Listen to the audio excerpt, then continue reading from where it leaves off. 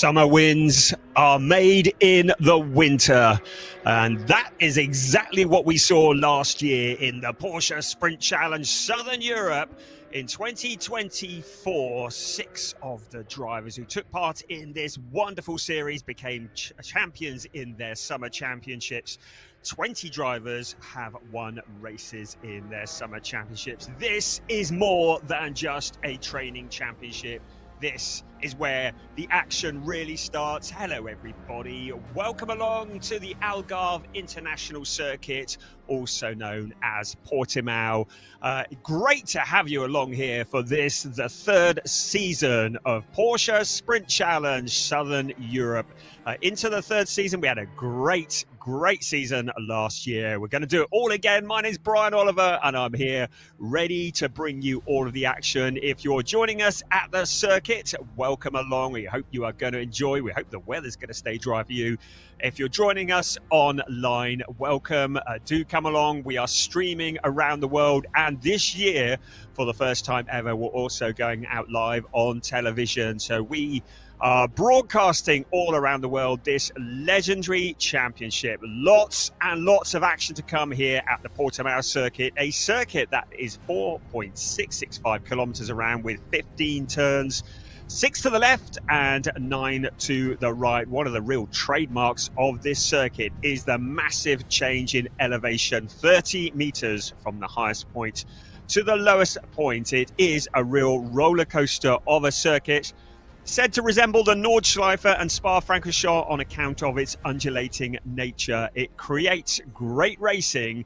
It creates a lot of action, sometimes creates controversy as we look from turn one out along towards the pit straight. You can see that drop, just one of several drops around this circuit. There are several blind crests, parts of the circuit where the drivers require great courage as they come up over the blind crest, keeping their foot buried on the floor in the accelerator. The weather forecast, well, it has been glorious, hot and sunny here for the last few days, but as with last year, the weather has taken a bit of a turn for race day. And we are anticipating there might be a little bit of rain later on. We've got 4 qualifying sessions and 4 races indeed to come today as part of this event. And if it stays dry for all of it, I will be very amazed. It's significantly cooler here today than it has been during testing and free practice. And if we get away without rain, I will be very surprised. As you can see, a light rain is forecast from about midday onwards, which is about the time we're going to be starting racing. Of course, before all of that, we have qualifying, and that is due to come up very, very shortly. If you're new to Porsche Sprint Challenge Southern Europe, you'll find out all about qualifying and racing in just a few moments. Let's hope the weather holds off. We're ready to get going for qualifying.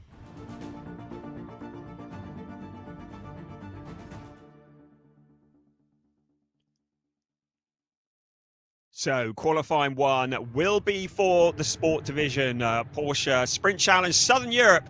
We have 2 rounds of racing to come for each category. We have the sport division coming up first. Now, these are drivers who are in the pro category, also in the pro-am category, and new for this year, we also have a rookie category taking part in the sport division. After this, after we've had a couple of qualifying sessions for the sport division, we will have the club division also coming out for their qualifying session. We'll tell you more about them a little bit later on, but at the moment our focus is on the sport division. They will have 2 qualifying sessions of 15 minutes. So one will be for round 1, which will be their first race today, and then the next qualifying session will be for round 2, which will take place a little later on this afternoon. So 2 short, sharp qualifying sessions here at the Portimão circuit. So the clock is ticking, and we are getting ready. I did say 15 minutes qualifying session, but the clock is saying 30 minutes qualifying. So I believe that might be for both of the sessions. So the car's currently out on circuit as we look towards turn 5, the Torre VIP corner, quite a legendary corner in itself. The cars are going to be out on track for a little while here, just getting heat into the tyres and into the brakes as we get ready for qualifying. And we are riding on board with the defending champion, the driver who won Porsche Sprint Challenge Southern Europe last year, Ariel Levy, in car number 25 for Team GP Elite. This driver, who's just starting his 3rd year of car racing of any sort, has been something of a sensation. And last year, he took the Porsche Sprint Challenge Southern Europe Championship, and he took it all the way to the line. It was a fight all the way, and he's looking to defend that this year. He proved the fact that summer wins are made in the winter by the fact that he went on to become a winner in Porsche 6 Carrera Cup Germany, an astonishing race at the Hockenheim Ring at the end of last year. He is a driver who is going from strength to strength. He's from Israel, and he has a legion of very loyal supporters. There's an awful lot of talent out here in this championship this year. A lot of drivers preparing for their up-and-coming season, but if you think they are here to just make up the numbers, do not be mistaken. They are here to win. This is a winter championship, and every driver would love to get their names on the trophy for that winter championship.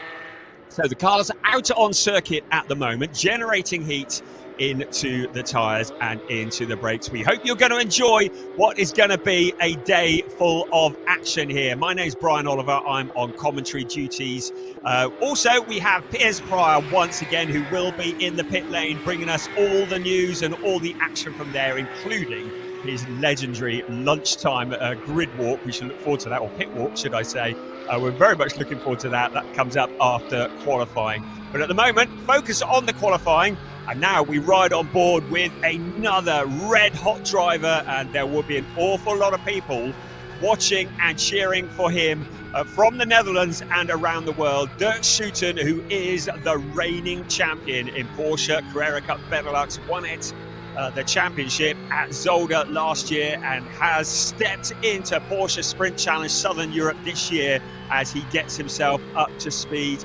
The driver with the golden helmet and a legion of fans in the team lap time performance car in the pro category, of course. And he is out on track, just getting heat into the tyres and into the brakes. He had a fairly lively free practice this morning, had a puncture, as we see a car just locking up in front of him. He had a puncture which pitched him off into the gravel trap on turn 5. You can see how hard he is weaving the steering wheel, trying to generate heat into the tyres. Because of these cold temperatures, it is taking a bit of time just to get the heat up into those tyres and into the brakes. So we will have, each car will be on an out lap. They will need a number of build laps as they just generate the heat, and when the tyres are in the window, then it will be time for the push lap. That's when the drivers will really go for it and try and get a good grid position. So it's very much strategy. It's not about just going out and going hell for leather. It's about building it up, getting the heat into those tyres, and then hitting the accelerator, hitting the apexes, and going for it when it really counts. We've had a lot of testing here over the last couple of days. So far, the quickest time we have seen was set by Sasha Norden, another fantastic driver. Great to have him here in Porsche Sprint Challenge Southern Europe once again. We saw him here last year. His fastest lap yesterday in the final session was a 1:44.029. So that's very much the benchmark. This morning, Ariel Levy, defending champion, set a time of 1:44.158 in these cooler conditions. So potentially we could see cars into the 1:43s. The pole time last year for round 2 was set by Ariel Levy. That was a 1:44.099. He didn't quite make it into the 43s last year. I would wager he may well make it into the 43s, as indeed may several other drivers as this session progresses. But we will see.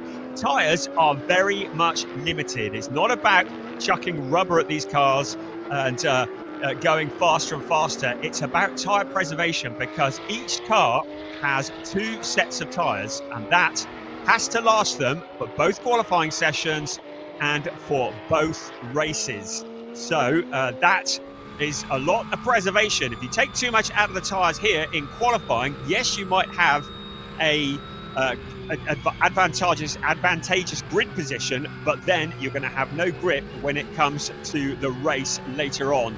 So it is all very much about strategy.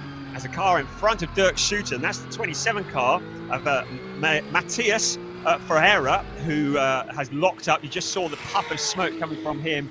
Dirk Schutter had a good view of that as we ride on board with him. Right, let's have a look at the lap times. At the moment, the driver at the top is Ariel Levy, a 145.332. So still very much a building at the moment. We are preparing for potentially rain coming in. We've had a number of messages coming in from teams and crews and from our weather station that says there may be rain incoming very shortly. So drivers will be very keen to get out on track and get a grid position set, because of course if the track gets wet, then any opportunity to improve on lap times are going to be very much gone. There is Ariel Levy in the number 25 car for Team GP Elite. He is the overall champion, had 3 wins and 6 podiums last year, and as already mentioned, also a winner in Porsche 6 Carrera Cup Germany, a series that is reckoned to be the toughest Carrera Cup category in the world. So to win there is no mean feat, but he has an awful lot of talent out in the circuit, challenging him for that position. None more so than the driver who has popped up into second place, Flint Schering, once again back in Porsche Sprint Challenge Southern Europe. Great to have Flint here in the number 99 car. He's racing for Schumacher CLRT this year.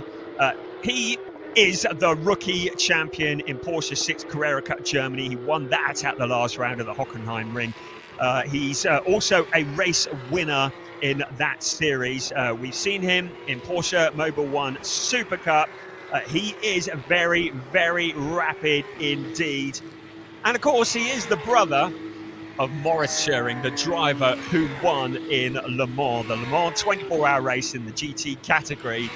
His older brother, Maurice, who has been something of a sensation over the last few years. And Flint is very much looking to steal the thunder from his older brother. He has proven to be just as rapid.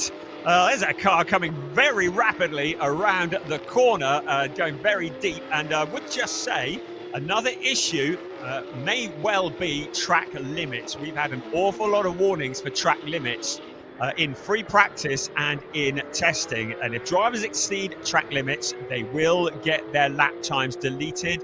The stewards are keeping a very close eye on that. We really don't want to see qualifying or indeed races determined in the stewards box. Right, car 21, Sasha Norden for Proton Huber competition, currently in P4 in the timing screens. He is another driver who's on the ascendancy. He was a race winner in Porsche Carrera Cup Benelux, another very, very competitive series. And he's warming himself up for what could potentially be a season in Porsche 6 Carrera Cup Germany in 2025. He's the 2023 Pro-Am champion in Porsche Carrera Cup Benelux, as we look at Ariel Levy just generating heat into the tyres. Right, well, we said about the times, 143.833. That is the fastest time.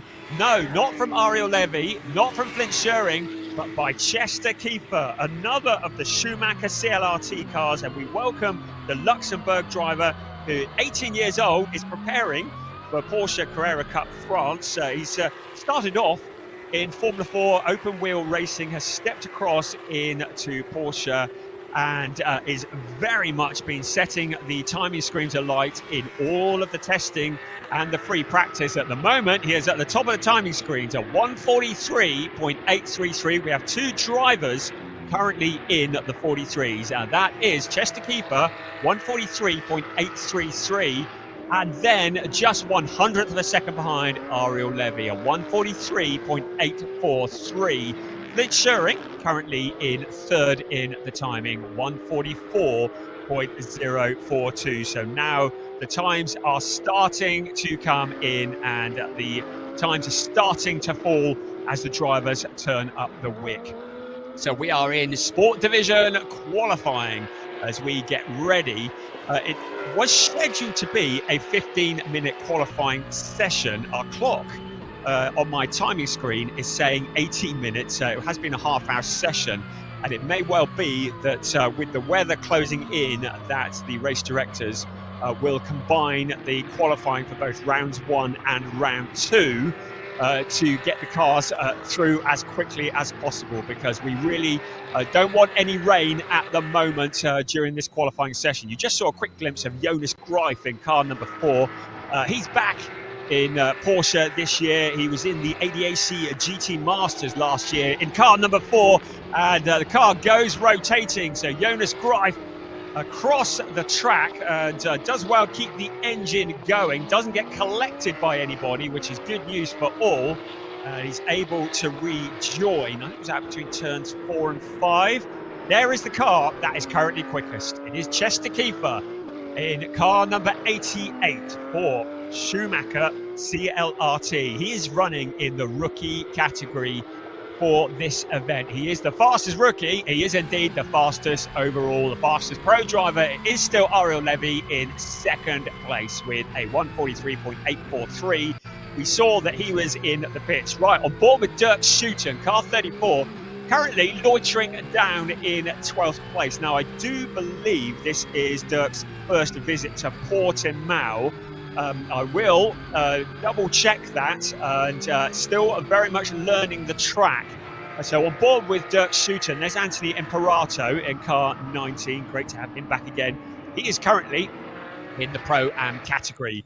I mentioned this at the top of the show as we look in at the pits and we look at drivers just talking to engineers. I think that was Ariel Levy. There is Luciano Martinez from Argentina for Ombra Racing, another of the rookie drivers. I mentioned at the top of the show that we had 3 categories running within this. So we have the pro drivers. These are the absolute creme de la creme. We have the Pro-Am drivers. They are drivers who are age 30 plus without a professional motorsport background and new. For 2025, we have the rookie drivers. They're drivers who have competed in no more than 4 cup races, and they need to be 25 years old or younger.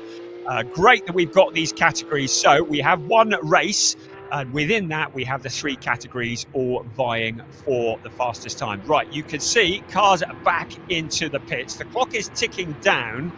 So it says 15.5 minutes on my timing screen.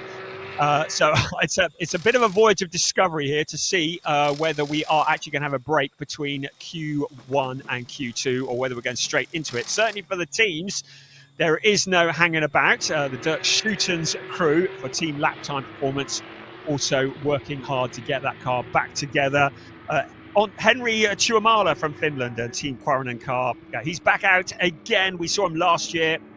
He was 4th in the Pro-Am category last year with 1 win and 3 second places, and it's great to have him here. Right, good. We've got some graphics, and you can see the clock ticking down.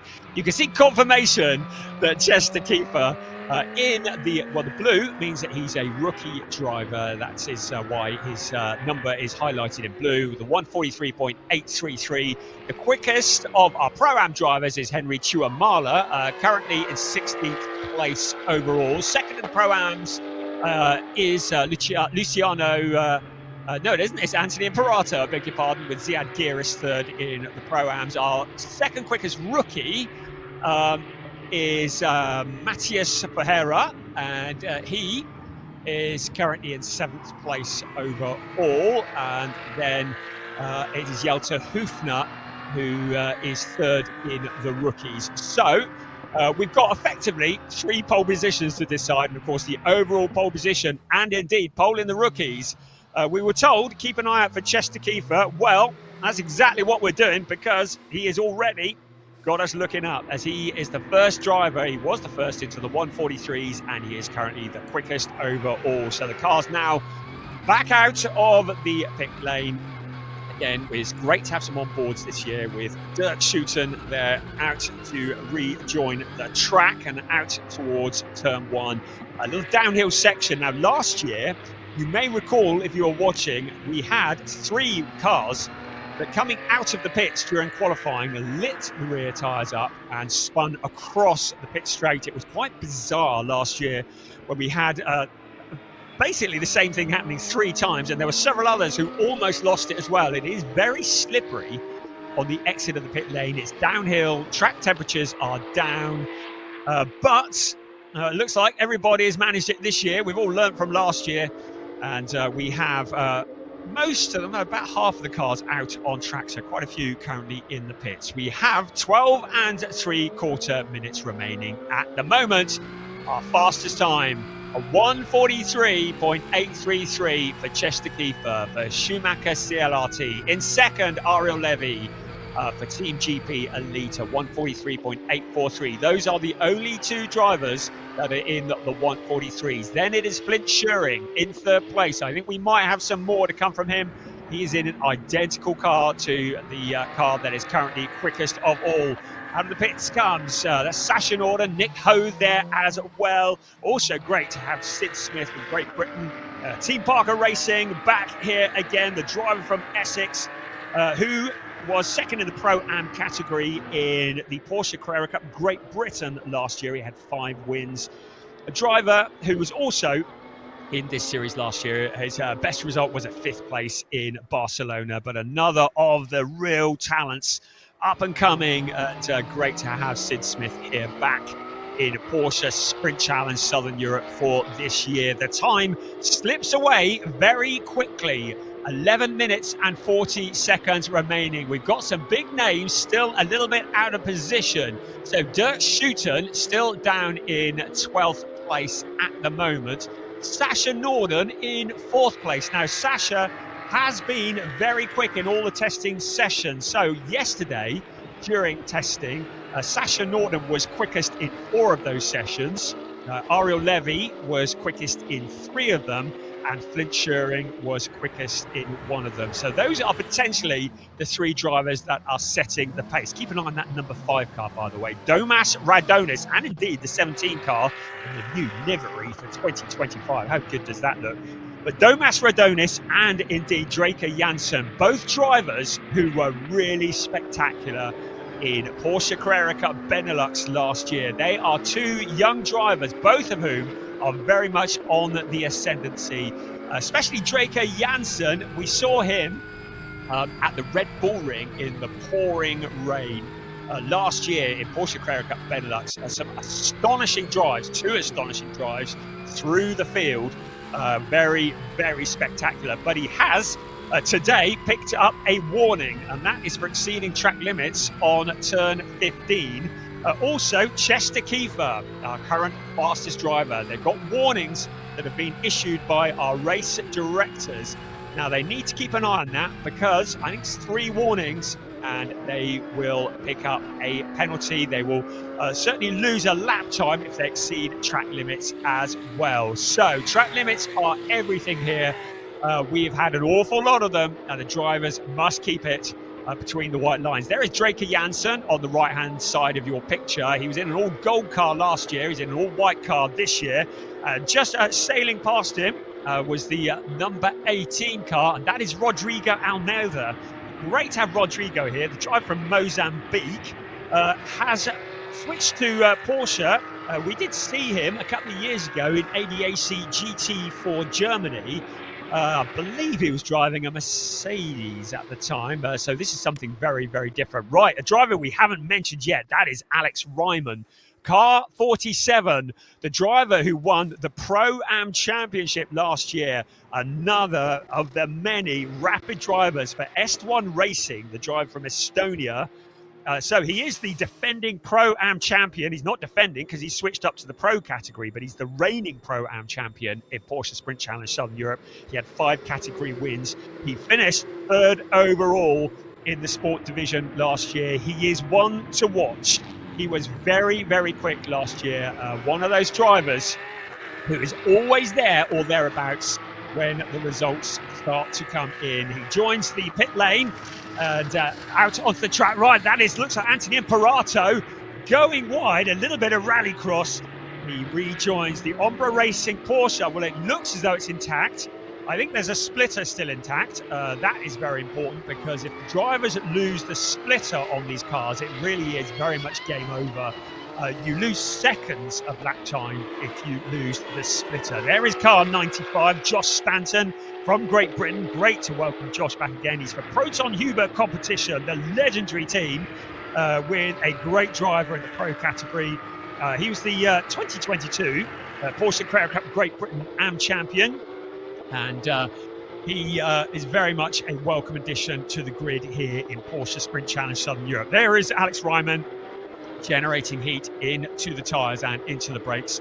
7 3/4 minutes remaining of this, the opening qualifying session of the 2025 season, qualifying for rounds 1 and rounds 2 of this weekend. 2 races coming from the sport division and 2 races coming from the club division, and the club qualifying will come up in just a bit.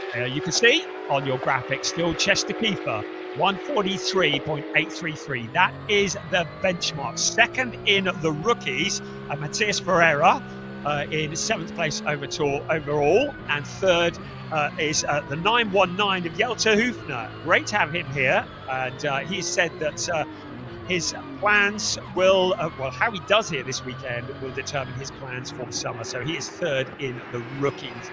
The quickest of our Pro-Am drivers is still Henry Tuamala.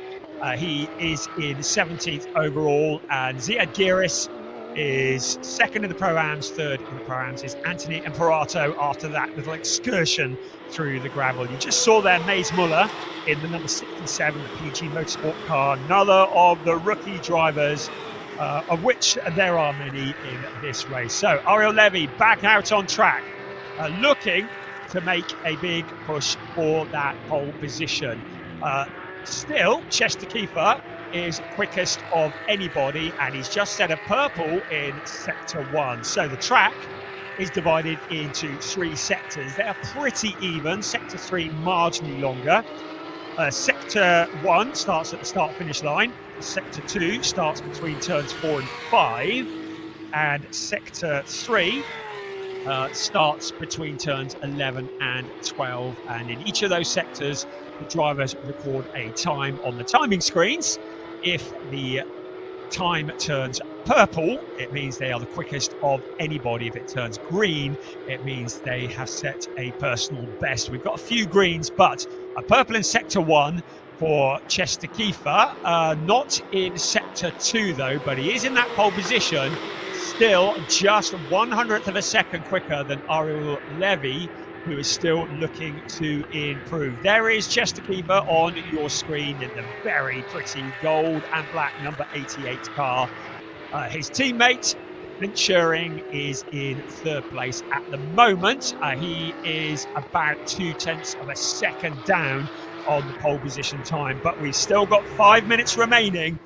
Remember, there is rain incoming. Drivers very keen to get on with it, although there's a driver who has exited the car and looks to be going back. That, I believe, was Ziad Giris, who is in the pits at the moment and has looks like his session may be over. It didn't look like he was necessarily going to come back out. Of course, it takes a bit of time to get the heat into those tyres before you can do that push lap.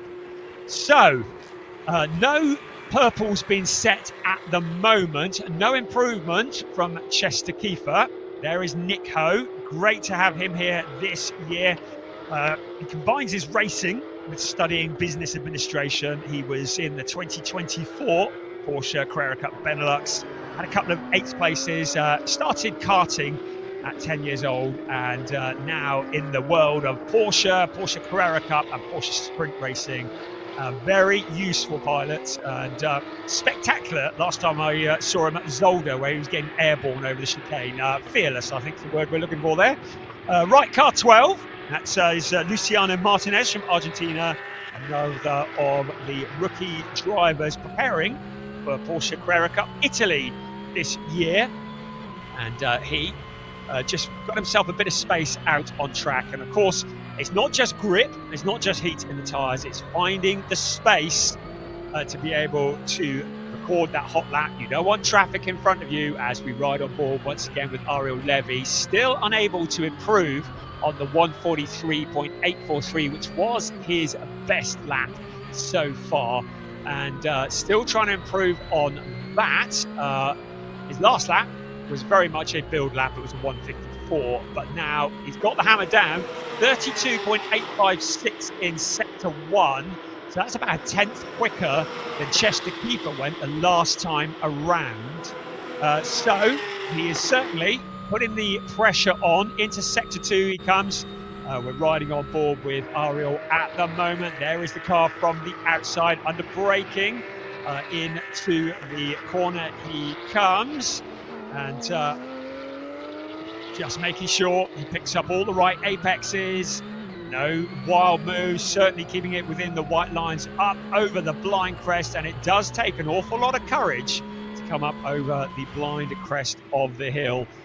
And when you can't see what's the other side of it, it's a scary moment, I'm told. I've never tried doing it myself. Coming quite wide out of the corner, he comes up over the hill once again. And it is Ariel Levy that we ride on board with as he looks to try and beat the time of a 143.833. Right, so he has been purple in sector 1, but purple in sector 2 is Flint Schuring. So Flint Schuring also starting to lay his cards on the table. Chester Keeper at the moment is out on track, but not improving. Now, Ariel Levy, a personal best in sector 2, a 32.782. So is this going to be a challenge for pole position? He only needed to make 1/100th of a second to get in front of Chester Keeper. How is he going to do in the final sector of this lap? Our eyes very much on Ariel Levy as he looks to take this pole position. We're riding on board with him now in sector 3, the closing part of the lap. Got one eye on the timing screens and one eye on the monitor. Here comes Ariel Levy. Once again, he crosses the line. What's it going to be? We wait and we hold our breaths, and I'm still waiting for the time to come in on Ariel Levy. 143.843 is what it's still showing. A bit of a delay on that. So still the 143.833 is still the quickest time at the moment for Chester Keeper. So Ariel losing a load of time in sector 3 on that lap, and was unable to make that jump. He did all the hard work in sector 1 and sector 2, but was unable to improve in sector 3. So still remains in second place. Flint Schuring did not improve himself on that lap either. He's into sector 3 at the moment, but the purple in sector 1 belongs to Ariel Levy. We're seeing Thomas Cangro now in car 48 as he looks to improve on his time as well. Looking at the clock, good heavens, we've only got 8 seconds remaining. So the clock is about to strike 0. Any drivers who are already on a lap, that lap will count, but the drivers will not be able to start any new laps to get a competitive time. You can see the checkered flag is out. So it's Henry Chuamala who is the first to receive the checkered flag. He is in 13th place overall, but he is the leader of the Pro-Am driver. So Henry Chuamala, the leading Pro-Am driver, the fastest of all. It comes Nick Ho across the line as well to receive that checkered flag. Rest of the cars waiting for them to come. I see no improvements at anybody at the moment. Chester Keeper's 143.833 still stands. Ariel Levy peeling off into the pits. It looks like he's done. Flint Schuring is done. So P3 is as good as it's going to get for Flint Schuring. P2 is as good as it's going to get for Ariel Levy. But the sensation at the moment, the headline for today, Chester Keeper is the fastest car, 143.833. Looks like he is going to take that pole position. Also, the leading rookie, second in the rookies, is down in 10th place. That's Matthias Ferreira, and he has a 144.738. So the leading rookie getting on for a second quicker than second in the rookie. So that is very impressive indeed, with 9/10 to be precise, but very good. In all of that, Dirk Schouten popped up in P7, so a good solid drive from him. Remember, he is new to this series and I believe new to this track. Sasha Norden in P4. Keep an eye on him when the racing starts. So that's a solid drive from him. And Domas Radonis, another very solid driver in P5. Good job from Rodrigo Almeida as well for FAC Autotech. Great to have FAC here this weekend as he is in P6. That's ahead of Dirk Schouten. Sid Smith for Team Parker Racing in P8 ahead of Josh Stanton. Matthias Ferrara and Nick Ho in the 11th ahead of Jelter Höfner. So lots of competitive drivers. I think all the people expected to be towards the front, very much up there. Alex Ryman a little way back in 17th place, so he was about 1.4 seconds back. But a great session. We kept it all going. We managed to avoid any rain as well. I won't put a curse on it now. And the rest of the cars now just coming round into the pit lane. So it's been an entertaining qualifying session, and I believe those times will be for both rounds 1 and rounds 2. That'll be both of the races that are taking place. Of course, this is an 8-round championship. We have rounds 1 and 2 today here in Portimão. Then in a couple of weeks' time in Estoril, we have rounds 3 and 4. Rounds 5 and 6 are in Valencia on the 22nd of February. Then the final 2 rounds, rounds 7 and 8, take place on the 1st of March in Barcelona. That another great circuit, and 4 great circuits hosting 8 great rounds in what is becoming a great championship. Right, well, we haven't spoken to him yet. I'm going to say a very good morning to Piers Pryor. Great to have him back this year. He's down in the pit lane. Good morning, Piers. How are you doing? Brian, I'm great. It's a winter championship, hence the gloves. It's not the warmest out here. Track temperature barely above 10 degrees, as is the air temperature.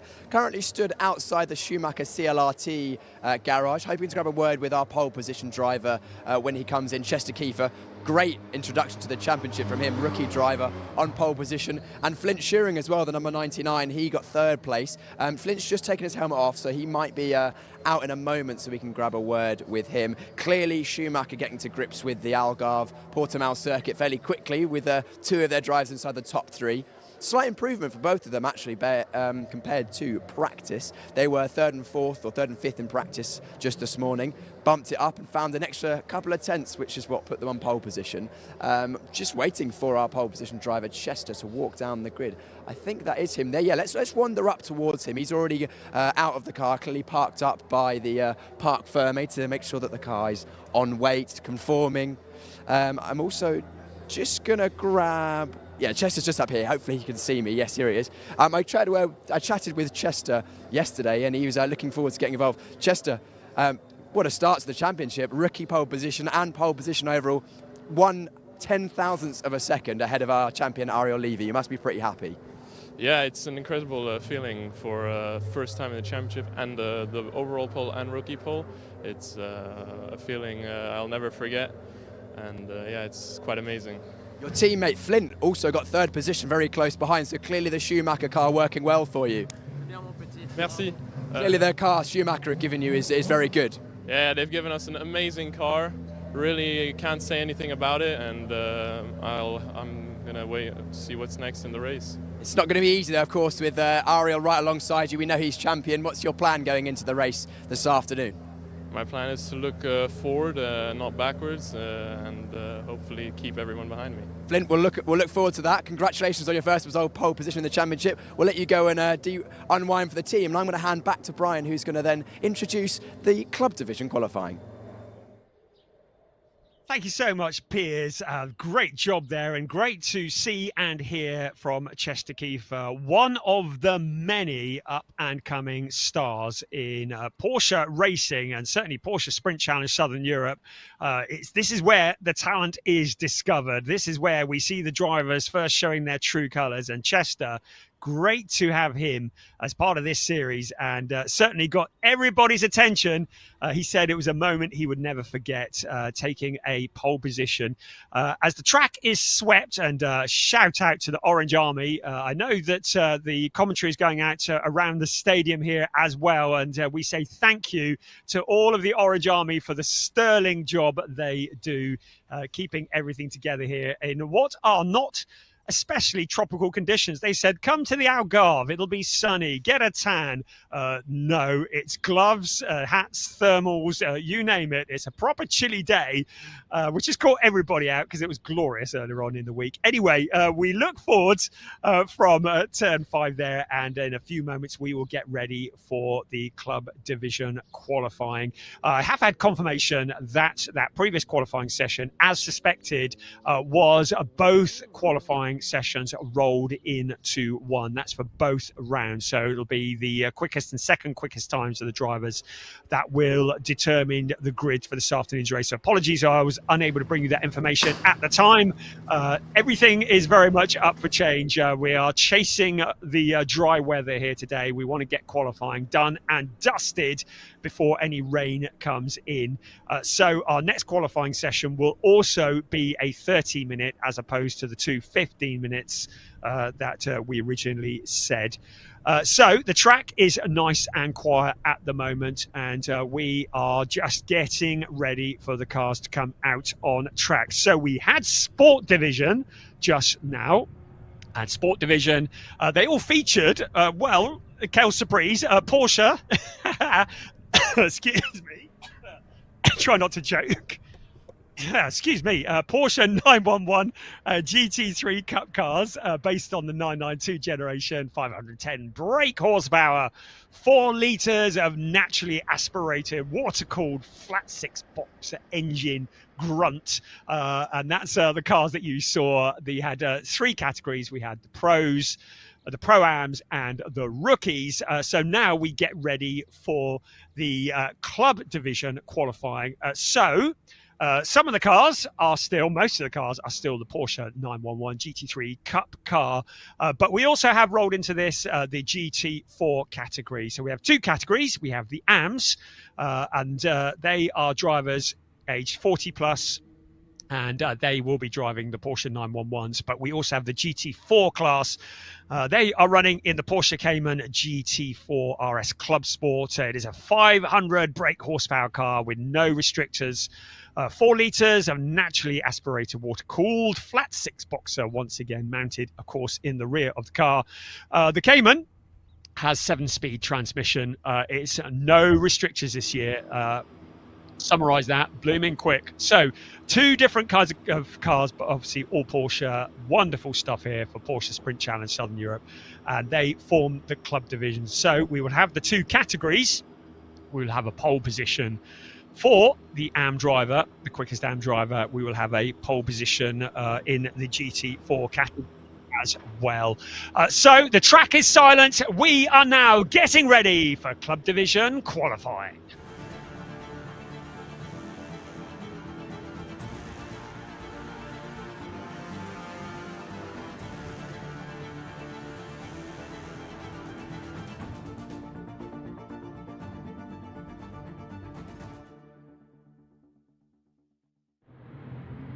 Club division qualifying, 30 minutes for rounds 1 and 2. The cars coming out of the pit lane. Remember, this is very slippery here as they get on the power. We don't want to see any cars ducking off like we did last year. Looks like they've all made it out of the pit lane so far, but this is going to be exciting. Once again, we say good morning, good afternoon to the many, many people who are watching around the world. We have people at the circuit, we have people watching online on the YouTube stream, on the Alpha live stream.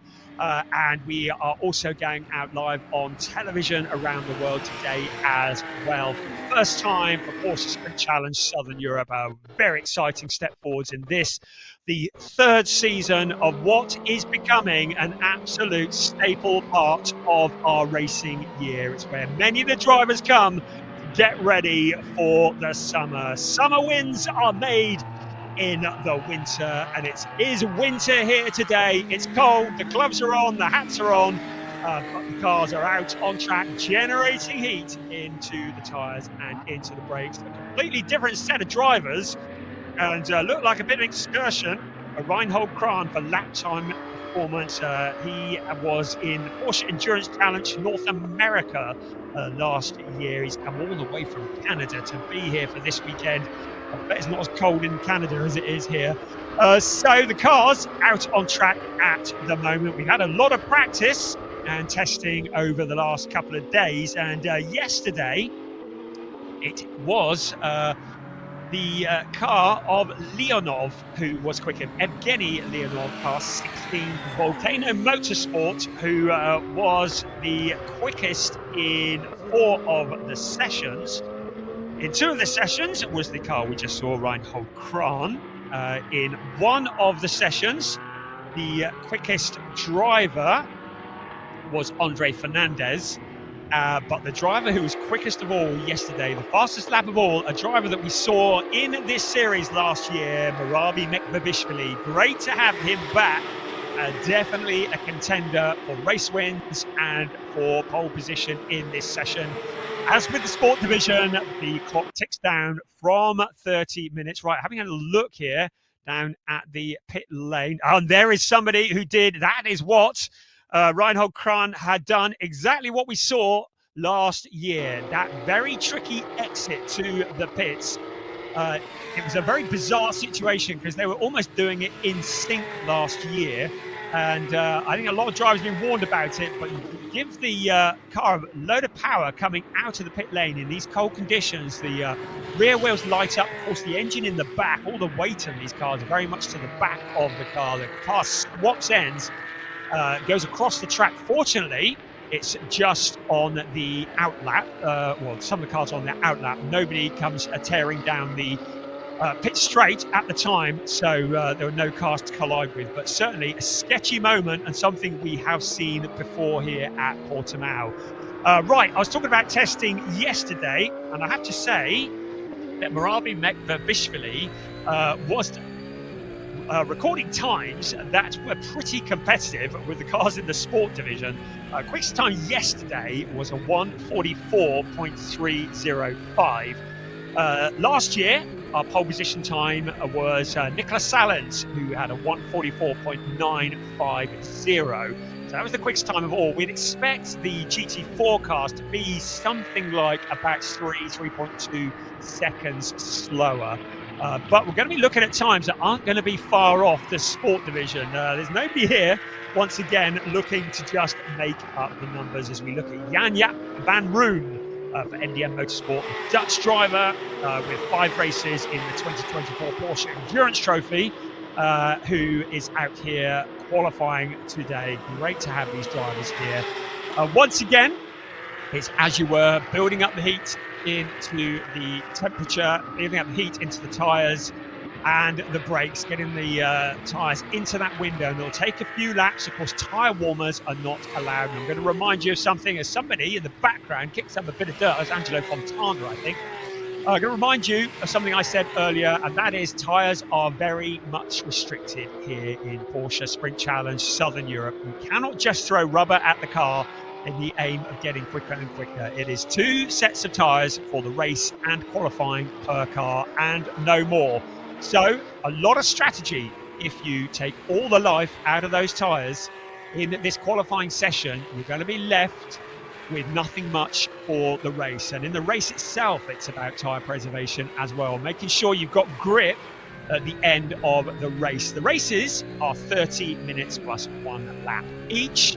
And the tyres need to go the distance, and they need to go for the qualifying session as well. So 2 sets of tyres. There'll be very much strategy to play for. Right, Javier Ripoll Jr., I think that we're riding on board with for S1 Racing. You will remember him from Porsche Sprint Challenge Southern Europe last year. He was third in the AM category. He had 2 fourth places. He's a Venezuelan driver living in Miami, races Porsche on the American scene. A very welcome addition. Another welcome addition is a driver that you currently see in 10th place on your screen. And I'm going to give him a shout out because I know he has legions of fans who are shouting his name. We welcome to the grid of Porsche Sprint Challenge Southern Europe, Ajith Kumar, the 53-year-old Bollywood star. We're riding on board with him now as if on cue. Wonderful stuff for Red Ant Racing. He has many, many fans. And they're all watching, and I know they're all shouting at their screens at the moment. For all of the fans of car 28, Ajith Kumar, we say welcome along. Great to have you here. We do hope you are going to enjoy Porsche Sprint Challenge Southern Europe, and your man is out on track at the moment. Great to have him here. He's a Bollywood superstar. He's raced in the Dubai 24-hour race this year. He was third in the 992 category. He's also raced in Formula 2. But that was back in 2010. He is very much a celebrity, bringing a bit of glitz and glamour. The driver from India here in Portimão and in that silver car, currently just generating the heat into the tyres and indeed into the brakes. Great that we've got the camera on board as well. That will please the legion of fans. And we get the feeling we've got the Dirk Schuten fans and we've got the Ajith Kumar fans, and there are many of them who hang around in chat rooms watching this racing, and we're going to see who can shout loudest this weekend. Right, back to the timing. Evgeny Leonov, great to have car 16 here for Volcano Motorsport. 41-year-old driver, currently at the top of the timing screens, a 1:45.281. So that is the benchmark at the moment. We expect that to come tumbling down. We have just under 22 minutes remaining on this session, and we will see that time improved on, I have no doubt, at the moment. So there are just 2 classes here. Again, those are indicated by the coloured boxes next to the drivers' names. Red meaning they're in the AM category, white meaning they're in the GT4 category. At the moment, David von Rosen for Team Neuhofer in car 223 is the quickest of the GT4 cars, but it's a 1:55, so he has yet to put in a push lap. We have 3 cars that are in the GT4 category. They will be scrapping amongst themselves for pole position in the GT4 race. So at the moment, all cars are out on track. We have nearly 50 cars here for the event here this weekend, covering, of course, the sport and the club division. And all of this is part of the Porsche Pyramid. A great system and a great thing that has been set up, by Porsche. The base of the Porsche Pyramid starts with Porsche's customers and motorsport driving events like their driving school and other club sports events. Next up is the One Make Series contested with the 911 GT3 Cup cars, like the Carrera Cup, Mobil 1 Super Cup, and of course the Sprint Challenges like we are watching now. And then after that, we cross over into the world of factory racing. We see the 911 RSRs and the 911 GT3s used in the World Endurance Championship. We see them in the 24 Hours of Le Mans, where of course we saw Maurice Schering winning last year, and into the IMSA Sport Car Championship. And then lastly, at the top of the pyramid is the pinnacle of Porsche racing. That's where we see the hypercar, the LMP1, those awesome machines. And it is all part of the Porsche Pyramid. Drivers starting off, climbing up through the ranks, and we have seen many drivers coming up through the Porsche Pyramid. We've already mentioned Maurice Schering. We've got Bastian Boos, who will be in the DTM this year. We're very excited about that, and one of the mega superstars. And of course, a former DTM champion, Thomas Preining, another driver who's come through the ranks of Porsche, the Porsche Pyramid. And a lot of the drivers that you are watching here this weekend and today for Porsche Sprint Challenge Southern Europe will be names that we will be talking about in years to come. And we've seen a few of them shining in the sport division and in the club division here. We will see some of the up-and-coming superstars as well, although it has to be said, the AM category tends to favour maybe the older driver, the more gentleman driver, but it's great that we've got them here out on track, and it's Evgeny Leonov who is still the quickest at 1:44.307. So that is the first benchmark time at the moment. There's Ernst Inderbitsen. Really good to have him here. He was in the AM category for the last couple of years. He was third in the AMs overall in the opening season for Porsche Sprint Challenge Southern Europe a couple of years ago. Last year, he was in Porsche Sports Challenge Suisse and racing for FAC Autotech. There is Dominic Bastien, and I have to say hats off to Dominic Bastien. What an amazing driver. He's from America, French-born. He is indeed 79 years old. It just goes to show that you are never too old to go racing. And it is great to have Dominic Bastien here for Proton Huber competition, still mixing it with the young upstarts.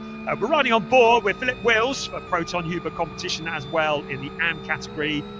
He was second last year in the Porsche Sprint Challenge Southern Europe. He won at Estoril, and he got a 6th and a 4th the year before at Valencia. He last year was in the Porsche Sprint Challenge Benelux.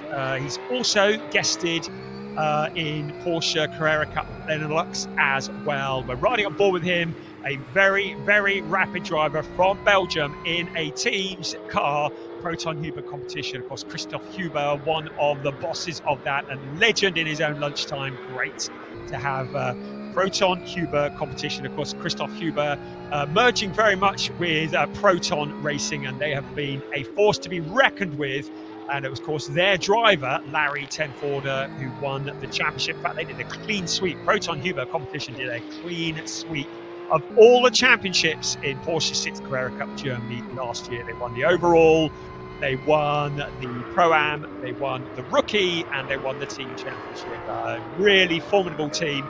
Any driver who races for Proton Huber competition is worth their weight in gold. And we already know that Philippe Wills is very quick, and that car, distinctive yellow and black livery, will be one to keep an eye on as we ride with him. He's currently in P3. He's done a couple of personal bests on the previous lap, but no improvement at the moment. It's still Evgeny Leonov who is the quickest, the only driver into the 44s, a 1:44.307. Second, Marabi Mekbabishvili. Remember, he was quickest in testing. There's Angelo Fontana, who comes out of the pits in the Est1 racing car, driver from Venezuela. He guested in Porsche 6 Carrera Cup Germany last year at the Nürburgring. He was 5th in the FIA Motorsport Games as well in the GT single make last year, and is a regular racer. There is Evgeny Leonov currently in the pits, but he is the car that is quickest at the moment. Marabi Mekbabishvili in that second, Felipe Wills in third, and then Andre Fernandez, Javier Ripoll Jr., Angelo Fontana in sixth. Just back end of the car, just sliding. I mean, may have been trying to generate heat, but I think that was perhaps a little bit too much sliding by his reckoning. But car number 80, he keeps it pointing in the right direction, so that's all good. See quite a few of the cars currently into the pits at the moment. We're at the halfway point of this qualifying session. To remind you, we have combined Quali 1 and Quali 2, and both running together, and it will be the quickest and second quickest times of each driver that will determine the grid positions for the races, which take place this afternoon. At the moment is Evgeny Leonov, who is the quickest ahead of Marabi Mekbabishvili. Still quite a few cars out on track. Still, there's about, I'd say, once again, about half the cars out on track and the other half in the pits. Weather, well, it's holding out at the moment, isn't it? We haven't seen any rain at the moment, but drivers will be very aware of that. Right, we've got a yellow flag up at turn 4, so looks like somebody may have had a moment up at turn 4. Haven't seen what that is. So just looking here, and with less than 15 minutes remaining, the track has gone green again. So we had somebody having a bit of moment. There is Eric Wagner, and He is in the Enrico Fulgenzio racing car. So Eric Wagner back on his way. 14 minutes remaining of this, the qualifying session, the only qualifying session for the club division. There is Dominic Bastian in car 45. Currently, now where is he on time screens? In P16. So somewhere mid-order, which is pretty good going, on board with Javier Ripoll Jr. Car 91 for Est1 Racing once again. Looking at the timing screens, nobody setting the screens alight at the moment. But we have plenty of time to go. And of course, the track, in theory, as long as it doesn't rain, will get quicker and quicker as this event goes on, as more and more rubber is laid down. And if the temperature rises as well, then cars are able to go quicker and quicker time. So a lot of drivers want to be quite late in the session for their main push lap, with the best rubber on the car to stand the best opportunity of qualifying near the front. Only one car, though, in the 44s at the moment. 144.307, some 9.5 tenths back is Murabi Mekbabishvili in second place. A pretty dominant performance from Evgeny Leonov at the moment, but there is still plenty to play for, with 12 3/4 minutes remaining of this session as Lee Mole comes out of the pit lane. Another driver from Great Britain for Team Parker Racing. He made his Porsche debut last year, and he won the Porsche Carrera Cup Great Britain AM Championship with 11 wins. So we know that he is a rapid driver. So Lee Mole, who comes out of the pits in the number 56 car, currently in 8th place in the timing screens of 146.609. And clearly feels as though he has got more that he can do to improve on that.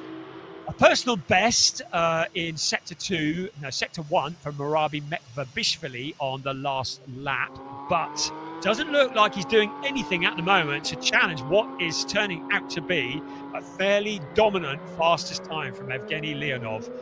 In the number 16 car, Murabi Mekbabishvili in P2 ahead of Philip Wills in P3. Our quickest GT4 car is Patrick Cunha, and great to have him here in the treble 8 car. Veloso Motorsport, Portuguese driver, a lot of experience in GT racing and also in TCR racing. And in 2017, he was third in TCR Iberico and TCR Portugal, and a very useful pilot, putting a lot of his experience to good use here.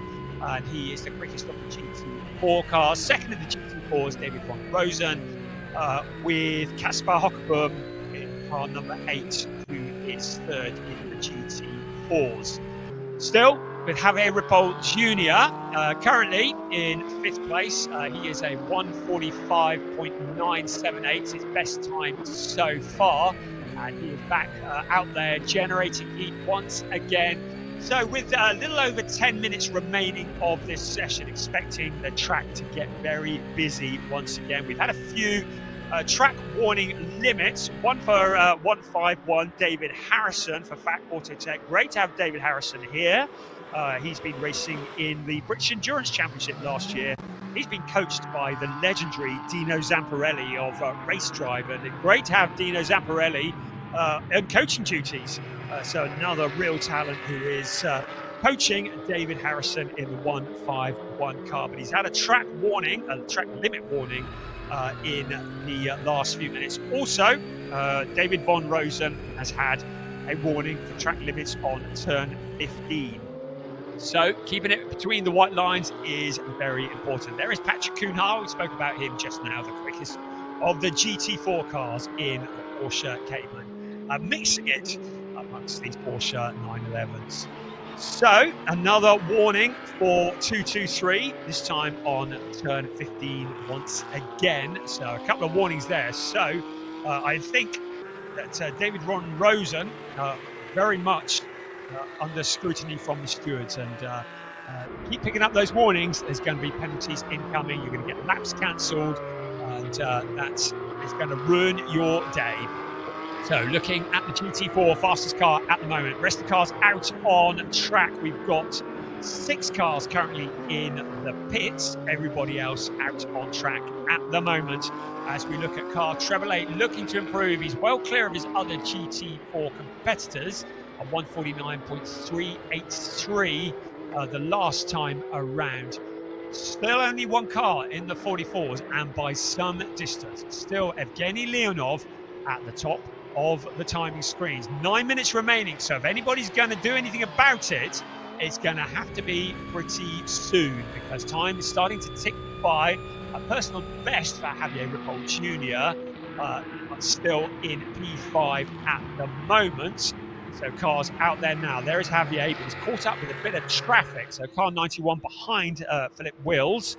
It's Joe Warhurst there. That's a great driver to have out on the coaching duties. We've seen him in ADAC GT4 Germany. He's there coaching Dominic Bastian, and there's some wisdom probably going in both directions there, I should think. But we're hoping to see Joe Warhurst racing in Porsches a bit more in 2025, and that would be very exciting if that were to happen. Car 91 just making a bit of space. Javier Ripoll Jr. to let the GT4 car of Patrick Kuhnhart come through, but still drivers not really much happening in the way of improvement.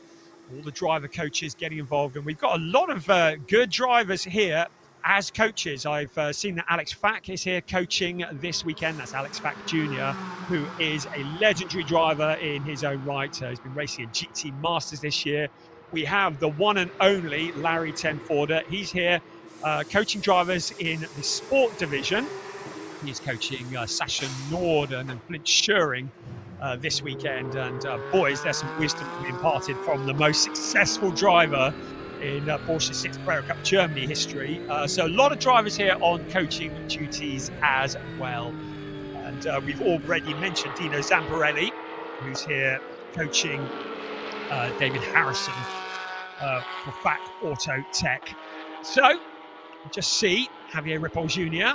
just finding himself a bit of space. 7 minutes remaining now on board with him.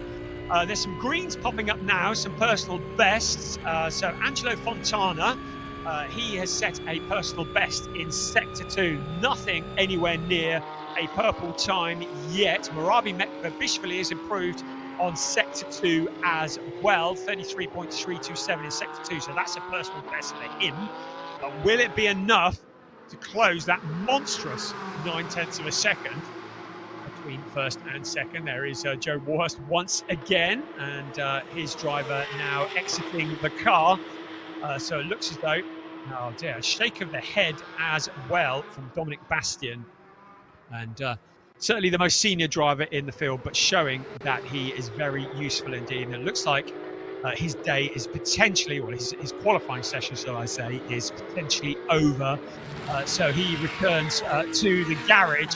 He's currently in 16th place in the timing screens. Javier Ripoll Jr. once again with Angelo Fontana just behind him. Gaspar Hockeboom, should I say, in car number 8, another of the GT4 cars. He is currently in 3rd in the GT4 category and in 23rd overall. So a bit of work to do from there as once again we ride on board with Javier Ripoll Jr. You can see those blind crests once again. It takes an awful lot of courage as the drivers come up over the hill, keeping their foot buried on the accelerator.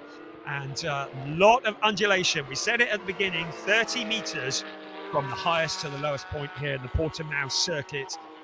It is a challenging circuit, not for the faint-hearted. It's described as a roller coaster, and that it is to both race and to watch. Right, we're into the last 5 minutes of qualifying for Porsche Sprint Challenge Southern Europe Club Division.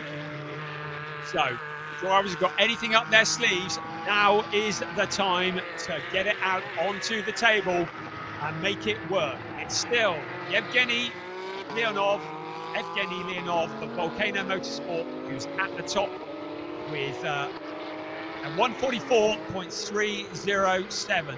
Second place is still Marabi Mekbishvili, still 0.925 behind, getting on for a second slower. That's a massive gap to close up. On board now with Philip Wills in car 912, pushing hard he is currently in third place for Proton Huber competition. So it's Proton Huber in second and third, but still not finding anything to close in. We've got a purple in sector 2 that has been set by Andre Fernandez in the Velosa Motorsport 917. So he's done a best in sector 1, and a purple in sector 2, a 32.903. So that is quicker than our current provisional pole sitter, Kenny Leonov, in sector 2. But can he hold it together to improve in the final sector of this lap? Currently in fourth place, looking to 1.6 seconds back last time around, but surely he's going to close that gap in. But 1.6 would be an awful lot to find. 3.5 minutes remaining of this session. We're looking at in car 912, also looking to improve. Lennart Hemstra is into the pits, so he is clearly done for this qualifying sessions. Also Tobias Vasquez also into the pits as well. But we've got all bar half a dozen cars currently out on track, all looking to improve. I've got one eye on Andre Fernandez, car 917, as he completes the final part of the lap. He doesn't improve, but he improves, but it doesn't move up any positions. He's closed the gap up to 0.493, so he's halved the gap between Leonov and second place. Andre Fernandez, up into second place. He demotes Marabi Mekbabishvili down to P3 as we once again look at Lee Mole. For Team Parker Racing, he's also pushing hard to improve in the number 56 car. Currently, he's in 11th place. He's done a personal best in sector 1, but not so in sectors 2 and 3. Ajith Kumar, we haven't mentioned him for a few minutes. I should be good for heckling in the number 28 car. Currently in 19th place at the moment. He's with Red Ant Race with Ajith Kumar Racing. And very much learning the ropes here in this first qualifying session, expecting him to get quicker and quicker as things proceed in Porsche Sprint Challenge Southern Europe. There once again is Lee Mole, still pushing hard, but now only 2 minutes remaining of this qualifying session. Everybody gunning for Evgeny Leonov, but the closest anyone can get at the moment, Fernandez, the number 917, he's into the pits now, so he's clearly done for this qualifying session. Marabi Mekbabishvili is still out on track. Leonov is also out on track. Will's also out on track as well, but in that fourth place, quickest of the GT4 drivers, just bumping up a few positions. Patrick Kuhner, job from him, up into 16th place overall and leading the way in the GT4 cars. And that is very impressive against some very quick machinery. That is David Harrison. Autotech, the legendary team. That is the car that is quickest of all, still out there, still looking to improve. Evgeny Leonov. So now, Andre Fernandez climbs from his car, removes his helmet. Looks like he is done for this qualifying session. We're into the final minute, as with the previous session. Whilst the clock strikes 0, any drivers that are on a lap already will be able to complete those, and they will count. But everybody else, the laps will not count. We've got a few personal bests popping up, but nobody making any improvements enough to close in on the fastest time of all. So it is, at the moment, Evgeny Leonov, the 144.307, a very quick time, only, just over 3.5 tenths slower than the quickest of the sport division. So I believe Piers has got some news for us. He's down in the pit lane. Down to you, Piers. Yeah, Andre Fernandez has jumped out of the car, of course, second place. He's decided that's the best he can do. I thought I could grab a quick word with Andre. He's just having a word with his engineer at the moment.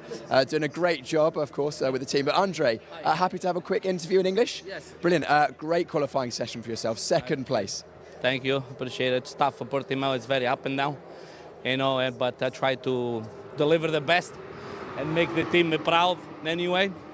But the car is great. I love the circuit. And, it can be a little bit more, but, it is. You're never happy if you're not in first. There's always more, isn't there, Andre? Always more. Always more. Second place, good opportunity for a good result in the race, though. What I'm saying? Sorry, good opportunity for a good result in the race. Yes, I hope I can deliver lap up the lap. I'm here to practice. But let's see what's going to happen in the race. Clean race is the most important, and be happy in the end of the day. We look forward to that. Andre, congratulations on a good qualifying session. Brian, back to you for the final laps. Great stuff. Thank you, Piers. Yes, enjoy it at the end of the day. Great stuff. And good to hear from Andre. Thank you for that. Well, P2 is as good as it's going to get for Andre. The checkered flag is out. The cars are now crossing the line. Our pole sitter with an astonishing 144.307, Evgeny Leonov from Volcano Motorsport. Veloso Motorsport in second place with the aforementioned Andre Fernandez at 144.80. Those are the only two cars to make it into the 44s. In third place, Marabi Mekvabishvili. He's been looking quick all along, and he with a 145.141. That's about 8/10 down on pole position. Fastest of the GT4 cars, Patrick Cunha. That's a great job from him. 148.269, but very competitive against cars that are much quicker around him. So he is the leading GT4 car. Then second in the GT4s, Casper Hockerboom, and then David Von Rosen third in the GT4. So great qualifying session for the club division. That is for rounds 1 and 2 of their races, which come later on this afternoon. So qualifying is done and dusted for Porsche Sprint Challenge Southern Europe rounds 1 and 2. Great to have some spectators here on the bank, and I know they're listening to the commentary that's going out on stream and on the television, so we say good afternoon to you. Stay warm, keep the gloves on, but sure you are being entertained. If you've never seen Porsche racing, Porsche Sprint Challenge or Porsche Carrera Cup live, I would strongly encourage you to get to a circuit. There is nothing like it. Live, they are spectacular. When this lot take off, it's deafening, it's fast, it's amazing. That is why we love everything Porsche, and it's so good at this part of the year to have Porsche Sprint Challenge Southern Europe. When the rest of the world sleeps, we get racing, and of course taking advantage of what in theory is favourable weather conditions in Portugal and Spain. Certainly better chance of it than you have in the UK, which is just cold and wet all the time. So really good to be able to get some racing in, and a lot of drivers using this as an opportunity to get up to speed, ready for the 2025 season. And of course, this track, which has a famous track, which has seen so much good racing over the years, is a perfect venue to do it. And then we will head to Estoril, Valencia and Barcelona. All 4 tracks have hosted Formula One, and all great tracks, and a series, Porsche Sprint Challenge Southern Europe, which is growing and growing year on year. And this year, it is getting harder and harder to call who is going to be champion. Last year, it was very much a shootout between Ariel Levy, Alex Tauscher. Last year, Sasha Norden was in there as well, but it went the way of Ariel Levy in the sport division. In the club division, it was Robert Sulmer who won overall, and Graham King who won in the GT4 category. Sadly, neither Robert nor Graham are here to defend their championships this year, but plenty of talent ready to get their names on that trophy. And as I mentioned before, across the 2 categories, nearly 50 Porsches gathered. It is a celebration of all things Porsche. We absolutely love it. And really a wonderful circuit, a wonderful setting. In theory, what should be wonderful weather, but we have got one eye to the sky. One eye to the sky. We haven't had any running in the wet here during testing or free practice. So when the racing comes later on today, this could be something very exciting. And just to give you the timetable on this, race 1 for the sport division is due to be starting at 13:25 local time. So that's the same as UK time if you're watching in the UK. So in about an hour and a half, we will be up and running with the first race for the sport division. First race of the club division will commence at about 2:30 local time. Then we move to round 2, and race 2, round 2, will take place at 15:35 local time. And then that's for the sport division, and race 2 for the club division will take place at 16:40 this afternoon. So plenty of racing to come. Each race, 30 minutes plus 1 lap. So plenty of drama to come. Always very, very good. And of course, here at Portimão, it's a good opportunity for overtaking. So plenty of action, even for those who have not qualified as well as they might have wanted to. The headlines are that Evgeny Leonov has qualified on pole position in the club division, the fastest of all. And in the sport division, it's Chester Kiefer who has qualified on pole position. And hopefully, we're going to get a word with a few of these drivers in a bit. We've certainly heard from Chester Kiefer already. Hopefully, we will hear from Evgeny Leonov in a bit. Piers is marching up and down the pit lane, getting all the news and all the excitement. A number of the drivers have been summoned to race control after that session for potentially track limits issues. So Reinhold Kran has been summoned to race control. He's from the club division. Josh Stanton in the sport division. Who else is on the naughty step? David von Rosen and David Harrison. Excuse me. So all of those from the club division excuse me, have been summoned to see the race steward. And I dare say a lot of that will be about track limits. I know David Harrison had already attracted a bit of unwanted attention for crossing the white line on the pit exit. Look there from the view of the Torre VIP turn 5. While we're looking at that corner, we're now going to head back down to the pit lane. I do believe that Piers Pryor has managed to find the provisional pole sitter, Evgeny Leonov. So down to you, Piers. Brian, thanks so much. Make sure you drink some water, clear that throat out a little bit. You've been working hard this morning, give your throat a rest. But while I thought I'd come down here and grab a word with Volcano driver Evgeny Leonov. Evgeny, an excellent session for yourself. Pole position for now. Nearly half a second clear of second place as well. Clearly, the car is working well for you. Yeah, the car is really set up really good. It's set up really good from the first day. We struggled a little bit yesterday. As probably you saw, we were second most of the day. And then we found right setup, and probably that's the result. So we had a massive traffic. Honestly, every lap we had some traffic, and we're not sure that we are able to save these 2 fastest lap for the race 1 and race 2. So we decided to put new tires and to go, but we were looking at the time of our competitors, and finally we decided not to push too much, to save more tires for the second race. Yeah, but in general I can say everything is really good. I think competitors also had the same problem with the traffic, so probably also it helped us to keep the position without extra tire spending. Wow, well, that's impressive to hear that you qualified on pole so convincingly and have managed to save a little bit of extra tyre life. So I imagine you've only got one goal for the races?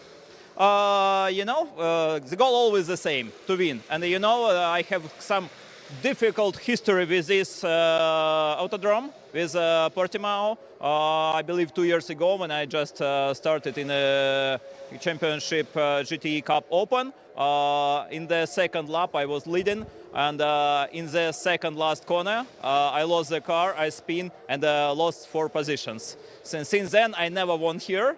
So I really need it, guys. Well, the good news is you probably won't make that mistake again, will you? I hope so. Evgeny, congratulations. We'll see you later on. And I'm going to hand back up to Brian while we reposition, ready for, as Brian called it earlier, he said it was a legendary lunchtime pit walk. I don't think it's that good, Brian. Oh, I would beg to differ on that one. It's the most entertaining part of the day. A great job with Evgeny, by the way, and some great insight there. I think, well, he wants to put some ghosts to rest, doesn't he, after that spin in the GT race? Qualifying nearly half a second quicker than second place is a good starting position. Clearly, he needs to keep it pointing in the right direction. But what a character Evgeny Leonov is for Volcano Motorsport. Really good to have him here. And yeah, he was in the last year's GT Cup Europe Pro Am category. He finished 5th place in that. And clearly has something that he wants to prove, a point that he wants to prove. So yeah, at the end of a very entertaining session. I've had my water now and I'm going to go get a cup of tea in a bit. That's all good, isn't it? And Piers is currently repositioning himself as we get ready. So we will have these 4 races this afternoon, and it is looking like it is going to be thrilling stuff all around. But of course, the question will be what happens with the weather. And of course, if the drivers, the cars, have to switch to wet weather tyres, the tyre rules go out the window. So those who have been preserving slick tyres for this afternoon, that advantage would be negated when everybody has to switch to wet rubber. But of course, we're being ever optimistic and we're hoping that the weather will stay dry. Of course, nobody can predict the weather here. They say that I think it's the German commentator Burkhardt, who says that if you want to know what the weather is here, you have to ask an old man about his leg. There we go. There's a bit of legend for you. Right, it's lunchtime. The legendary Piers Pryor with the legendary pit walk. Over to you, Piers. Brian, you're hyping me up far too much, but we're here for the lunchtime pit walk. We're going to grab a word with as many drivers and team members as we can, starting with David Harrison, although I hear, don't call you David, call me Harry. Yeah. No, as I said to you before, Australians, you can't call them by their first name. There's always a nickname in there somewhere. Absolutely, and you've come a long way, of course, Portimão, a long way from Australia, but what a better place no better place to go racing. Yeah, no, I'm not strictly, I didn't come all the way from Oz because I do live and work over here. But coming here at this time of year with the sun and the temperature, it's much better than, say, the UK or actually Luxembourg, where I spend most of my time. That's for certain. I mean, as much as I have got gloves on and a few layers, I'd be very much colder in the UK. But great to have you in the series. How are you finding it so far? Really good. Yeah, no, it's my first time here at this track. First time in the 992, having driven 991s before. But yeah, no, I think the series is exactly what I thought it would be. Perfect. Perfect. And of course, sum up your qualifying this morning. How is it looking into the race for you? Yeah, okay. I think it was almost my best time here in the practice, so okay. So it came together. Obviously, it can get better because it has to get better. But yeah, no, good place. Amazing. Well, we look forward to seeing how you get on in the race. Harry, thank you so much for taking time to come and chat to us, and we'll let you go and grab some lunch ahead of the race. Ciao. Right, well, that was David Harrison, or Harry as he should now be known, racing for the Fark Auto Tech team. 3 drivers in there. So we've got, of course, the Swiss driver of the A team in the club division, that is, and actually the sport division, and also number 9 as well, who have just been out. We now move up to garage number 35. We're at Red Ant Racing with Kumar Racing, and you'll notice the number 28 here in the grey car, Ajit Kumar. Now, that's a name that may not be known to everyone. However, if you do know that name, then it probably means you are a fan of Bollywood. Ajit is a Hollywood, or an actor in films and TV shows out in India, has a large following, many of whom I believe are watching this live stream. And if you are watching because of Ajit Kumar, it'd be great to hear that you're supporting him in the live chat comments to the side of this video. Pretty sure they're on that side, so anyone who's supporting him right now will probably be in there saying that. We're hoping to grab a word with him at some point throughout this race weekend. He's getting used to this Porsche 992 GT3 Cup car, and he's doing an excellent job, of course, in the AM class. Also in Red Ant Racing as well here, the bright red car was Thomas Cangro in the Pro division, or the Sport division, the Pro class. He's shown great pace. Back again, of course, Thomas previously joined us in the Porsche Sprint Challenge Southern Europe last year. Just checking my notes just to make sure that I'm not telling fibs. But yeah, Thomas had a great race last year. He was joining us in 2024. He had a best result of 7th place at Valencia. Was also racing in the Porsche Sports Sprint Challenge Southern Europe. He was 5th in the AM with 1 win at Portimão as well, and then also raced in the Porsche Carrera Cup Benelux, regular in the top 13. His best result again was 2 11th places. So Thomas will be hoping to emulate and potentially improve on those results he's been having this season. Moving up to the garage number 32 is the MDM team. We've got Lennart Heemstra. He's from the Netherlands. He's a Porsche Sprint Challenge Benelux stalwarts, having raced in that championship for many seasons, 2022, 3 and 4. You can see there on top of his car, of the 969, there's the Parc Fermé triangle. Of course, all the drivers after qualifying, all the cars must go into Parc Fermé, where the teams can't work on them. They have to make sure that the organisers and the scrutineers have time to check all the cars to make sure everyone's legal. And then another new driver here we have for the championship is, of course, Hjelte. Hjelte, you're a young driver. You're racing with MDM Motorsport. Talk to us about your experience at the Porsche Sprint Challenge Southern Europe so far. Yeah, it's been a lot of fun. It's an exciting track, of course. So we've been really working hard to find the right balance, the right setup, and of course, most importantly, to get comfortable in the car. I think we succeeded in that. So yeah, I'm happy. Absolutely, and your pace has been really, really good from what I've seen. You're a young driver, still on the way up, building your racing career. Talk to us a little bit about what you've done before the Porsche Sprint Challenge Southern Europe. So before, I've done some endurance racing with this team in a BMW M240 Cup, and I've also driven the BMW M240 Cup for 2 years. The first year I finished third in the championship. And the second year I went full flat out and I became first, and I was quite dominant, so that was a good performance. Yeah, and now I'll try to continue that flow in this series. Yeah, of course. Clearly, that gave you the confidence to step up to what is a much bigger beast. You know, there's a lot of power, a lot of grip, a lot of speed in these cars. How are you enjoying the Porsche 911, 992 Cup car? Yeah, I'm loving it. It's a real car. It's like, yeah, there's no assist, so any mistake you make, you really suffer from it. So it's such a good car. It's so much fun. And I imagine because it's unforgiving, it helps develop you as a driver. Of course, you're in the stage of your career where you're wanting to develop not only your results but also your skills. True. Yes. Yeah. You build so much skills when you, for example, don't have any ABS. You really need to understand the braking. You need to understand the exits. You need to understand everything. So it's very. I learn a lot. Yeah, it's great. Well, Hjelte, thank you very much for catching up with us. Hjelte Höfner, we'll see how you get on this afternoon, of course, racing in the rookie class of the sport division, so we'll see how you get on this afternoon. Thanks very much for chatting to us. We'll see how you get on. Hjelte, good to see young face in the team. And also got Lennart Heimstra. Lennart, hopefully we can grab a quick word. How are you? Yeah, sure. Great, feeling good. Amazing. It's good to see a smile on your face, clearly enjoying things. Yeah, no, I beat my time from yesterday with 2 full seconds, so I was aiming for a top 10, and it was a P5, so... Wow, exceeding expectations even for yourself. Yeah, no, definitely. Amazing, the team must be helping you a lot with that. No, the team did it with me, for me. I have a coach, I have a team, so it all worked together today. Amazing, and Lennart, just talk to us a bit about your experience before racing with us in the Porsche Sprint Challenge Southern Europe. I've started 4 or 5 years ago. First started at the lower Dutch DNT level. And 3 years ago I started the Porsche Sprint Challenge in the GT4, did it for 2 years. And I almost won last year, second again, so in 23. So 24 I bought a GT3, stepped up my game, was ready for it, had enough practice, enough training. And now I've heard that summer champions are made in winter, so it was time to visit Portugal. And here we are, what a great place to go racing. Is it your first experience of this car at this track? Oh yeah, in this track period. I've never driven here before. Oh, wow. It's like Zandvoort on steroids. It really is. And of course, in these cars, such high speed. You know, average speed's really high, but quite technical as well.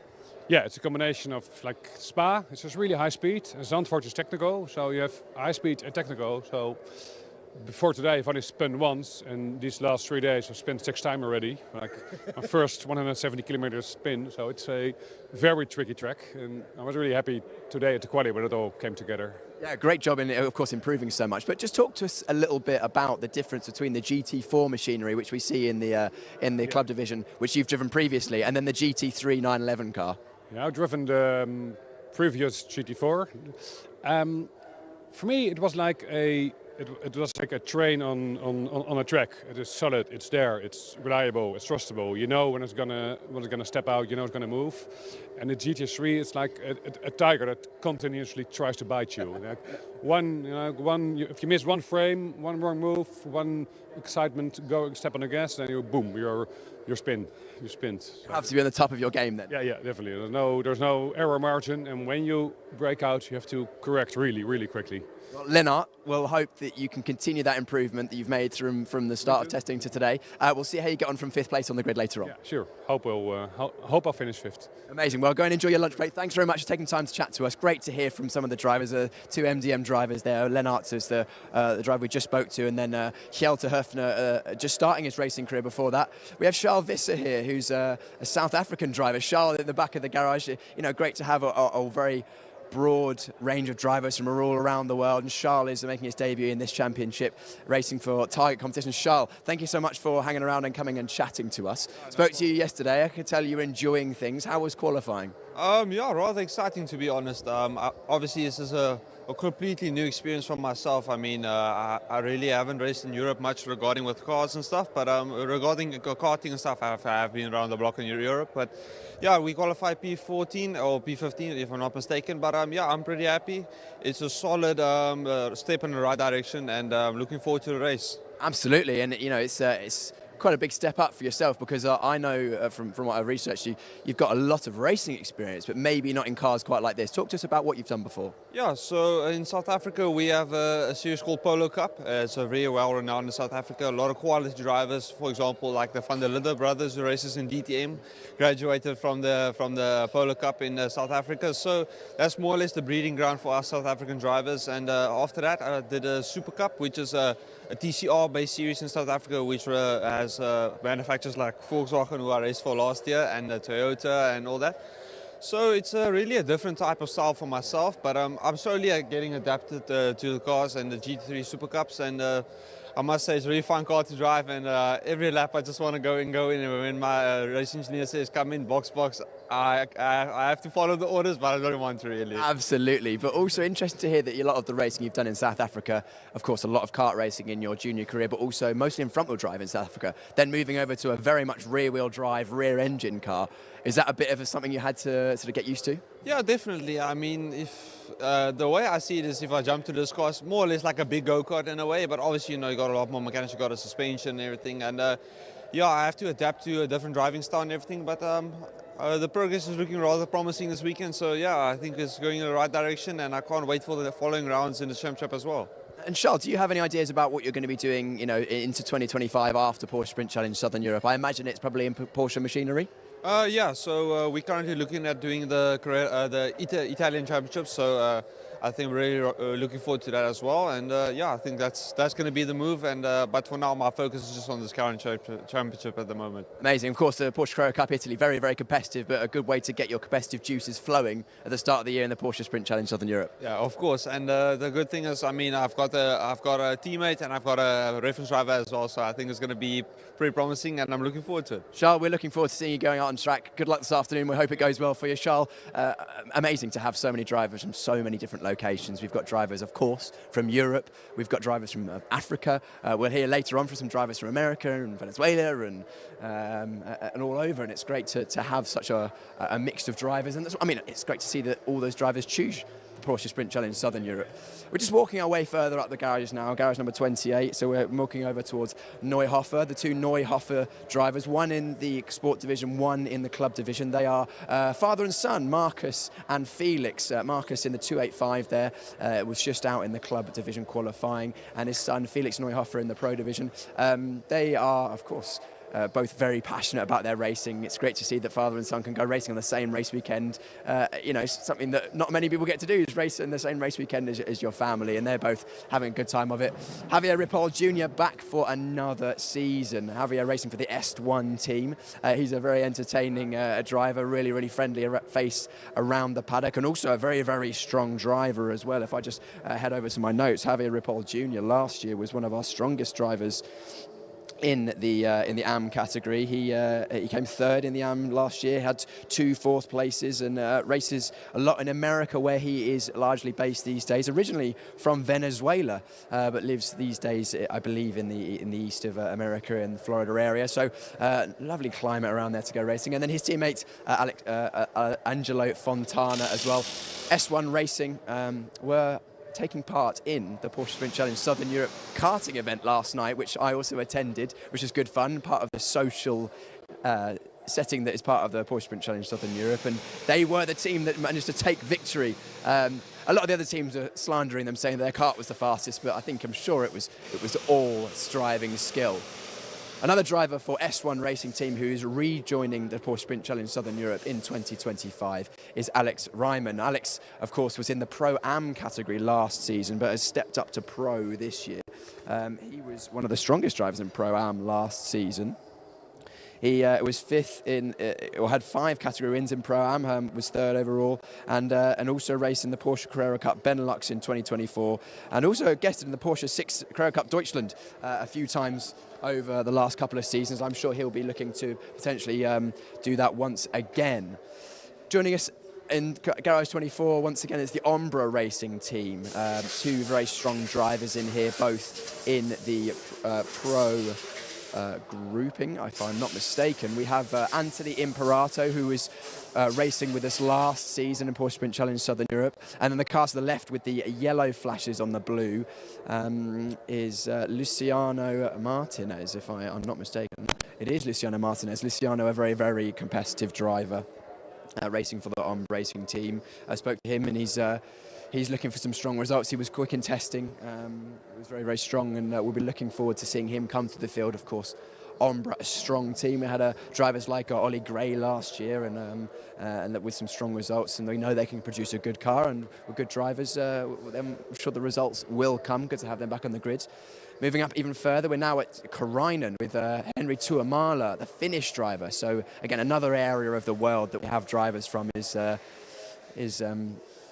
northeastern Europe and the Nordic countries. Henry was with us last year, joins us once again. Very distinctive livery, dark colours with the purple. I think that's his calling card. I believe he had a purple livery last season, very easy to spot.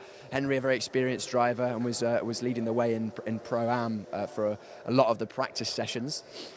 Schumacher CLR. Now, we were headed over here after the Sport Division qualifying, because they have had a very, very strong Porsche Sprint Challenge Southern Europe start, of course, with pole position in the sprint class or sport classification with Chester Kiefer, and then third place for Flint Schuring, who's joining us for a second season in a row in the Sprint Challenge Southern Europe.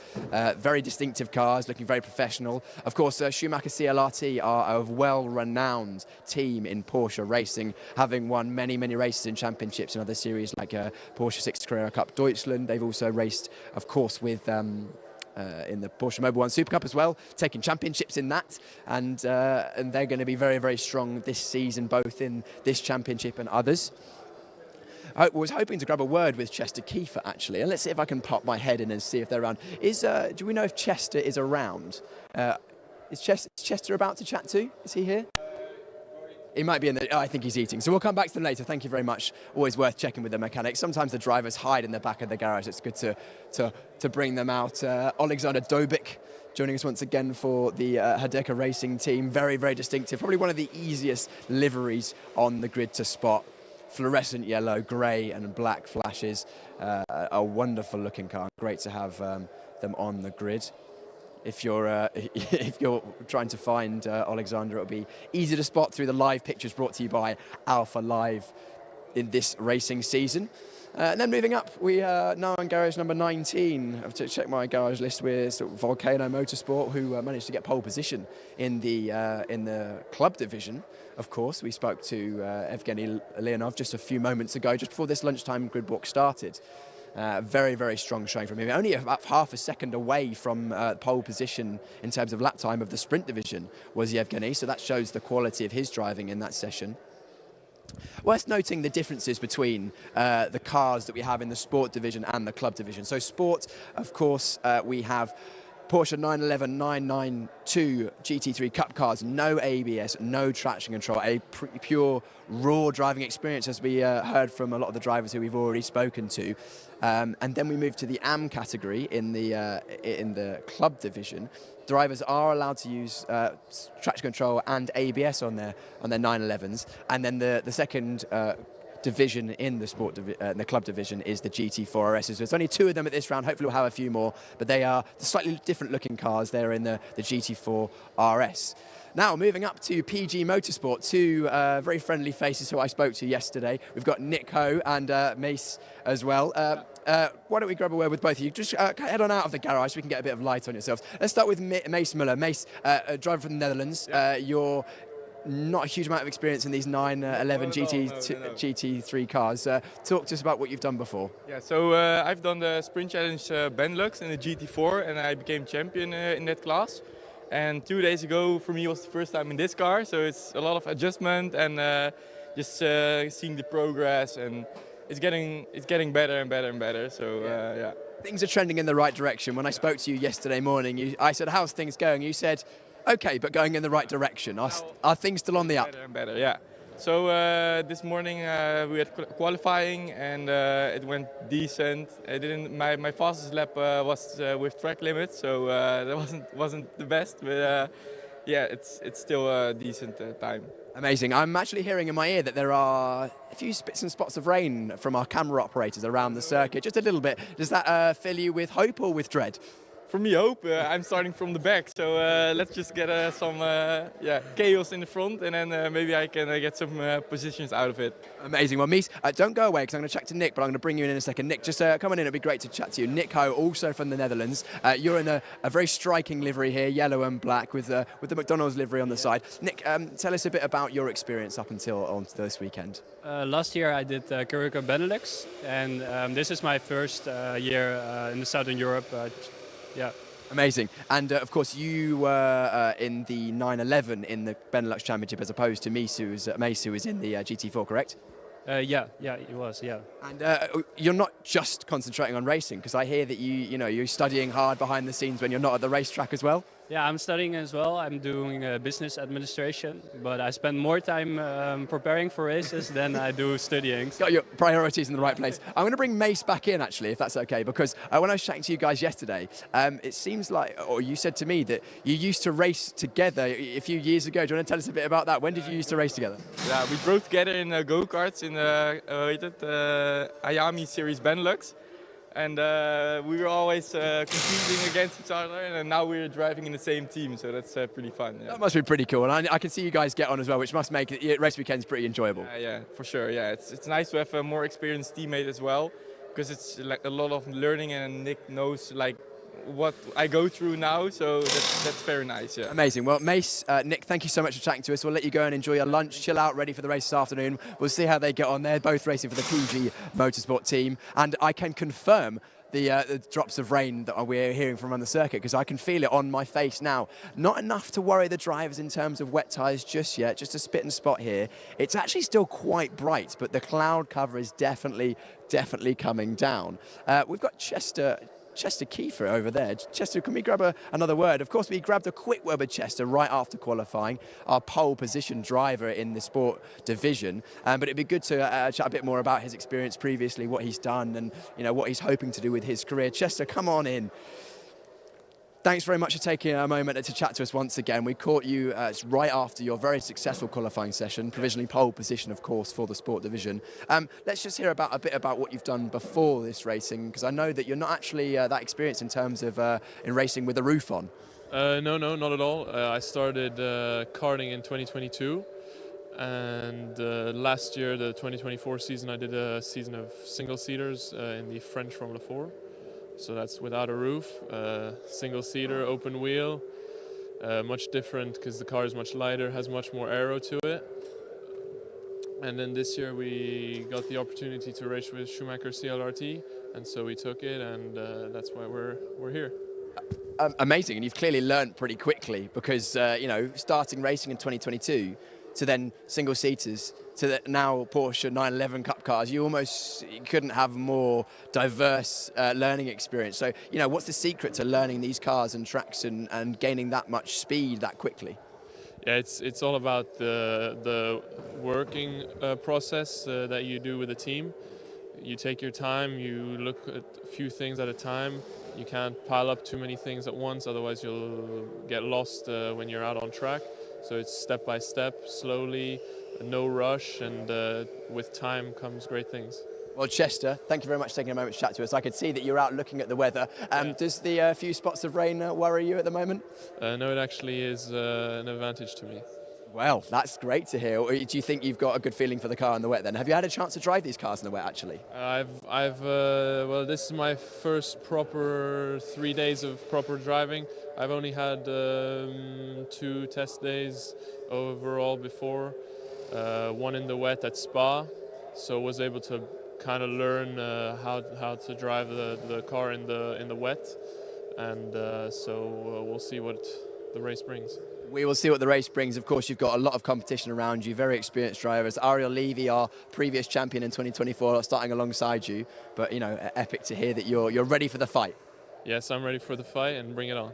Bring it on. Chester, I'll leave you to your lunch break. Thank you so much for taking a moment to chat to us once again. Great to have Chester with us. Of course, he's our pole position driver in the sport classification on his debut. I mean, he's pole in rookie and pole overall. Now we're moving up to the GP Elite team, of course, reigning champions with Ariel Levy. And we've also got Jonas Greif here. Jonas, a very experienced driver in these 911 Cup cars. I'll just come this side. Jonas, talk to us about your Porsche Sprint Challenge Europe experience so far. Yeah, it's a great weekend. It's great to race in the sun. Even it's a bit cold today, but yeah, I never had such a short winter break, so it's really cool to be here. And for me, it's really important because I did GT Masters last year with the ABS car, so it's hard to come back, but I will accept the challenge. Because I believe you have driven the Porsche Carrera Cup cars before, and you've taken a break away from it, and now you're coming back to it. And I believe it's your plans for this coming season as well to race in the 911. Yeah, definitely. I decided to come back because for me, I feel most familiar with the Porsche, also with the series, and this year I will drive Germany as well with GP Elite. It's an honor to drive for this team, and I will give my very best. A very successful team, no doubt. Of course, Ariel Levy, your teammate in this championship, won this championship last season. They're well renowned around Europe, and you're clearly straight back up to speed because you were, right up there in terms of practice and qualifying as well. Yeah, definitely. Yeah. I think it's really hard to come back. To use this new tire, it's quite different than in GT Masters, but I know if I'm working hard every session and if I'm getting better and better every session, I will be at the end of the season well prepared for Carrera Cup Germany. That's the most important thing, and I have really good teammates to learn from. So yeah, let's go. Absolutely, and the fact that we can get race experience in the winter as well as opposed to just testing, there must be some value in being able to race, not just finding lap time on a test day. Definitely, I think the most important thing is to race and not to have hundreds of laps for one lap time. To have the pressure in the qualifying, to have the pressure in the races. So yeah, let's race. Amazing. Right, Jonas, I'll leave you to your lunch break. Thank you so much for taking the time to chat to us. I'm hoping to grab a word with our reigning champion, Ariel Levy, who once again was rapid, topping almost every practice session. Ariel, come this side for me, just so we can chat on the camera. Hello. Yes, anyone you want to say hello to at home? Yeah, my family and friends, hello, thank you for supporting me, and of course the sponsors, thank you very much for bringing me here, and yeah, let's have a good one. Absolutely. Ariel, back once again, of course, champion from 2024 in this championship. You've had a very successful season in other championships as well. I believe you guessed it in the Mobile One Super Cup, you're in Porsche 6 Carrera Cup Deutschland as well, and you're back again this winter in the Porsche Sprint Challenge Southern Europe, so you clearly felt it was good preparation for your season last year, and you're back once again. Yeah, well, first of all, I believe that this championship is generally a very good one. I think, yeah, everything works as it should. But I also think that for guys who are racing Porsche GT3 Cups in Europe, this is the best opportunity to improve themselves on the winter. So then, of course, I'm here. Amazing. And here once again, and with no lack of speed whatsoever, you topped a fair few of the practice sessions, and if you weren't top, you were right there in second or third place. And then, of course, missing out on pole by just 1/100th of a second. That must have been so close, but so far. Yeah, honestly, when I came in the pits, I thought that my lap should have been a pole because I felt, wow, that was an amazing lap. And then I understood that I was second by 0.01. I said, come on. Yeah, but for sure I'm happy about it still, and let's see what will happen in the races. Interesting dynamic, though, because, of course, you're a very experienced driver in these cars. You're experienced in this championship, of course. We saw you last year. And then Chester Kiefer jumped in, rookie driver, and has managed to match your lap time just slightly faster. It'd be interesting to see how he races, because of course he's not raced in these cars before, I don't believe. Yeah, well, I cannot know how he will be in the races. I would say props to him. I mean, of course, that's a good lap, and especially as a rookie, congratulations. And yeah, and then let's see what will happen in the race. We cannot know. No one can know, but I'm sure you'll give it a good go. Yeah, I'll give it my best for sure. Amazing. Ariel, thank you so much for taking the time to chat to us. We'll let you keep warm because it's not particularly warm out here, and grab some lunch. Ariel, of course, racing for the GP Elite team. He raced for them last season, was very successful, took in many wins in the Porsche Sprint Challenge Southern Europe. Back again, and now another familiar face to many, Dirk Schouten. Dirk, if you don't know Dirk, just once I finish this lunch break, just go on YouTube, have a little Dirk Schouten, and you'll find plenty of excellent onboard videos. Are we going to see any onboard videos this weekend from the Porsche Sprint Challenge Southern Europe? Yeah, for sure. I have my camera in the car, so we're gonna make some epic stuff. Hopefully we can fight to the front. Would be nice to get some overtakes in, and yeah, let's do that. For those who don't know Dirk, I think 364,000 YouTube subscribers, is it? Or 320,000 Instagram followers, from a lot of people following your racing career so far. Just talk to us about that racing career if they haven't seen what you've been doing. Yeah, so I started my racing career 4 years ago. Always had to do it with sponsorships, so it's quite difficult, but we manage it with social media. And I push really hard on social media. Now I got a following, so I can offer some promotion for my sponsors. And this is the way I do it, and I like it. And yeah, it keeps me racing, so I have to.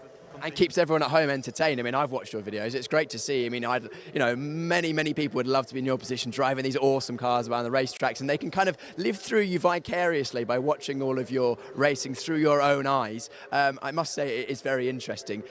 Talk to us about what your plans are for this coming season. Yeah, so for now I got a really nice opportunity to race for lap time performance, and I need to see if I can continue the whole season in Sprint Challenge. I like it right now because you get a lot of driving time, which is really nice. But I have to see with my sponsors, my current partners, if I can manage it, and also work for my summer plans, which are still uncertain. So I'm not sure.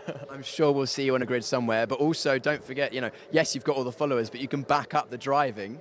Champion in 2024 in the Porsche Carrera Cup Benelux. That must have felt pretty good. Yeah, that was just one epic season. How we managed to do it with limited budget, but still be at the front. And yeah, it was just a mega season, and I want to continue in 2025 and hopefully get some great results and move up the ranks in the Porsche ladder. So amazing. Well, we look forward to it. Dirk, I'll let you go and get yourself warm, because I can see when you've got your sponsors out, you're standing here shivering. It's not the warmest.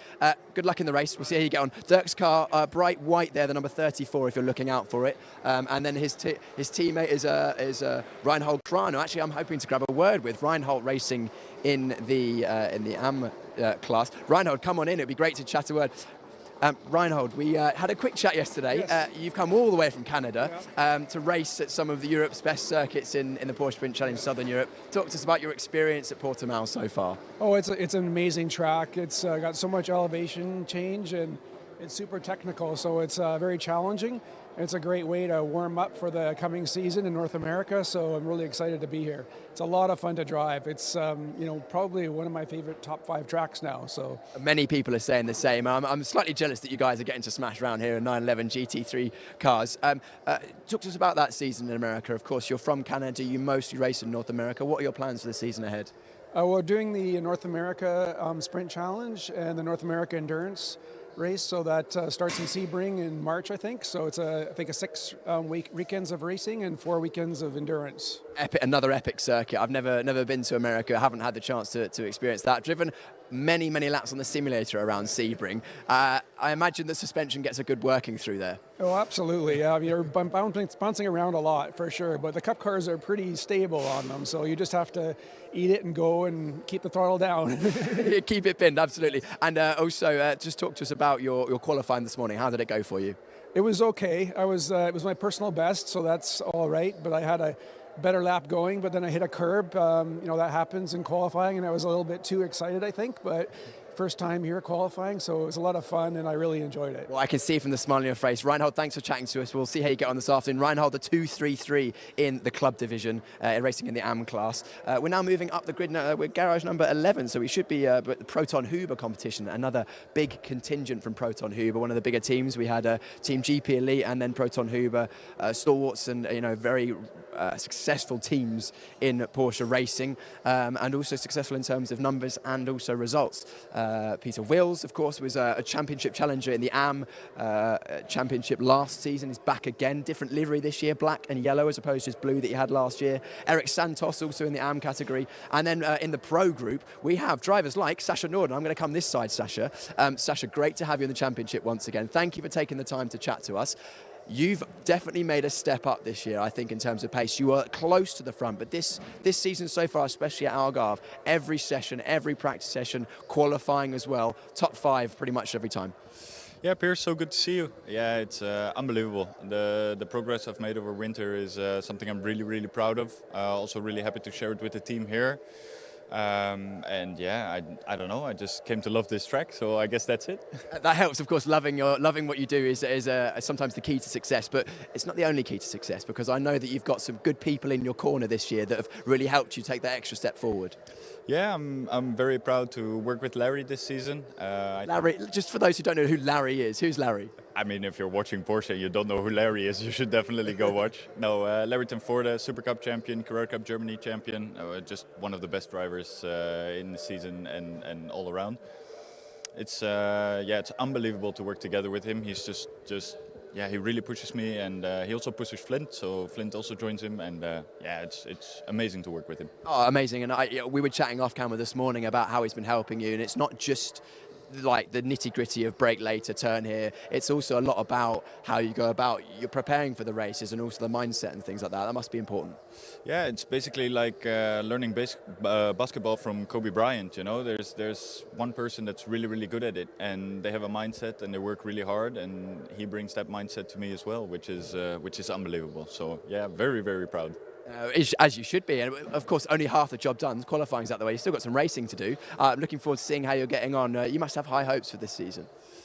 No, not really. I'm just here to practice. So I'm gonna do an exciting announcement later on this year, and I just want to get better and better, and that's the reason why I'm here. So we'll see how it goes.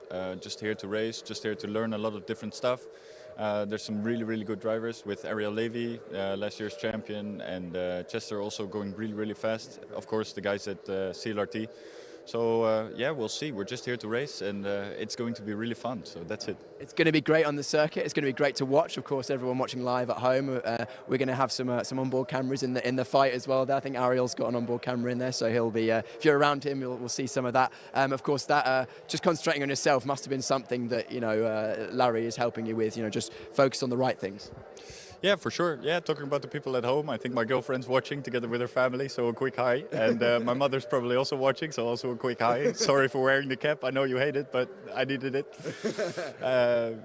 For focusing on myself and focusing on the races, that's the most important part, and that's where we're going to win. And we're not going to win by focusing on becoming P1. We're going to win by focusing on ourselves, so that's what we're going to do. Wise words indeed. Well, Sasha, thank you so much as always taking the time to chat to us. We'll let you keep warm, get some lunch in you, ready and fueled for the next race. Oh, let's grab a word with Peter Wills. Philip Wills, sorry. Philip, amazing. Sorry, I couldn't quite see you there. How are you? Yeah, I'm great. I'm total fit. Yeah, Philip. I've trained 6 months on the road for this and for the whole year.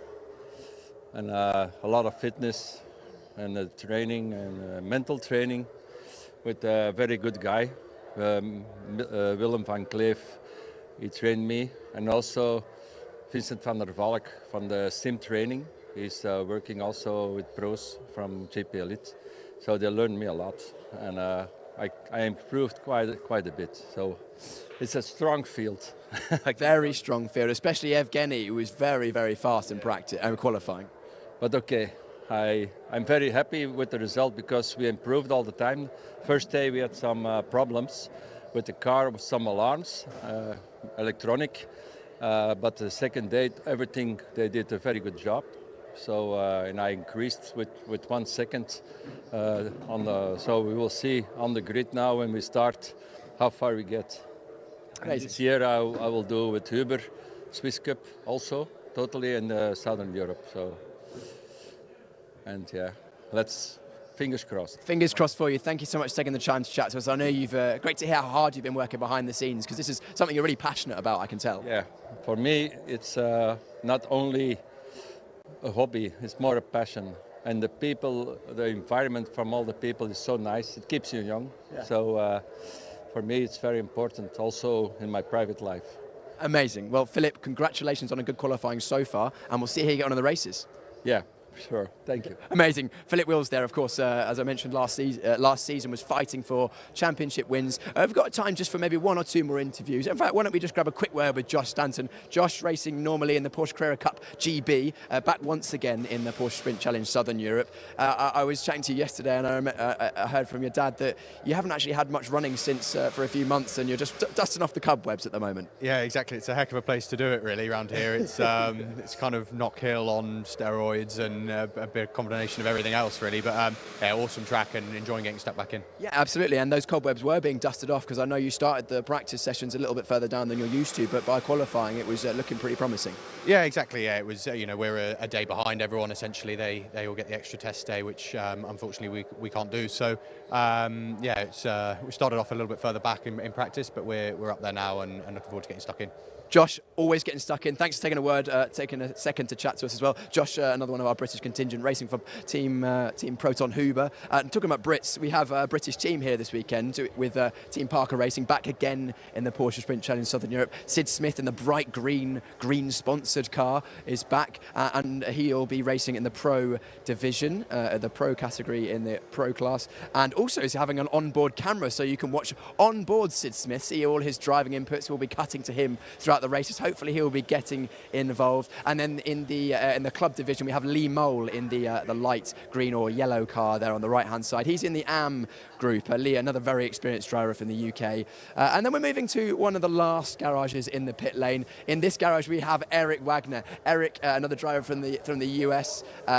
You can see if Laura, our camera up pans to the left, you'll see his helmet in the star-spangled banner there. But Eric, I spoke to you yesterday. Great to catch up with you again now on the live stream.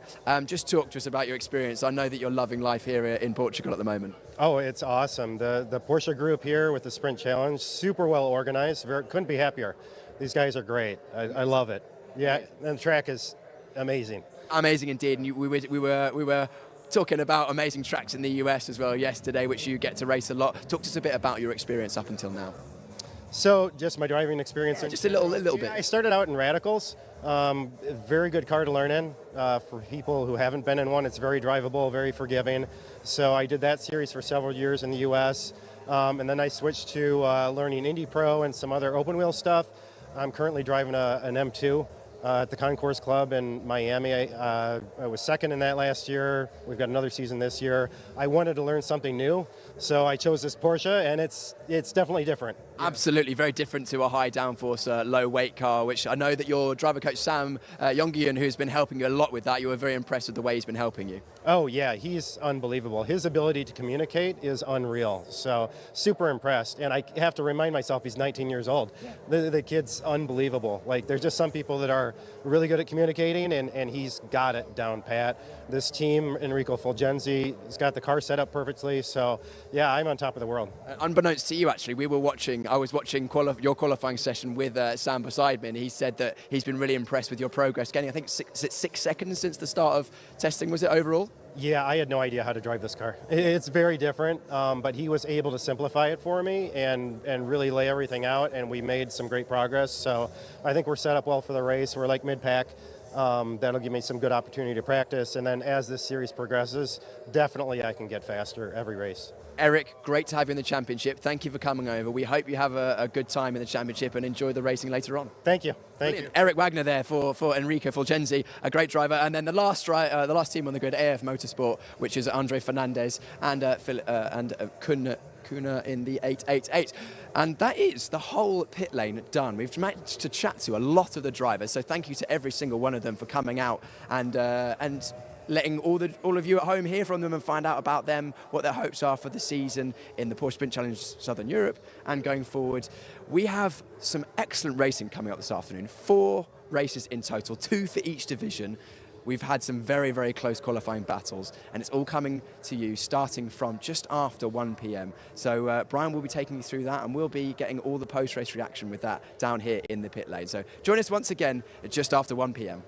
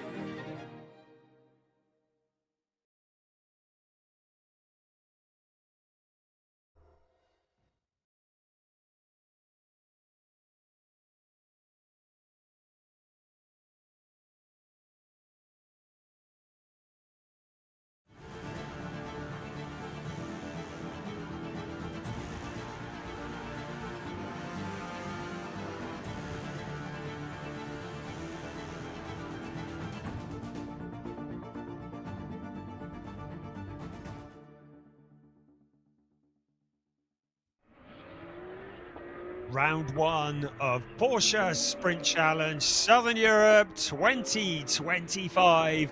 We are getting ready for the first race of the season in this fantastic championship. They say that summer wins are made in the winter, and it was this event last year that we kicked off Porsche Sprint Challenge Southern Europe, and we went on to see Ariel Levy win the overall championship. And then he went on to be a race winner in Porsche 6 Carrera Cup Germany. Many of the other stars as well that featured here last year going on to do such great things in their respective championships. We had 20 drivers who have won a race in their Southern Championships who took part in last year's Porsche Sprint Challenge Southern Europe. We had 27 drivers who ended in the top 5 in their Summer Championships, 18 drivers who ended in the top 3, 31 drivers who achieved one or more podiums in their Summer Championships, and 216 podium finishes in total by all drivers in their Summer Championships. This is why Porsche Sprint Challenge Southern Europe is the championship that drivers want to kick their season off with. But this is not just glorified training. This is a championship in its own right, and every driver wants to win. And we saw that in qualifying this morning, a fantastic qualifying session. Very, very close. Eventually, the pole position going the way of Chester Kiefer on his debut in Porsche Sprint Challenge Southern Europe. The driver who last year was racing in French Formula 4, he had a couple of wins, finished 4th in the championship, reminding me very much of one Mr. Robert De Haan, who we saw a couple of years ago. He went from open wheel racing into Porsche and is now very much a race winner and a championship challenger in the series that he competes in. And you just look at Chester Kiefer and you feel something very, very similar unfolding. But alongside him on the grid, it will be Ariel Levy, the defending champion, the first driver from Israel to ever stand on the top step of a podium in Porsche 6 Carrera Cup Germany, one of the toughest championships in the world. Behind Chester Kiefer, keep an eye on Flint Scheuring, the young Dutch driver, the younger brother of Maurice Scheuring, in the identical car to Chester Kiefer. They are both racing Schumacher CLRT. I mean, all the cars are identical, but prepared by exactly the same team, so very identical. And he will be looking to make a jump on his teammate at the start of this race. It will be a clutch start. Another contender, Sasha Norden, lining up on the outside of row 2. The driver who took his first ever win in Porsche Carrera Cup Benelux last year, one of the absolute up-and-coming superstars in Porsche racing. On the 3rd row, Domas Radonis and Sid Smith, both contenders in their own right, and they could well be there or thereabouts when this pack of cars emerge out of turn 1 at the start of this race. It is an absolute thriller in the making. So much talent up and down this grid. We've got a few minutes before we get things underway as we look at the cars now starting to form on this grid. If you're new to Porsche Sprint Challenge Southern Europe, we say welcome along. I hope you're going to enjoy it. If you're a returning watcher, I hope you're going to enjoy it too. We are broadcasting to the circuit. We are broadcasting on the internet. We're streaming live on YouTube, and we are broadcasting around the world on TV as well. We say welcome along. Prepare to have your socks blown off as this mighty field of Porsche 911 GT3 Cup cars burst into life, each one of them with 510 brake horsepower. The 4 litres of naturally aspirated, water-cooled, flat-6 boxer engine rises to a crescendo. The noise will be deafening. And then they will head into turn 1 on this circuit, which is tricky by any stretch of the imagination. We are in Portimão. We are in Portugal. We're on the Algarve, but we're not enjoying your traditional Algarve weather. We had glorious sunshine for all of free practice and testing over the last couple of days. But today, as was the case with this round last year, we have awoken to gloomy skies and pretty cold temperatures, something in the region of about 10 degrees centigrade, means that getting heat into the tyres, getting the cars up to temperature is proving to be somewhat tricky. And getting this field around the first lap on those cold tyres will be a spectacle to behold because, of course, tyre warmers are not permitted in Porsche Sprint Challenge Southern Europe. So it's going to be very much the drivers driving, you'll feel like, on ice for the first couple of laps as they get the heat into those tyres. Chester Kiefer, well, we heard from him during Piers Pryor's excellent lunchtime grid walk, or his pit lane walk. He had a chat to Chester Kiefer, and Chester said that he wouldn't mind if it rained. Well, you're on your own with that one, mate, because the rest of us want to stay dry.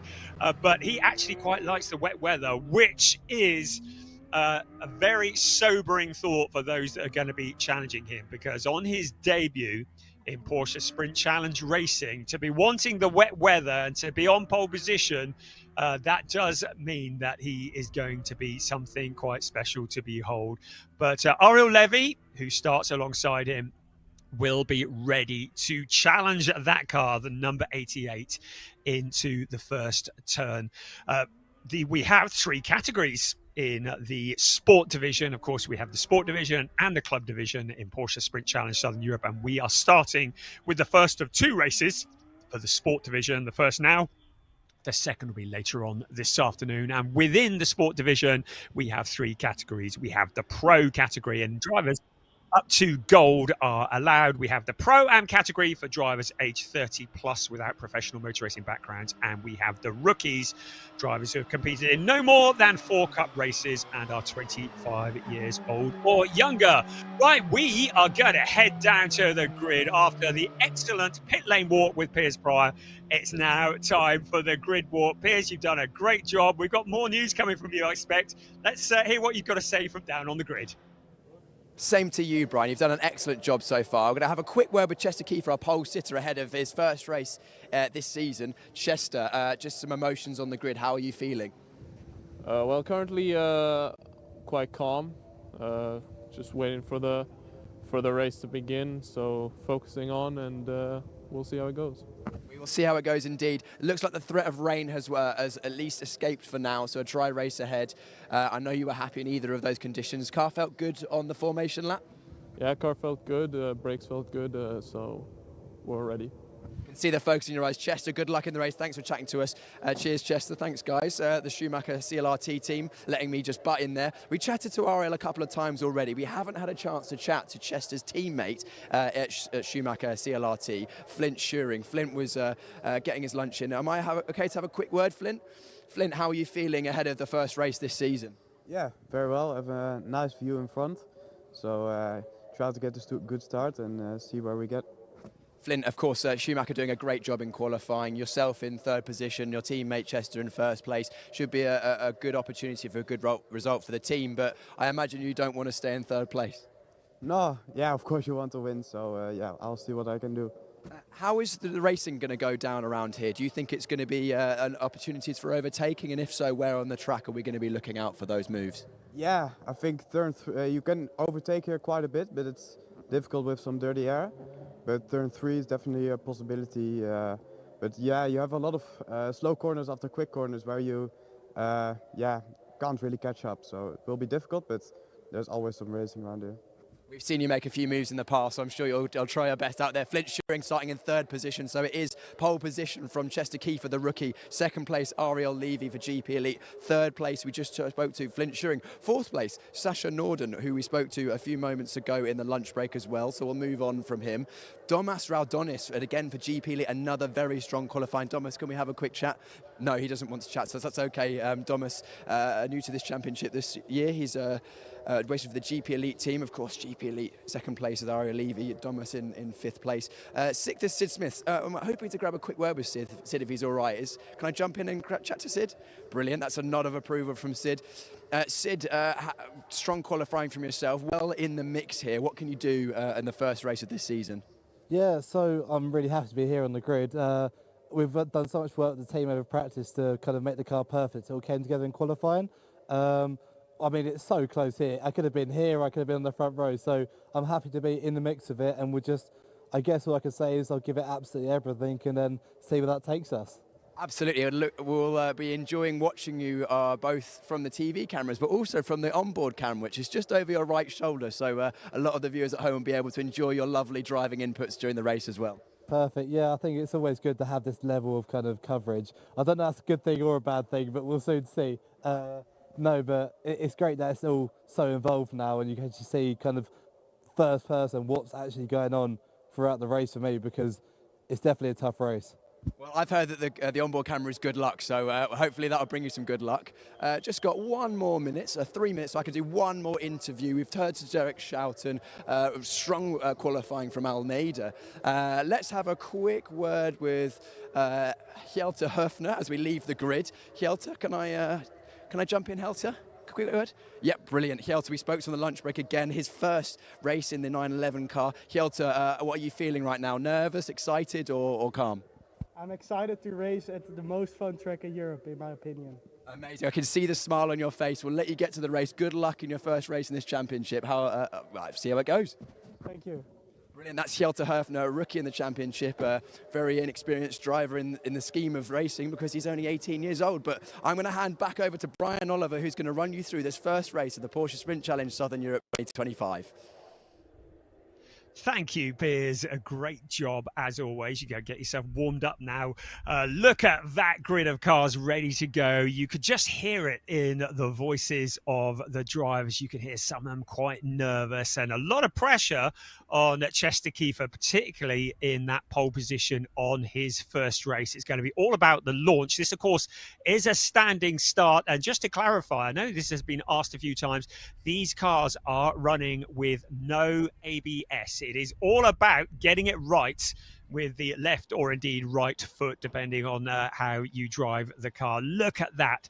There's almost like a haunting silence as the cars just sit there on the grid, and in a few moments the instruction will be given and the Porsches will all burst into life. Those mighty 4-litre engines, such a distinctive sound, will burst into life. I should think many of the drivers will be keen to get this race underway because there is rain around. There has been rain forecast, and these will be an altogether different experience if the rain does start to fall. Right, you can see the board has been raised, the 1 minute sign.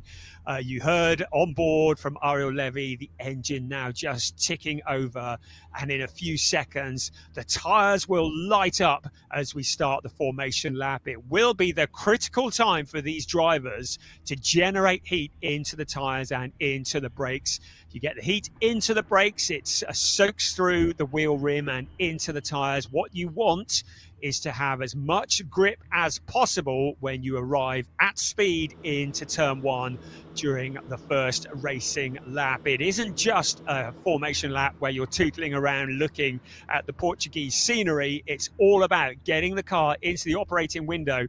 But the cars will be a little bit short on grip for the first couple of laps while the heat is generated. Remember, no tyre warmers are allowed. We are at the Portimão circuit here in the Algarve circuit. That is 4.653 kilometres around. That equates to about 2.891 miles. We have 15 turns, 6 to the left and 9 to the right, racing in a clockwise direction.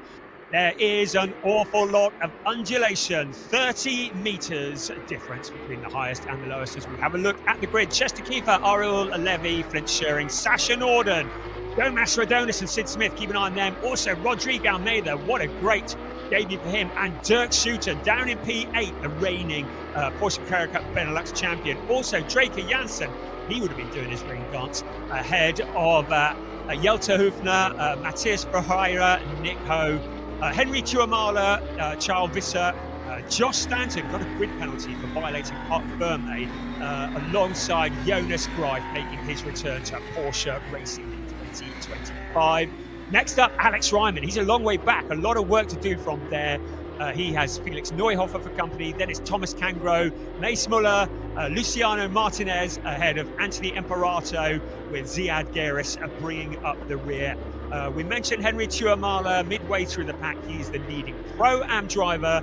Our leading rookie driver is our pole sitter as well. Chester Kiefer, the name on everybody's lips, but Ariel Levy will be poised and ready to try and ruin his dreams. So on this formation lap, cars now currently heading towards turns 13 and 14. You just get a slight impression of the undulation on this circuit.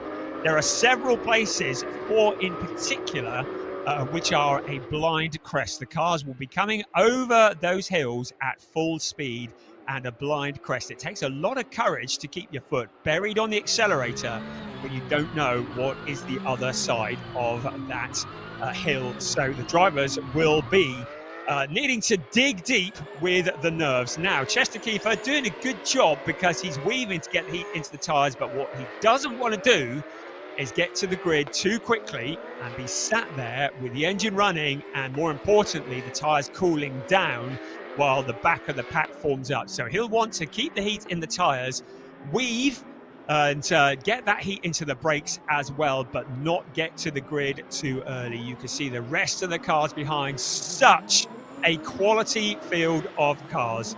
It is round 1 of 8 for Porsche Sprint Challenge Southern Europe Sport Division. This race, it's a timed race. It's not done by laps, it's done by time. It is 30 minutes plus 1 lap. So when the clock strikes 0, the race leader will complete whatever lap they're on, and then there will be an additional lap after that, and that will be the time for the checkered flag. So the cars now forming on the grid, and you can see Chester Kiefer is there. Keep an eye on Ariel Levy. He's done more laps around this circuit than his fellow front row starter. The rest of the pack now just forming up. So we wait for clearance from the back of the pack. The man with the green flag will let us know that all is good, and we will be ready to go racing. Are you ready? Porsche Sprint Challenge Southern Europe 2025.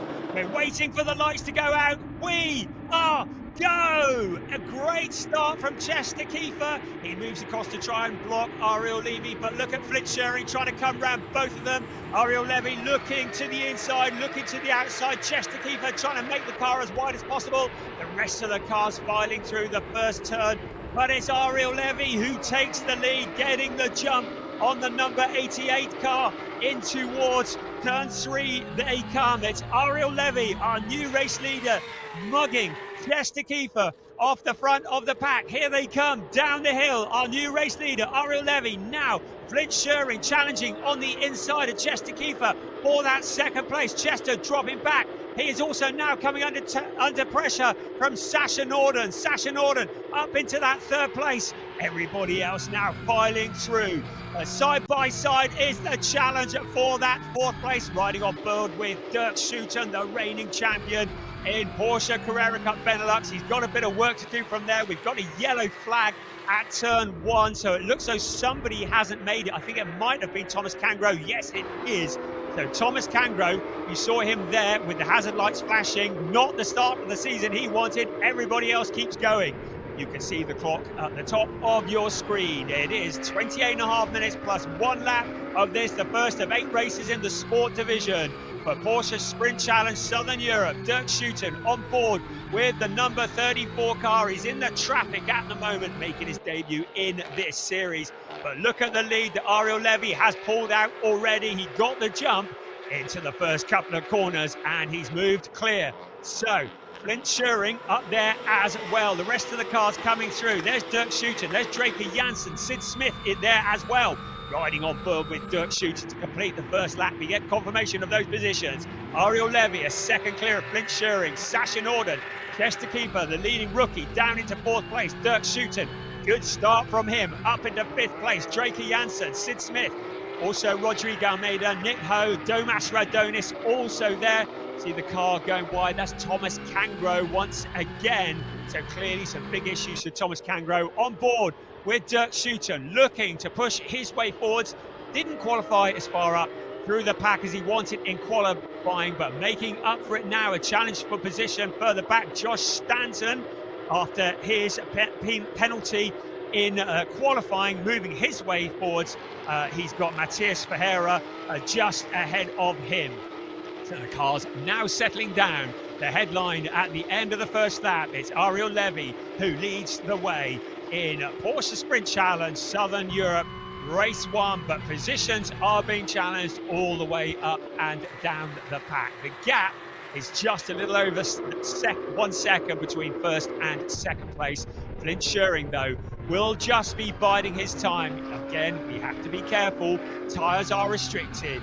Just 2 sets of tyres for quali and race for both rounds this weekend. So drivers need to look after them. There are no pit stops, no scheduled pit stops in a sprint challenge race, unless of course it rains. So whatever tyres are on the car, they need to last to the end of the race. You go too hard, too soon, you may leave yourself vulnerable at the end of the race. So it's all about pacing yourself, looking after the equipment. But Ariel Levy now opening the gap to 1.2 seconds. Here they come down the hill into turn 1. They reach speed to about 265 kilometers an hour before hitting the brakes in 6th gear. And then that first corner taken in 3rd gear at about 130 kilometers an hour as Sid Smith and Draker Janssen now challenge for position. Sid Smith making his move for 6th place. At the front, Ariel Levy appears to have this under control. Keep an eye on Sasha Norden, who is moving his way forwards up into that 3rd place. Chester Kiefer in 4th place, the pole sitter in his debut in Porsche racing. Other challenges for position further back. That was Felix Neuhofer, who was looking to move his way forwards. Ahead of him was Luciano Martinez. Up the hill they come. Once again, the blind crest. A couple of the cars going a little bit wide, kicking up a bit of dirt. To remind you, track limits are critical here at Portimão. We have seen many drivers falling foul of the stewards. Now look at Sid Smith to the inside of the reigning champion in Porsche Carrera Cup Benelux. He is a man on a mission. Sid Smith in the number 55 Team Parker racing car. We're riding on board with him now. A man who is moving his way up into 5th place.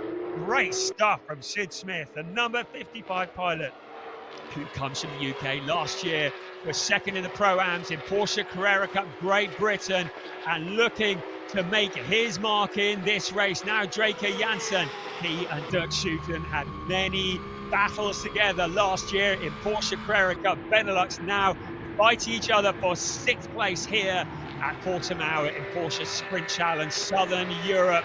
Draker Janssen, although he now has the attentions of Rodrigo Almeida in the number 18 car. Rodrigo in the back Autotech car. There's contact between the two of them. Almeida goes spinning. Almeida across the track.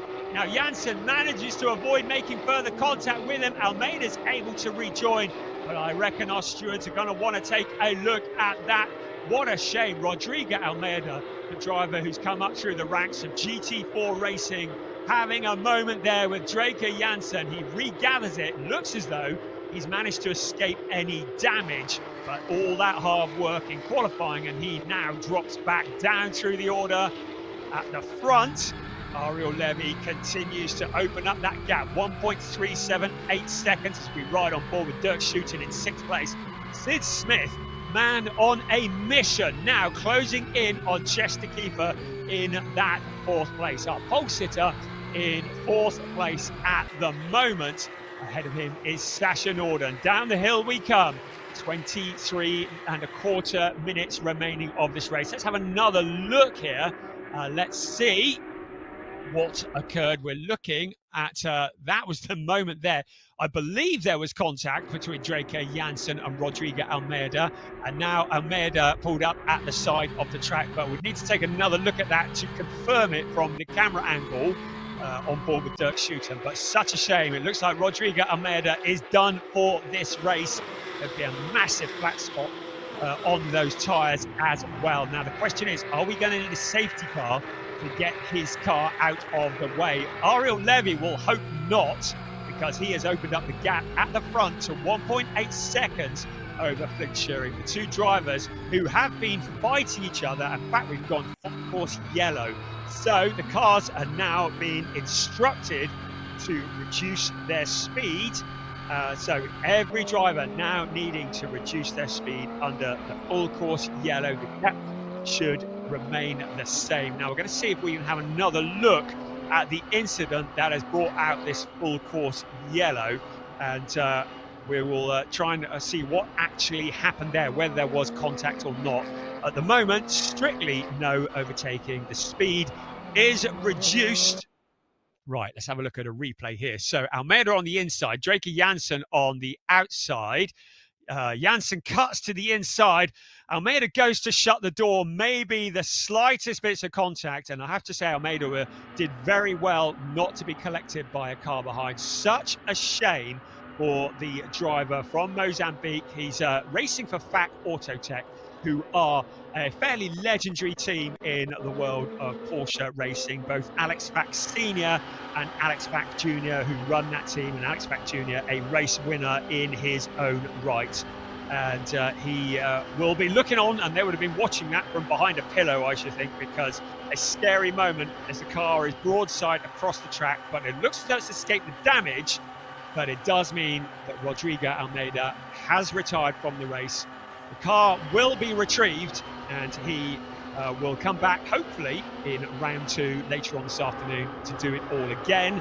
In the meantime, the speed is significantly reduced under the full course yellow. Absolutely no overtaking. And there's Dirk Schutten. He's probably thinking, I could just nick past Sid Smith. No one would know, would they? Yes, they would. The stewards monitor this very, very closely, and anybody speeding under a full course yellow will get hit with a very heavy penalty. At the time of the yellow, it was Ariel Levy who was leading the way. 1.8 second is the gap over Flint Schuring. Sasha Norden in 3rd place. In 4th place, our pole sitter, Chester Kiefer. Also, our leading rookie, as denoted by the blue box on your graphic at the side of his name. The charging Sid Smith in 5th place ahead of Dirk Schutter. Nick Ho making good progress there in 7th place. He managed to keep out of that battle. Right, safety car has now been deployed. So safety car is out. So the race stewards have decided a safety car is needed. It means that all of those gaps are going to be closed up.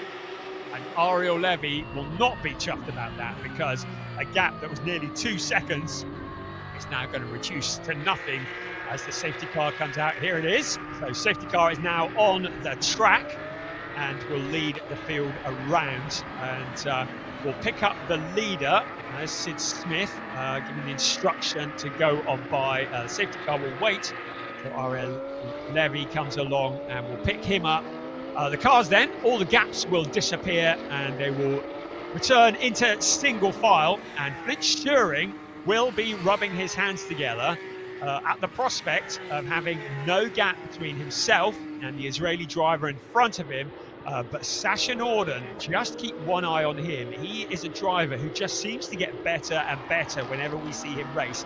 He's man on a mission this year. We hear rumours of where he might be ending up racing in 2025, but we'll let him confirm that himself. But he is running for Proton Huber Competition, the legendary team that is run by Christoph Huber and Christian Reed. And they, of course, prepared the car of Larry Tenforder, who won the championship in Porsche 6 Carrera Cup Germany. He's a Porsche Mobil 1 Super Cup champion, a legend in the world of Porsche racing. And he has set up the Larry Tenforder Driving Academy. And guess who's in 2nd and 3rd place? Yes, 2 of his young proteges, Flint Schuring and Sasha Norden, are both being tutored and coached by Larry Tenforder this weekend. And I'm told that what they're learning from him is worth its weight in gold. I think there'll be a queue, as long as your arm, of drivers wanting to join the Larry Tenforder Driving Academy very shortly, because the man who is the most successful in Carrera Cup Germany, who is now imparting his wisdom to the next generation. And that is proven by the fact that his drivers are second and third. But leading the way, defending champion. Oh, there's Rodrigo Almeida. That's a nice speedy way back to the pits. Ariel Levy, who is racing for another legendary team, Team GP. We're going to have another look at the start of the race. We always got our eyes on the very front row at the start. It was good to see what happens further back. It was a great start from Josh Stanton. I think he beat everybody out of the blocks there. It was a good start initially by Chester Kiefer, but this is where Ariel Levy looked to the outside, then ducked back to the inside. He had Flint Schuring on the outside of him. Then he saw that nice big gap into turn 2. Filled it with the Team GP Elite Porsche and was through into the lead. And Chester Kiefer very much been hung out to dry as the rest of the pack came filing through. Right, that is towards the back of the pack. That is Felix Neuhofer that we're looking at. The cars circulating as we are getting ready to go back to green very shortly. In a few moments, the lights will go off on the safety car, and I've just been shown a red flag. So a red flag has appeared on the timing screen. I thought we were about to get going, but we've got a red flag that has come out. Now, I don't know why, so we'll have a look and see whether there is any indication as to why that might be. But the red flags are out. It means the cars are going to be brought to a stop. The clock stops at 16:38, but I've had no indication as to why the red flag might be out. So that will bring the cars to a stop, and looking at the timing screen, the only car that wasn't moving was Rodrigo Almeida. We saw him going back safely. Thomas Cangro is he's a couple of laps down, but I think he is all okay. So we've had notification that the session will resume, but I'm not sure why the red flag has come out. Dare say that will all come out eventually. The only car we have lost so far is Rodrigo Almeida, and maybe there's some damage that has been done to a barrier somewhere. But whichever way, safety car now bringing the cars back to the grid, and back will be to a stop, and hopefully we can get this thing underway. Well, there is the Almeida car, and maybe the race directors have decided that the car is in such a vulnerable position that in these conditions, having cars even running behind the safety car may be too much of a hazard when you've got people out on the track working. We've seen it here in these chilly conditions. We saw it last year, and we've seen it in quali this morning. Drivers, particularly on the exit of the pit lane, getting on the power, back end of the car, snapping around, and with little heat in the tyres, grip is very much at a premium, and it may well be that the race directors have decided that with people working on the track, with temperatures cold, therefore tyres cooling down, the best option is to not have cars moving past staff who are working on the track. Whichever way, I don't think this is going to be a particularly long stoppage. So I'm hoping that we will be able to get going fairly soon. The fastest part of the circuit is in towards turn 1. The drivers are in 6th gear, about 265 kilometers an hour at racing speed. But there's some windy old parts of the track as well. It was up at turn 4 where, I think where Rodrigo Almeida was stopped up near turn 4, which is a blind crest, one of several blind crests on this circuit. Part of the track that is taken at about 150 kilometers an hour in 3rd gear at racing speed. But again, safety is everything. It's very important that we protect not only the drivers, but certainly all the amazing people that work around the circuit, retrieving these cars. Our flag marshals, safety is paramount. There is the FAC Autotech Porsche. And that is currently being lowered very gently. An awful lot of money's worth of Porsche there being lowered onto the back of the truck. Mention FAC Autotech. They're a team that have been around for many, many years. And Alex FAC Jr., who won the Pro-Am Championship in the ADAC GT Masters, a fantastic GT3 championship in Germany last year. And also here in the capacity as a driver coach this weekend, and I expect will be imparting his wisdom to Rodrigo Almeida. Hopefully, there's nothing too terminal wrong with that car. Some people out on the terraces trying to stay warm. Right, we've got notification that the restart is going to be within the next minute. I think in probably about 30 seconds or so. So really a short red flag. And the clock will get running again. It's actually ticked down a bit already. So 37 on the timing screen. So I think there might be 30 seconds more than on the graphic, but whichever way, about 16 to 16 and a half minutes remaining of this race. So approaching the halfway point, of course, all that hard work, getting the heat into the tyres, into the brakes, getting everything up together, and everything will have cooled down while the cars are static. So we may well get a couple of laps, certainly at least one lap behind the safety car. It will be a rolling start, so we only get the clutch start at the start of the race.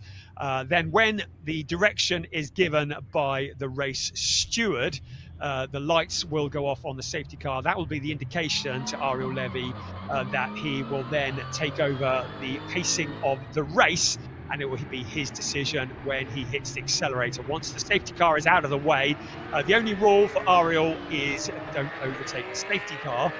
The rule for everybody else behind is no overtaking until you reach the start-finish line. So I should think, well, I know Ariel has done many of these restarts in the 3 years that he has been racing cars. Yes, 3 years ago, he had never even raced a car, and his rise up through the ranks has been fairly monumental. Of course, a real crowning glory was winning the championship here in Porsche Sprint Challenge Southern Europe last year. So we are under yellow flag at the moment, and we are back under racing conditions. So safety car, I'm told, is going to be doing one outlap. So will almost certainly duck in at the end of this lap, and we will be racing once again. And Ariel will want to catch Flitz Schuring napping if at all possible. He'll want to be on the accelerator at about the same time that Flitz Schuring isn't, and therefore get the jump and open up a gap. But Sasha Norden, Chester keeper there, keep an eye on Sid Smith as well. Dirk Schuten there in 6th place. He's worked his way forwards a little, but a relatively quiet race by his standards so far. But you discount Dirk Schuten at your peril. He is there or thereabouts, and he will be ready to bounce. Right, safety car will be in on this lap. So hopefully Ariel Levy has generated a little bit of heat into those tyres, and he will have the grip when they approach the first corner. You can see now the safety car has pulled off into the distance, so Ariel becomes the de facto safety car. It's his decision when to go. He can't slow right down and back the pack up, but as long as he keeps it going, it's his call when he wants to go, and he will be weaving. It's his decision how much he wants to weave, how much he wants to use the brakes. It will be Flint Schuring's job to keep his eyes glued on the GP Elite car in front of him and to be on the gas as soon as that car goes. You can see Ariel weaving, everybody else focused on the car in front, waiting for that moment when he goes, right, now Ariel hits the accelerator. Good job done by there. He'll come out to receive the green flag in just a few moments, and he will then be resuming his place. There we go, there's the green flag at the lead of this race. Look at Sasha Norden challenging for second place on the outside into turn one. Flint Schuring doesn't look like he has much he can defend with there. Sasha Norden trying to go the long way around turn two, now into turn three. Now Flint Schuring coming back He has the position now. Sasha Norden cutting back to the inside to try and find a route on the inside of Flint Schering. In the background, Chester Keeper looking to cash in on it. Dirk Schutten wants revenge on Sid Smith just in front of him in the green and white car. But look at this for second place. Now Sasha Norden on the inside into turn 5. It'll be a climb up the hill. A good exit out of this corner is essential because the next corner taken absolutely flat out. So has Sasha Norden got that position from Flint Schering? Yes, he has. Flint Schering relegated down into third place. Dirk Schutten watching it all unfold in front of him. Meanwhile, Alex Ryman, Josh Stanton challenging for position further back. We're on board with Dirk Schutten here. Schutten in that 6th place, looking to move his way forwards. The cars all bunched together. A great opportunity to make up positions. A great opportunity to throw it all away.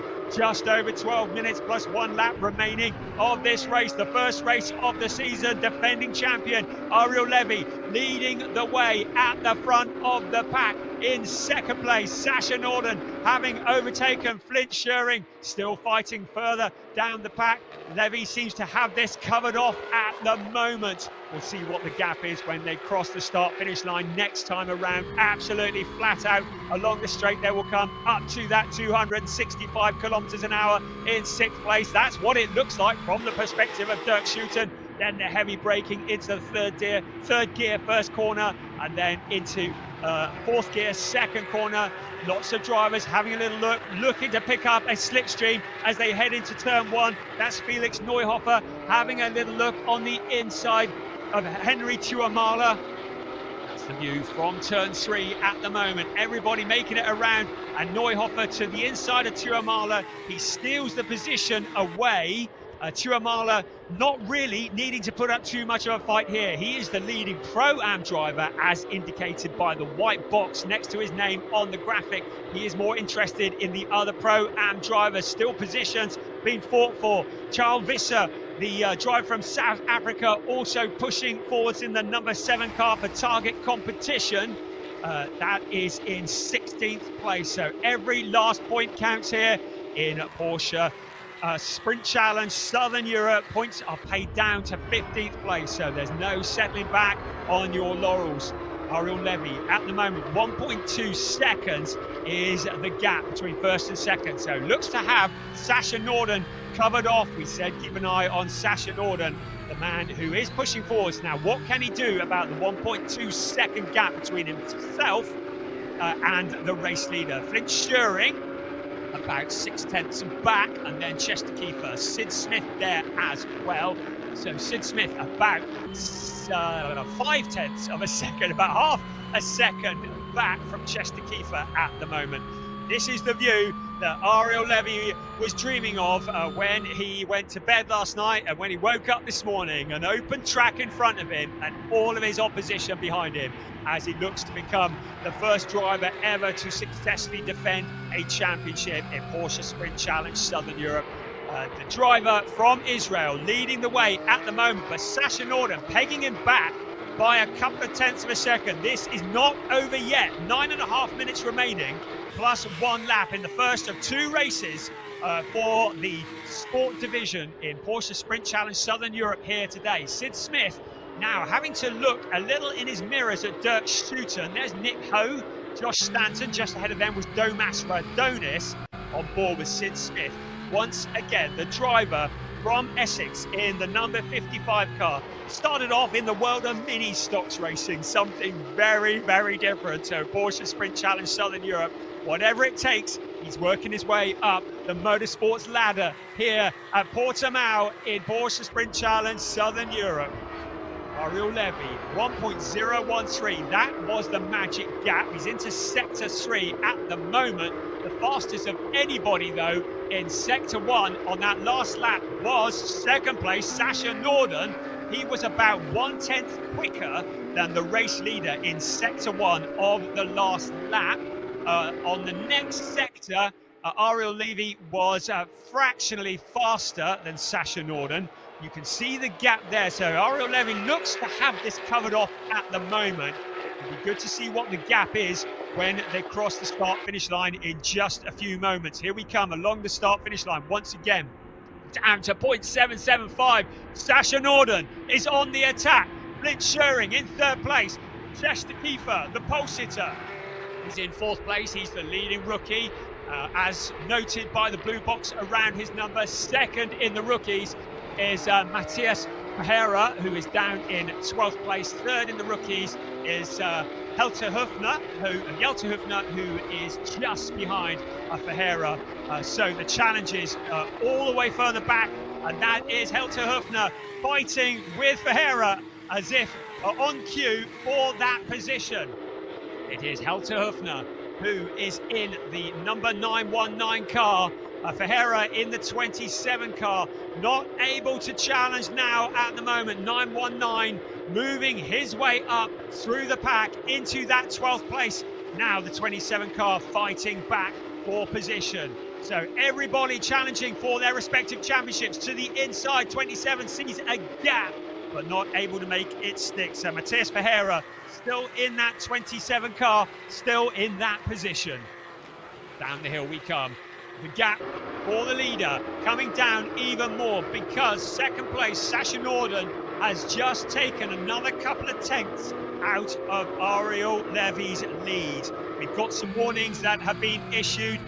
Alex Ryman has been given a warning for track limits on turn 4. Alex Ryman currently in 11th place for S1 Racing. Of course, Ryman, who is the outgoing Pro-Am champion in Porsche Sprint Challenge Southern Europe. There is Nick Ho, always there, just consistently nibbling away in the number 98 car. He's in 9th place at the moment. Look at that, the leader, first and second, almost running together. Sasha Norden with the fastest lap of the race, a 1:44.323. So Norden taking this to Ariel Levy. Are we going to see a challenge for the lead with just over 6 minutes plus 1 lap remaining? There is Dirk Schuten still in that 6th place. Sid Smith still ahead of him. There's Chester Kiefer up there as well. This is the race leader, first and second. Down the hill they come towards turn 5.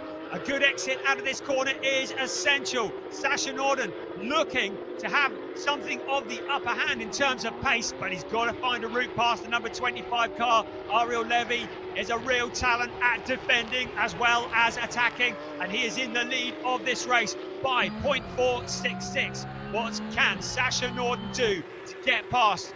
On board with Ariel Levy at the moment. It's a nice clear track in front of him, but he will be aware that his mirror is full of red and white number 21 car, the Proton Huber competition of Sasha Norden. Chester Kiefer still in that 4th place, the leading rookie.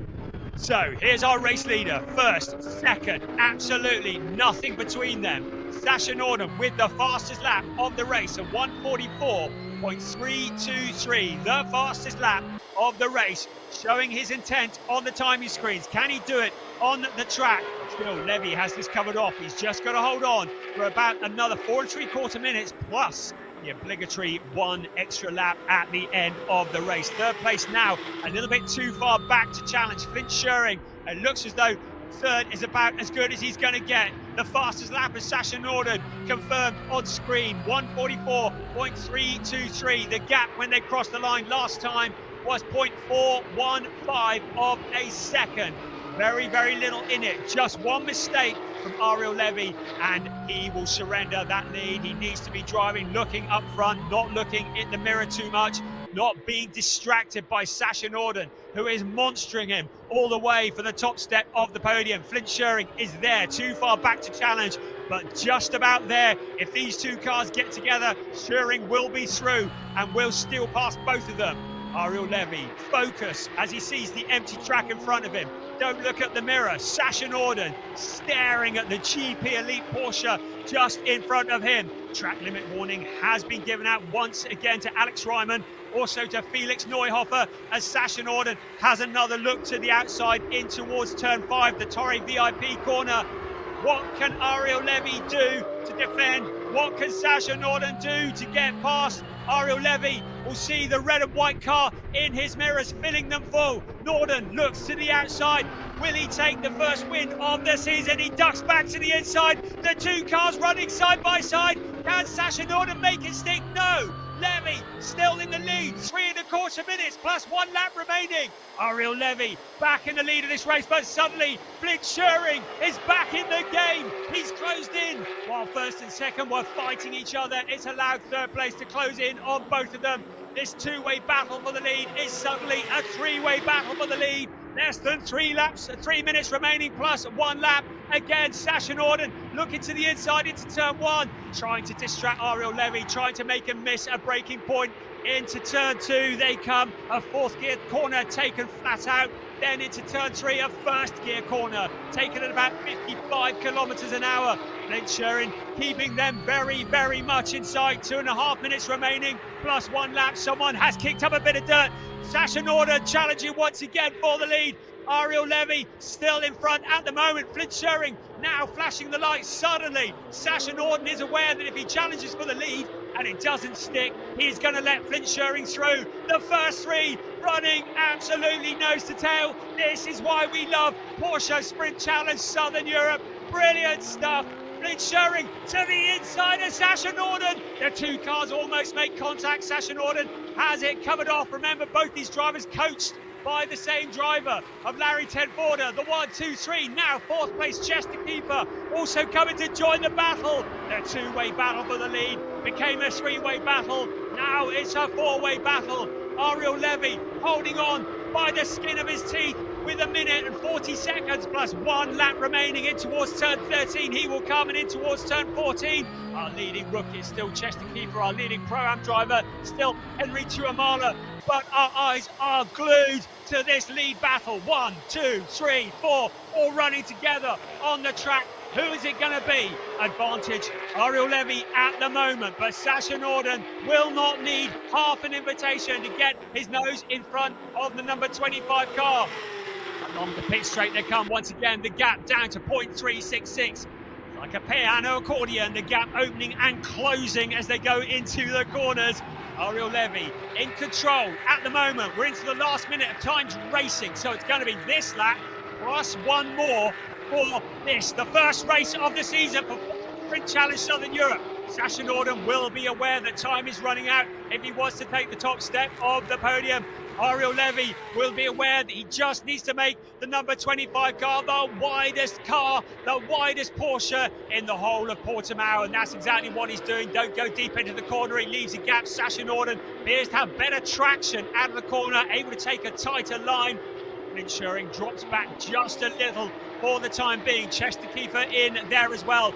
Do we have any more surprises up our sleeve, or is this the order they're going to finish in?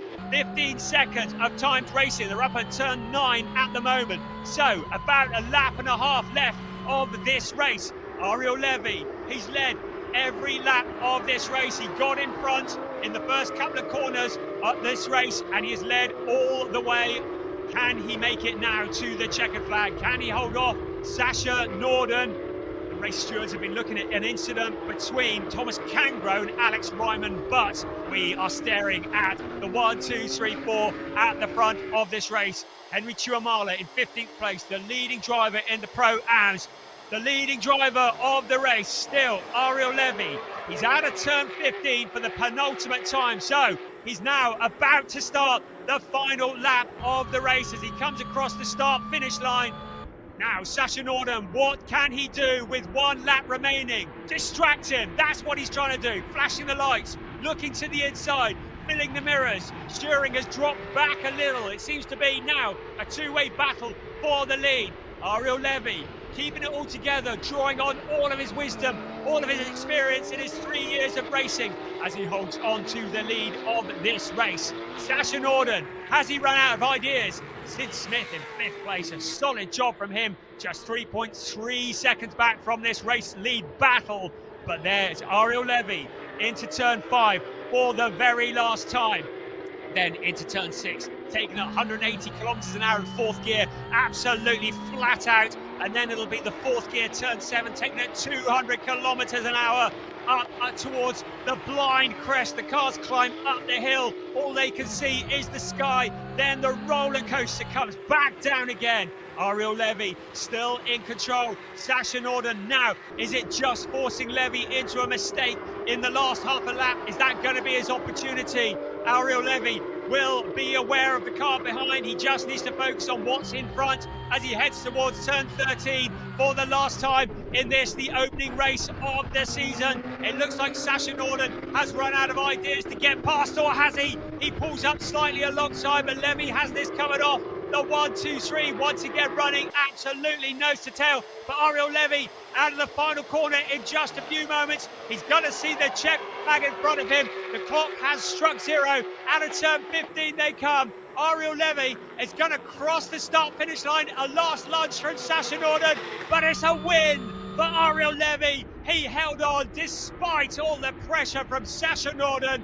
Flynn Schering rounding out the podium positions. Our pole sitter, Chester Keeper, in his debut in Porsche Sprint Racing, a very, very respectable 4th place. And also the winner in the rookie race. The rest of the cars coming across the line. Second in the rookies will be Jelte Hufner in 919. Third in the rookies, Matthias Ferreira in the car number 27. And the winner in the Pro-Am race is going to be Henry Tuamala in 1, 2, 3. The Finnish driver for Team Coronen will cross the line to win in the Pro-Am race. Fantastic stuff. What a great way to start the season in Porsche Sprint Challenge Southern Europe.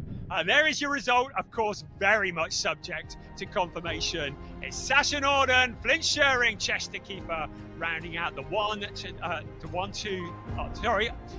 Ariel Levy, Sasha Norden, Flynn Schering, rounding out the 1, 2, 3. Chester Keeper in 4th ahead of Sid Smith, Dirk Schutten, Draker Janssen, Domas Radonis, Nick Ho, and Josh Stanton. A great drive from Josh Stanton, came from near the back of the pack to finish in 10th place for Proton Huber competition. Also solid drive to 2nd place in the rookies for Jelte Hufner and Matthias Ferreira in 12th place, the 3rd place in the rookies, ahead of Alex Ryman and also Felix Neuhofer rounding out the top 14. In 15th place, it will be Henry Tuamala, who will win in the Pro-Am category. And he is ahead of Jonas Greif, making his return to Porsche Racing, and Charles Visser in 17th. Anthony Imperato, then Mace Muller, Luciano Martinez in 20th, ahead of Ziad Giris. And then Thomas Cangro, Rodrigo Almeida, they were in the wars. Of course, Almeida bringing out that safety car after the potential collision with Draker Janssen and recording a non-finish. Thomas Cangro finishing some 15 laps down as well. So I believe he was a non-finisher. So, wow, what a way to start the season. Brilliant stuff. And high concentration, high stress levels. The palms of my hand are sweating. I should think Ariel Levy, his heart will be racing, I should think, but he held on despite impressive pressure from Sasha Norden. Really, really good racing. Here are the rest of the cars. It's Schumacher, CLRT, doing a little show of power, coming in formation into Parc Fermé. Flint Schering in the front, and Chester Keeper just behind him in the identical cars. We'll try not to get those confused. They actually swapped numbers halfway through the weekend, which was enough to send me confused. But great drivers, both of them. And there is Ariel Levy, the race winner, Israeli driver, who just gets better from season to season. I remember when we saw him making his debut in Porsche 3 years ago, he was good. Not really a contender for race wins. The following year, he'd made a massive step up. Last year, he turned into a race winner. Of course, 2 years ago, he won in Porsche Carrera Cup Benelux.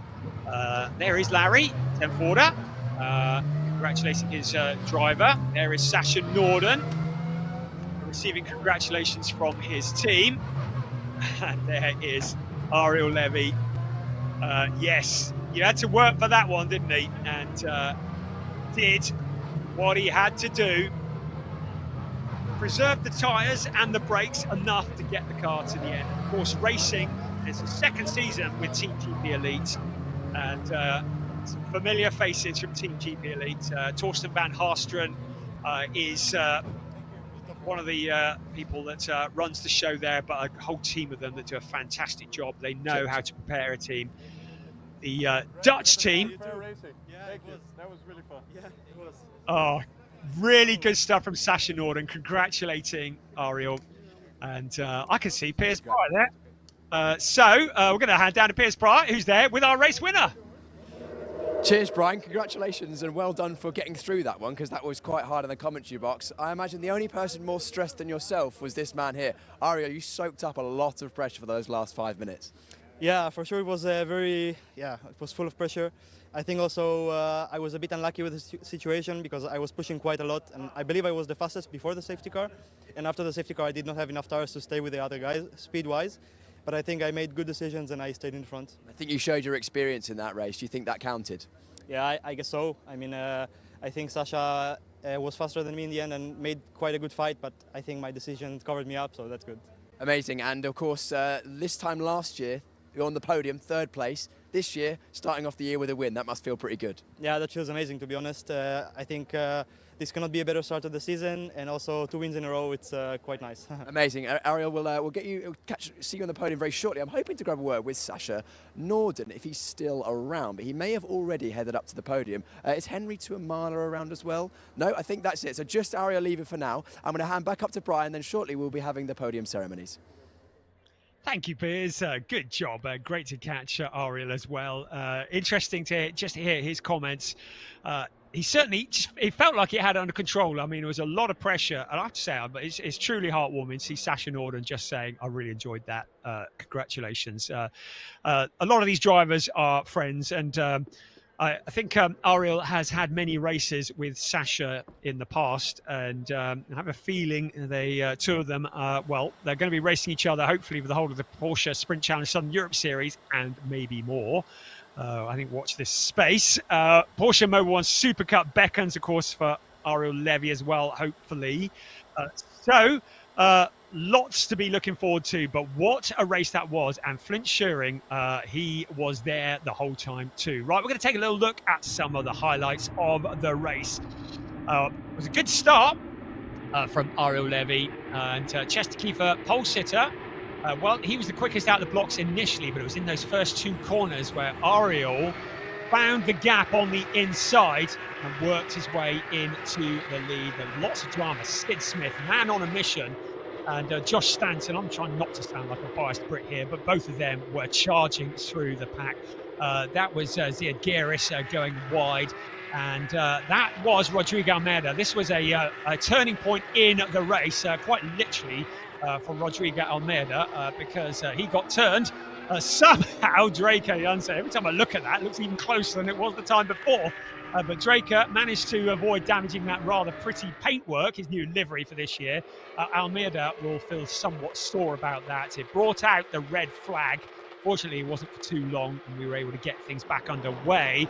Ariel Levy looked like he was just going to clear off at the front, but Sasha Norden was man on a mission. He found a route past Flint Schuring. You got to get up pretty early in the morning to find a route past Flint Schuring at the best of times. But he did just that, and he got past and into that 2nd place and slowly closed in on our race leader.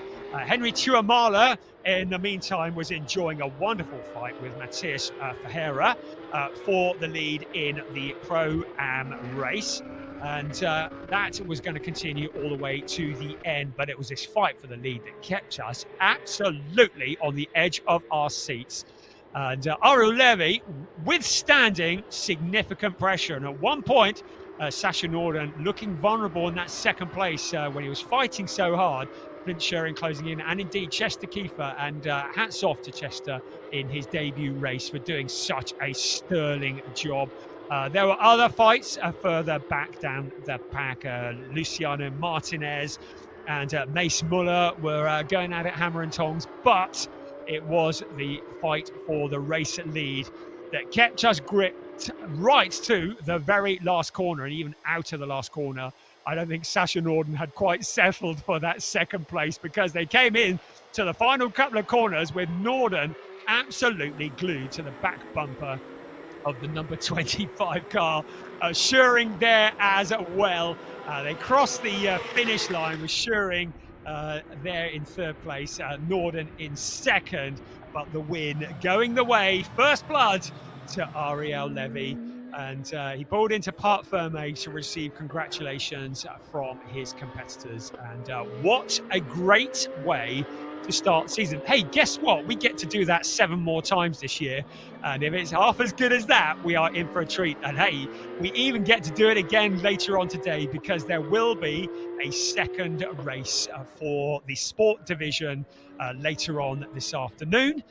Where we will once again have the fight for the win, overall win. We'll have the fight for the win in the Pro-Am race, and we'll have a fight for the win in the rookie race. As we look down at the Torre VIP corner, fairly distinctive corner here at Portimão.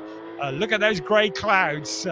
It's not raining yet, but I'm trying not to be a doom-monger there. So yes, brilliant stuff, and it means, obviously, that Ariel Levy jumps to the top of the championship and leads the way in exactly the same way as he finished last year.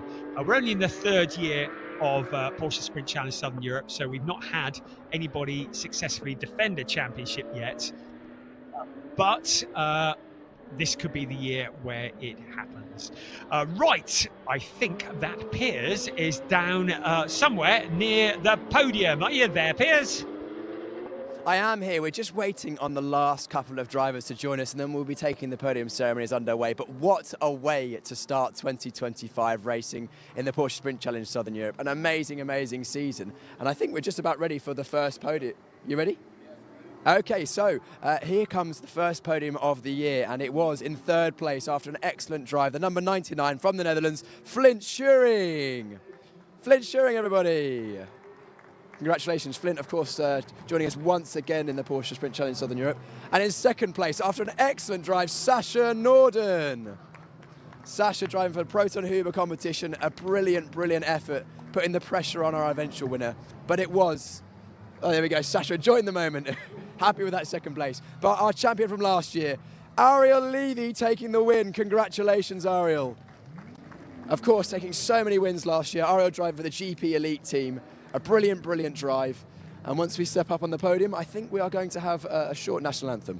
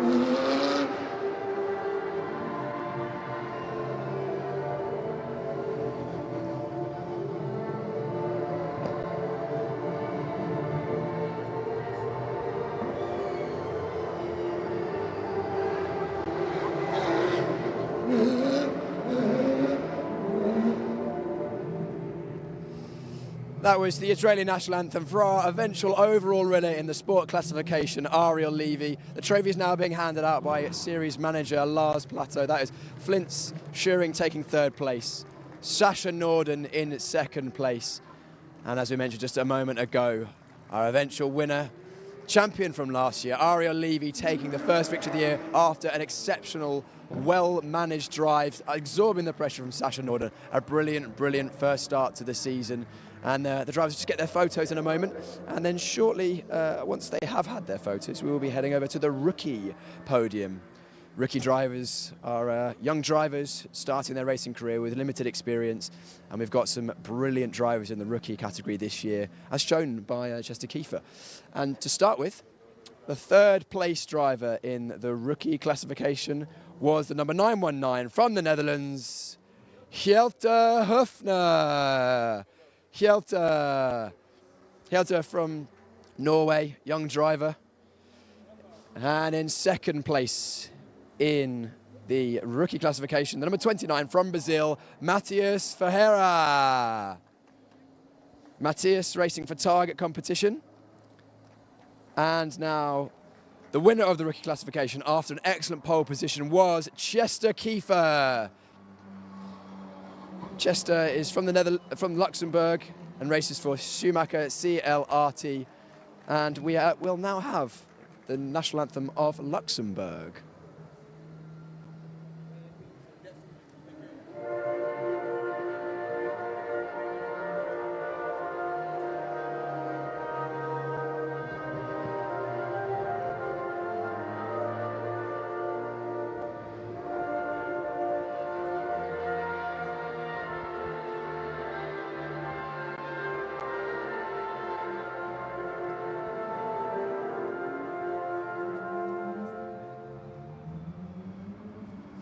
So that was the Luxembourg national anthem for our winner, Chester Kiefer. The trophy is now being handed out once again by Lars Plato, the series organiser. That was Hjelte Höfner in third place in the red suit. Then Ferreira in second. Ferreira, and then our eventual rookie winner, just missing out on the overall podium, but I'm sure he'll have many opportunities for that in the future. That is our rookie classification podium in the sport division. Now just time for some photos, so we can remember this moment for a few years to come. I imagine we'll be seeing a lot more of these rookie drivers in motorsport in years to come. Bright futures ahead of them all, I'm sure. And a nice little selfie, Hjelte getting his phone out. It's a very posh phone indeed. I think that's one of those that flips out and folds about. A moment to remember for all of them. And now up next, we have the Pro-Am classification. Pro-Am will be the final podium before we head over to the club division race. So podium will be for the Pro-Am classification now. And in P3, we have, from the Netherlands, Ziad Giris. Ziad racing for PG Motorsport. In P2, we have from the USA, Anthony Imperato. Anthony racing for Ombra Racing. And our eventual winner from Finland, Henri Tuomala. Henri races for Team Karainen. We will now have the Finnish national anthem.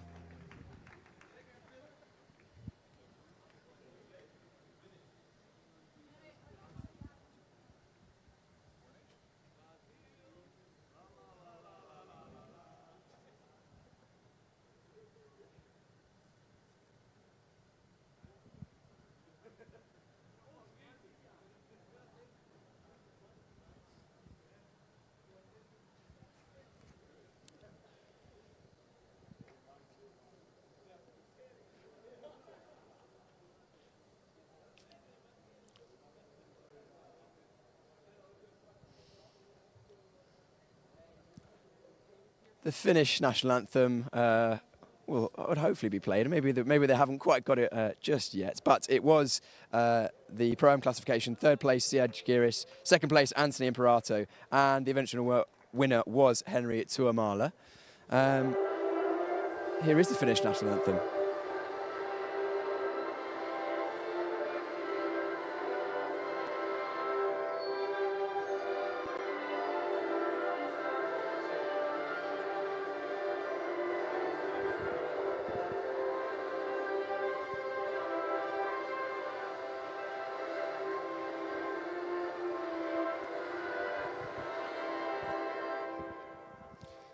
There we had it. The Finnish national anthem, of course, well recognised from when Kimi Räikkönen was in Formula One. The trophy is being handed out once again. That was third place, Ziad Giris from the Netherlands. Second place, Anthony Imperato from America. And receiving the winner's trophy, once again, Henri Tuomala. We will be seeing all of the drivers we've just had on the podium, plus the rest of the sport classification, once again in just over an hour's time. The photos for the Pro-Am classification are happening right now, but just after that, we're going to have a very short intermission before we head over to the club division, which will be once again handled by Brian at home. And that is the first race of the season in Porsche Sprint Challenge Southern Europe. An absolute epic race to start with. the rest of the season is anything like that, then we're in for a treat. But I'm going to hand back to Brian now to lead up the start of the first club division race in the Porsche Sprint Challenge Southern Europe. Thank you, Piers. Good job done by all. And we are now going to be getting ready for the club division race. So I think we're going to take a little break just for a few moments, and then we'll give your ears a little bit of a rest. I'm just waiting for confirmation of that, and then we will be ready for the club division race, which will be coming up in a few minutes' time. The club division round 1, which takes place at 14:30 local time, and it is 14:23. So, gosh, time flies quickly when we're getting ready to go racing. Okay, know what's going on now. So, sport division done and dusted. So, as Piers said, we will be back for another sport division race in about an hour's time. If you enjoyed that, then you ain't seen nothing yet, as they say. So we've got the grid now lined up for the club division, and in a few moments, hopefully, we're going to see Piers down there. So we are now just gearing up and getting ready for round 1 for club division, Porsche Sprint Challenge, Southern Europe.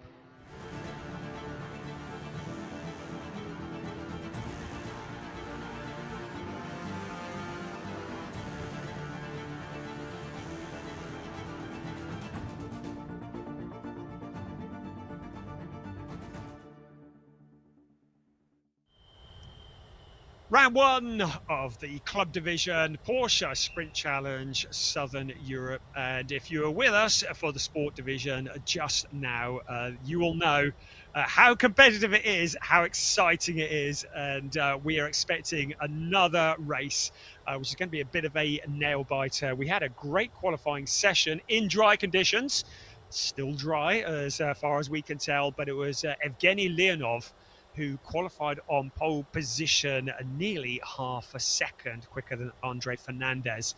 So in a very solid position. With the club division, as with the sport division, we have categories within that. And if you're new to Porsche Sprint and Carrera Cup type racing, this is quite normal, and I know it's quite hard for some people to get their heads around. We have 2 categories racing within this. So we have the AM category, that is for drivers who are aged 40 plus, and we have the GT4 class. Drivers in the GT4 class are running Porsche Cayman GT4 RS Club Sports. The AM drivers are running Porsche 911 GT3 Cup cars.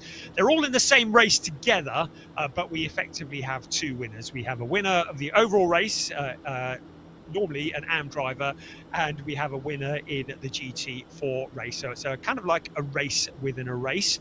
The difference between this and the sport division is these cars have ABS. So that is permitted, whereas ABS is not permitted in the sport division.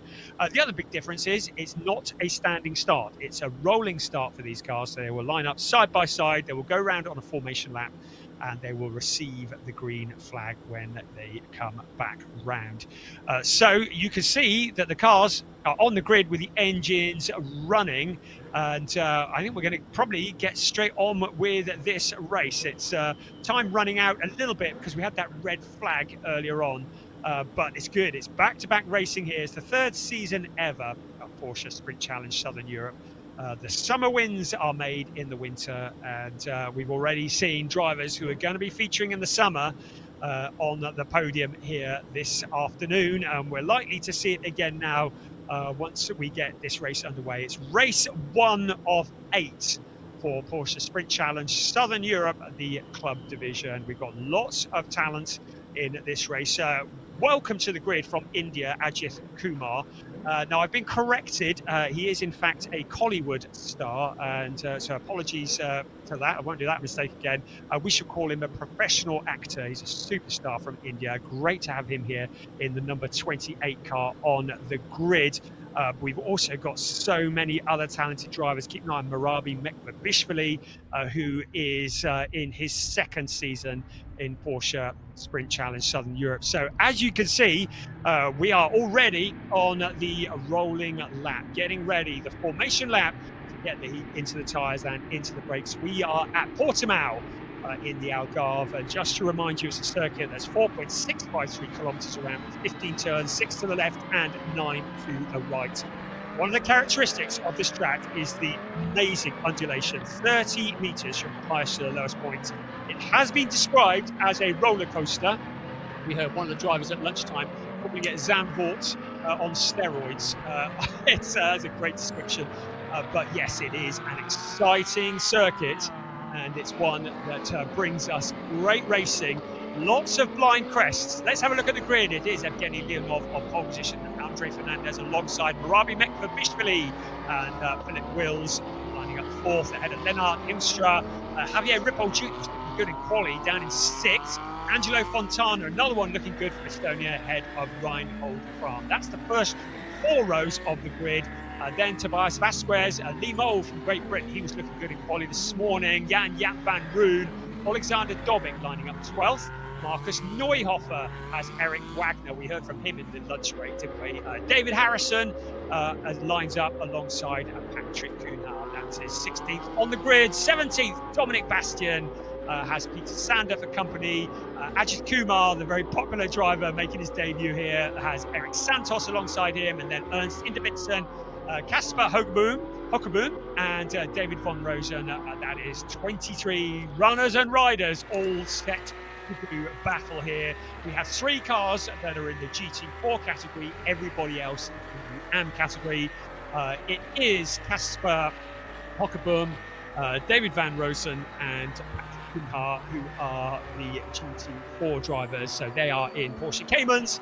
Everybody else in the legendary 911 GT3 Cup car. It is a festival and celebration of all things Porsche. So on this formation lap, drivers will have been working hard to generate the heat in the tyres and into the brakes. When the brakes are hot, the heat spreads through the rims of the wheels and into the tyres as well. Tyre warmers not permitted in Porsche sprint racing. So a critical lap. The cars are now forming up side by side for what will be a rolling start. It will be 30 minutes plus 1 lap of racing, and the cars will need to be side by side. They will need to pass through their grid boxes so as to not record a false start. You can see the pole position car of Evgeny Leonov. He has 917 of Andre Fernandez, who has dropped back a little. Now I wonder whether the steward might have something to say about that, because Leonov is a long way ahead, and in fact it looks like the start, no, it has been aborted. So you can see the yellow lights flashing. We've got a green light on the screen, but I believe the start is being aborted. The cars are meant to be side by side as they cross the start-finish line. I saw the lights flashing, so I think it is being aborted, and the cars will need to do it all again. So not a great way to start. Oh, actually, a message has come up, start under investigation. So I'm just trying to work out, we are under green flag. I saw the lights flashing, but clearly the start is going to be allowed to go, but it may well be that if things continue, Evgeny Leonov may well be adjudged to jump start, or indeed Fernandez might be adjudged to have held back too much. So element of confusion here, just as the cars complete their first lap. I saw the lights flashing, but then they went off again. So I think we are, in fact, still under racing conditions. It still says green flag on my timing screen. So our race leader, Evgeny Leonov, ahead of Andre Fernandez and Marabi Mekbabishvili. And yes, we are up to speed. So ignore what you heard before. We are racing, and the cars are now circulating around turn 13 and 14 and to complete the first lap of the race. But there will almost certainly be an investigation of some sort into that start. That was certainly not what was expected by the race organisers. We've got one car streets ahead of everybody else. There is the race leader, and is Evgeny Leonov in car 16. And the car that is behind, I think that's Murabi Mekvabishvili, who has jumped up into that second place. Right, across the line we come. Yes, it is Mekvabishvili in second place. Now challenging into turn one. Sees a gap on the inside. The other front row starter, Andre Fernandez, back in third place. So after a confusing start, we are now running. It is Leonov leading the way for Volcano Motorsport. Murabi Mekvabishvili in second place. As I mentioned before, it is a 30-minute race plus 1 lap, but drivers need to make sure the tyres go the distance. It's helped by the fact that it is quite a cold day, so the cars will be a little bit more durable. Keep an eye on Philip Wills in 9.12. He's currently in fourth place. He's in the traffic, but looking very eager. We're going to let the cars just settle down a bit, and then we'll get to see what the positions are. And we've also got one eye on the outside, on the safety, on the messaging screen from race control in case of any penalties that might be incoming. I'm also getting news that there is potentially a little bit of drizzle in the air, as if our lives weren't confusing enough as it was.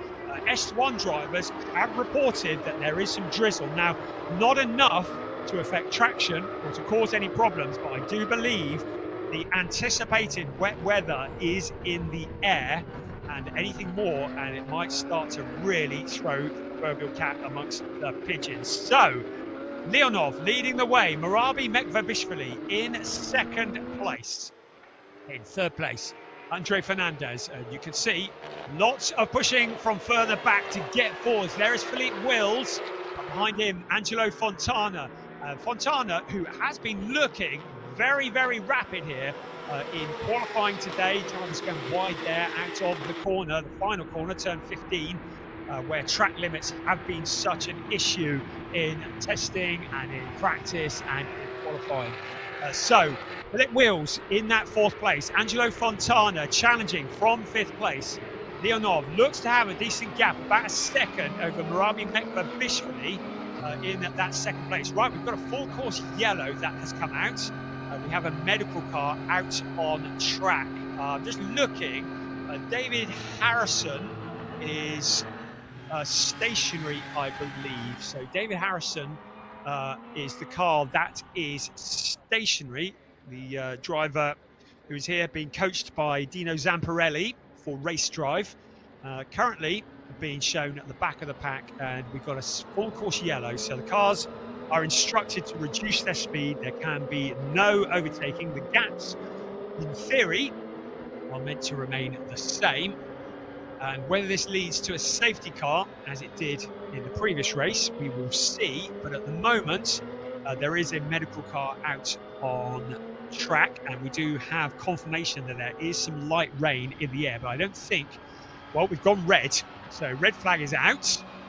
So again, as with the previous race, not entirely sure why we've gone to red flag, but the cars will return to either the grid or the pit lane, and the clock will stop. So we will find out at some point what the situation is there, but we know there is a medical car out on track. And of course, safety and the good health of everybody is paramount here, and so the organisers have decided to throw a red flag. It means the race has stopped, the clock has stopped, the cars will come back to a halt. All the gaps obviously will reduce, and I've seen nothing about that start, which was, I think it's fair to say, fairly shambolic. But whilst we're doing that, let's have a look and see how we're doing in terms of the leaderboard. Evgeny Leonov was the race leader. Murabi Mekvabishvili, Andre Fernandez. That's your 1, 2, 3. Philip Wills was in fourth place ahead of Angelo Fontana. Javier Ripoll Jr., Tobias Vasquez, Janja van Room into 8th. Lennart Himstra was in 9th ahead of Lee Mole, rounding out the top 10. Then Alexander Dobik, Reinhold Kran, Patrick Unhar.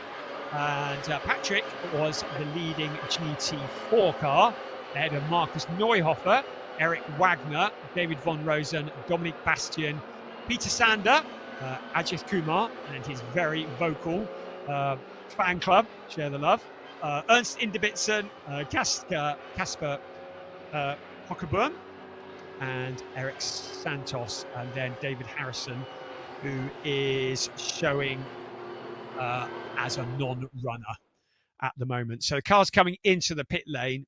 So apologies, can't bring you any more information at the moment as to why we have the red flag. It could well be that the Harrison car may well be in a barrier somewhere, or it's when we've got staff out on track. We saw it in the sport division earlier when we've got marshals out on track, particularly in these cold temperatures where grip is very much at a premium. It's really important that we don't have cars running around where there are people who like to be on tracks. We don't want any dramas. So as always, safety is the top priority here. So as the cars come into the pit lane, and the windscreen wipers aren't running yet, but that's good.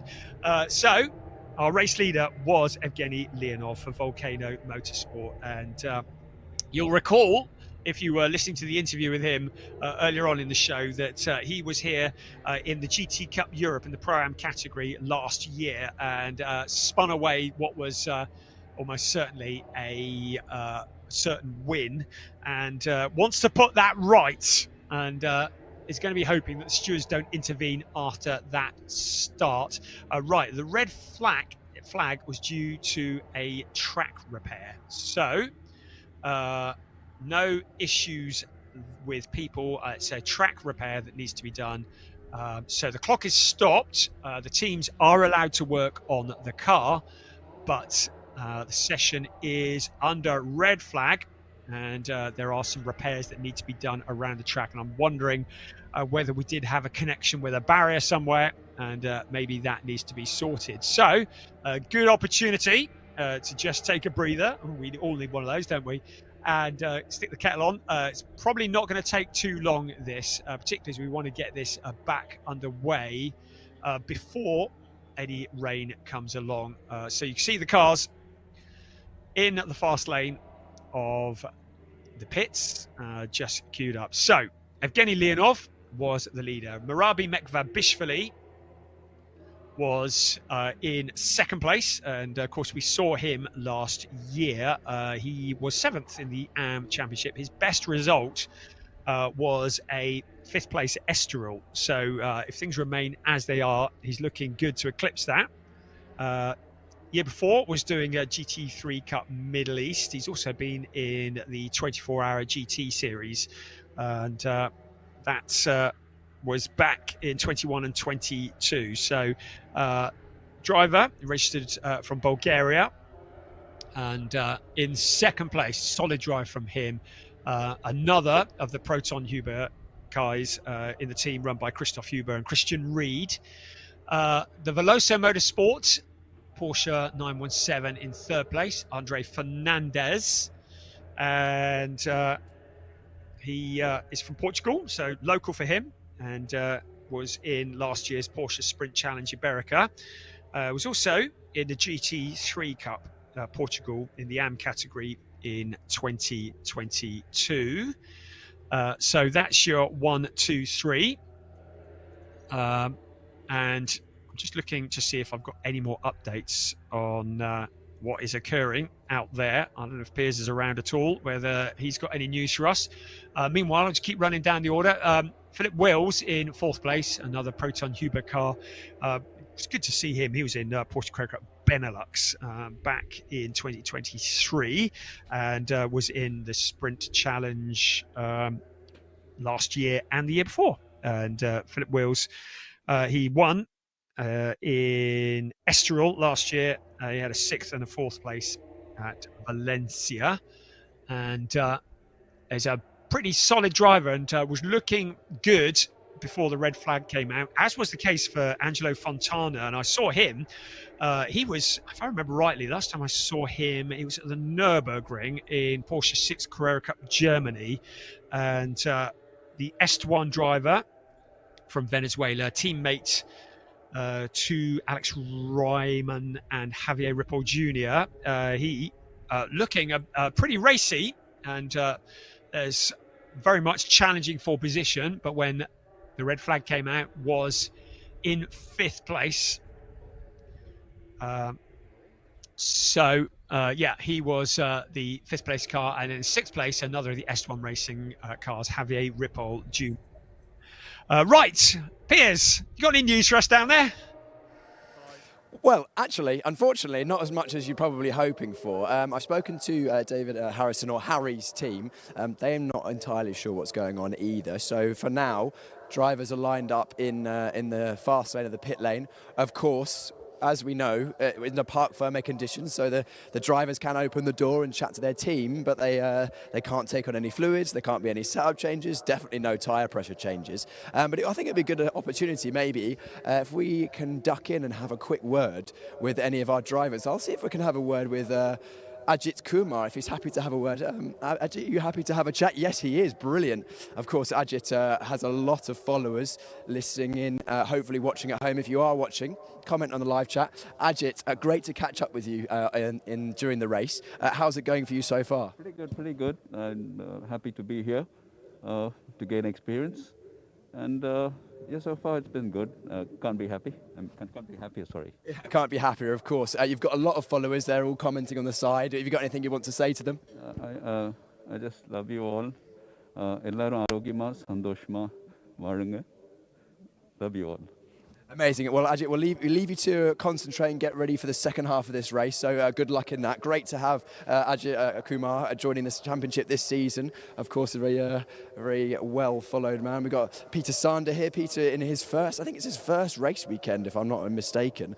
He's got a very, very limited experience. So Porsche Sprint Challenge attracting drivers who are very experienced, very, very skilled, and other drivers who are just starting their racing journey, which is amazing to see. Dominic Bastian there, just a few running repairs for the drivers here.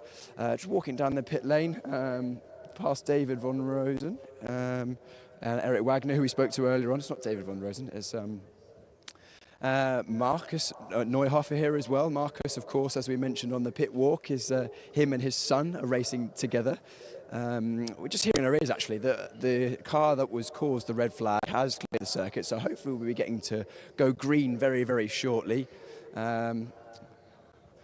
All the drivers just getting back in the zone. It's quite tricky as a driver in a red flag like this when you don't know exactly when you're going to go green again, because you can take a moment to switch off, relax, talk to your team and think about the race ahead. But also then when the light does go green and we're back behind the safety car, it's a very quick mental reset into trying to go racing again. Jan-Jaap van Roon here is in a very, very smart looking livery. Good to see him driving this weekend. And apparently we're not long away from a restart. Javier Ripoll Jr. here joining us once again. He was, of course, in the series last year. Shall I come in and grab a word with him? Is he happy to have a chat? Happy to have a chat? Yes, brilliant. Can I just squeeze through? Javier, we've spoken to you many times before. How is this weekend going for you so far? It's okay. I mean, nothing major, nothing shitty. It's just in between. It's just the start was a mess. I mean, I lift up, lights never came green. I lift, and boom, everybody passed me. So, fuck, okay, let's race. So, I mean, it sucks because we could have been farther, but it's okay. At least we're all safe, and the race still is long, so let's push. Yes, of course. There's a bit of a pause in the race now. An interesting psychological thing now where you have to sort of reset and go again. An opportunity for you to regain those lost positions. Yeah, exactly. I mean, there's a couple passing zones and not much there. Tires are going to be cold, so we need to be careful at the beginning. And hopefully the leader this time makes it right, you know? Amazing. Right, we'll leave you to it, Javier. Great to chat to you as always. Apologies for Javier's enthusiastic language there. He's, of course, very much in the zone, so a couple of choice words there, but, you know, it's all part of the fun. So apologies if you were offended by that. Philip Wills, who we spoke to in the lunch break as well, back again. Is currently in 4th position. I'm going to slip out of the fast lane because I'm hearing that we're very, very shortly going to be racing once again. So I'll hand back up to Brian Oliver in the commentary box. Thank you, Piers. Good job done there. And yeah, apologies. Javier Ripoll. It actually was good to get his perspective on that start because like we were seeing, he was confused by it as well. But as he says, it's kind of like all advantages have kind of been nullified now because they're all nose to tail. I've just seen an image of the car that did cause the problem, and it was the FAC Autotech car of David Harrison, and a lot of damage to the front right corner of that. I'm really hoping they're going to be able to get that car back together for the second round, which comes on later this afternoon. But that's what's brought out the red flag, and I think there might have been some damage to the circuit as well. So they've had to do a bit of repair work on that, but all's good. There is the barrier now freshly repaired. Porsche banners reinstated in position. So thank you for bearing with us. Great. Right, we're going to get this thing going now. Good news for all, and we will get going behind the safety car. I believe the clock will start with 20 minutes remaining. Because the race was initially aborted, there will be a whole new start with the initial start grid. Right, okay, that's just come through. So because of what was, let's face it, a bit of a Horlicks of the start, the race stewards have decided to restart with the grid in the original order, and the race will be shortened to 20 minutes. So it is going to be a bit of a reset, and I have to say that given the mess that it was at the start, I think that is a fair decision as we ride on board with the Indian superstar Ajith Kumar. I can hear 1,000 hearts melting even from here. Yes, the cars are out on their formation lap, and we're going to do a restart in original grid position. So that's quite an unusual situation, and the race effectively 10 minutes shorter. So that was kind of like a 10-minute warm-up, really, wasn't it? But that's good. I think it's the right decision because there were some who went, some who didn't, and I think that is the right decision that was made. So in a few moments, we will see the cars getting back into a side-by-side formation. And it's going to be all the work to do again for Evgeny Leonov and Javier Ripoll Jr. Well, having put a couple of quid in the Euro box, the swear box, will have the opportunity to prove himself this time and do it all again properly. So cars out towards turn 10, 11 at the moment. Of course, they've been static in the pit lane, so everything will have cooled down, including the drivers. And we alluded to that, well, Piers alluded to that, that drivers, you're in a rhythm, you've built up, the adrenaline is going, you're going for this race, bang, bang, bang, bang, and then suddenly red flag, and you've got all this adrenaline with nowhere to go, and then you've got no rhythm either, and you've suddenly got to pick yourself up from cold, get yourself back up to speed, and go racing. And it is something that is a discipline. The drivers have to work on this. So we'll see the drivers in a few moments doing just that, getting themselves back up together, pulling it side by side, and we will be ready to go again. And the clock will reset at 20 minutes. We're obviously not going to go quite yet. I think we're going to stop on the grid.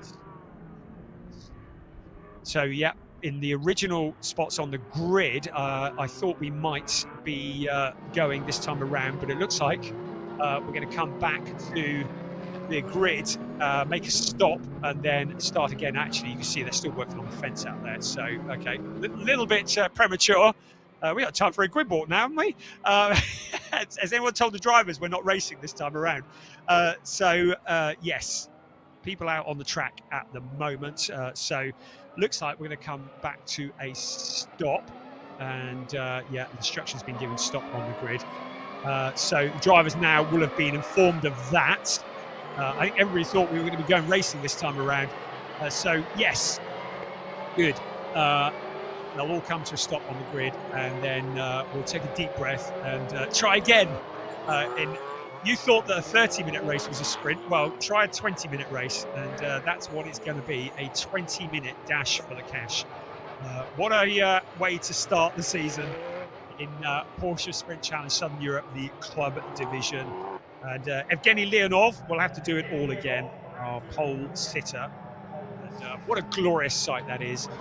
Just to remind you, the reason there are a number of Porsche Caymans in amongst the Porsche 911s is that we have two categories running in this race. The regular AM category, who are running in Porsche 911 GT3 Cup cars, and the GT4 category cars that are running in Porsche Cayman GT4 RS Club Sports. And the GT4s, yes, they are racing the cars around them, but their main priority is racing the other GT4 cars. And at the end, as you would have seen in the previous race, we'll have two podiums. So we'll get a podium for the AM racers, the overall race, and we'll get a podium for the GT4 race as well. So there's the teams just waving the cars back onto the grid. Just shows everybody you're into this kind of routine where you've got the schedule and everything's like clockwork, and then something like this happens and everything's suddenly thrown up in the air. And of course, while all this is going on, we're constantly looking to the sky as to whether it's going to rain or not. Right, I believe Piers is back down on the grid as if he hasn't worked hard enough already. Back down to you, Piers. We're going to get another grid walk. Yeah, exactly. The unfortunate red flags means that we managed to get a grid walk in the end. Not long until the drivers are out, but I have seen the race director, Paul Beck, walk out onto the grid and have a chat with our drivers. In fact, you can see in the background there, Paul Beck is currently talking to our pole sitter. Paul Beck is the man there with the grey hair and the Porsche top. He will be explaining the start procedure, what he wants from the drivers. Of course, the start is controlled by Yevgeny Leonov here, and this is to ensure that once we go green this time, it's a bit of a cleaner start.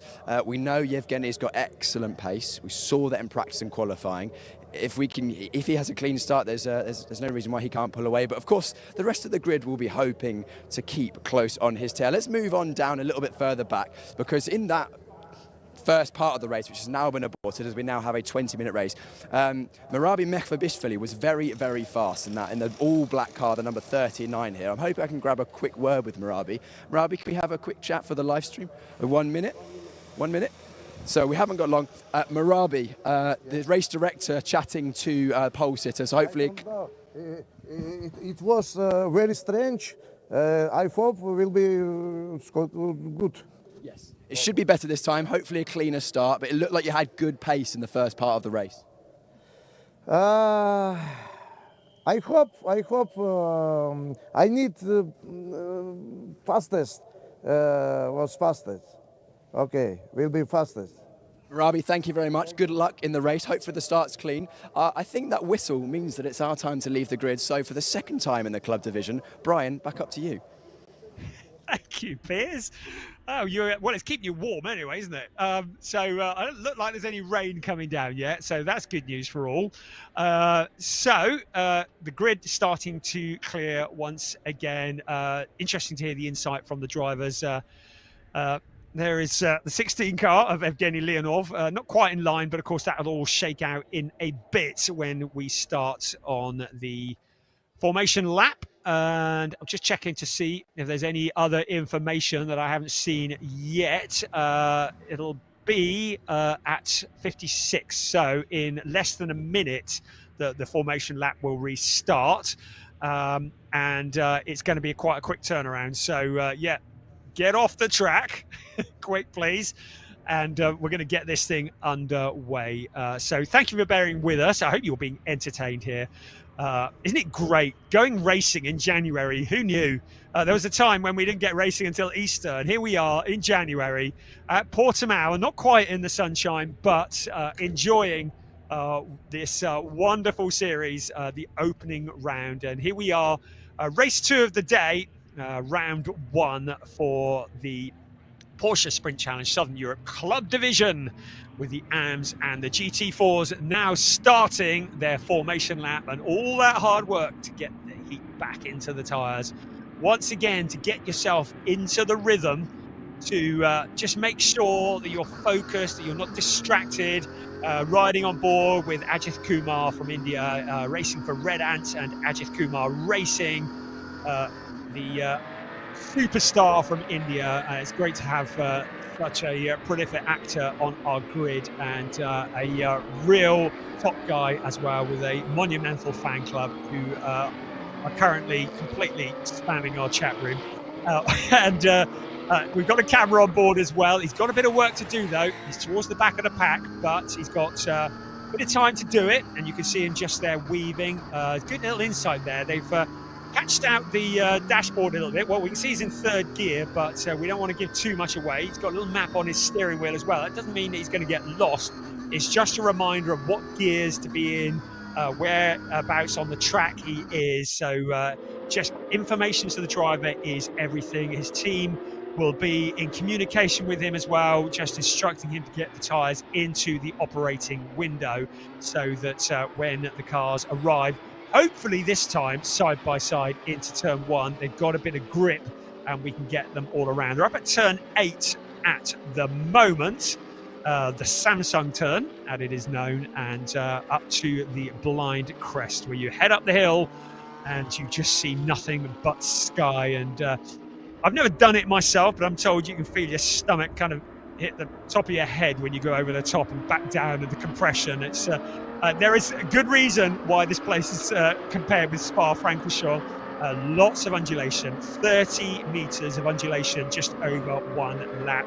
The main straight is a fraction under a kilometer long, so that is by far the best overtaking section here at Portimão. There's a decent width as well. The average width of the track is about 14 meters. So plenty of opportunities to overtake for drivers who have qualified out of position. Plenty of opportunities to work their way forward. But of course, 10 minutes less than what they anticipated having as we restart. So it is a complete restart in the original grid positions.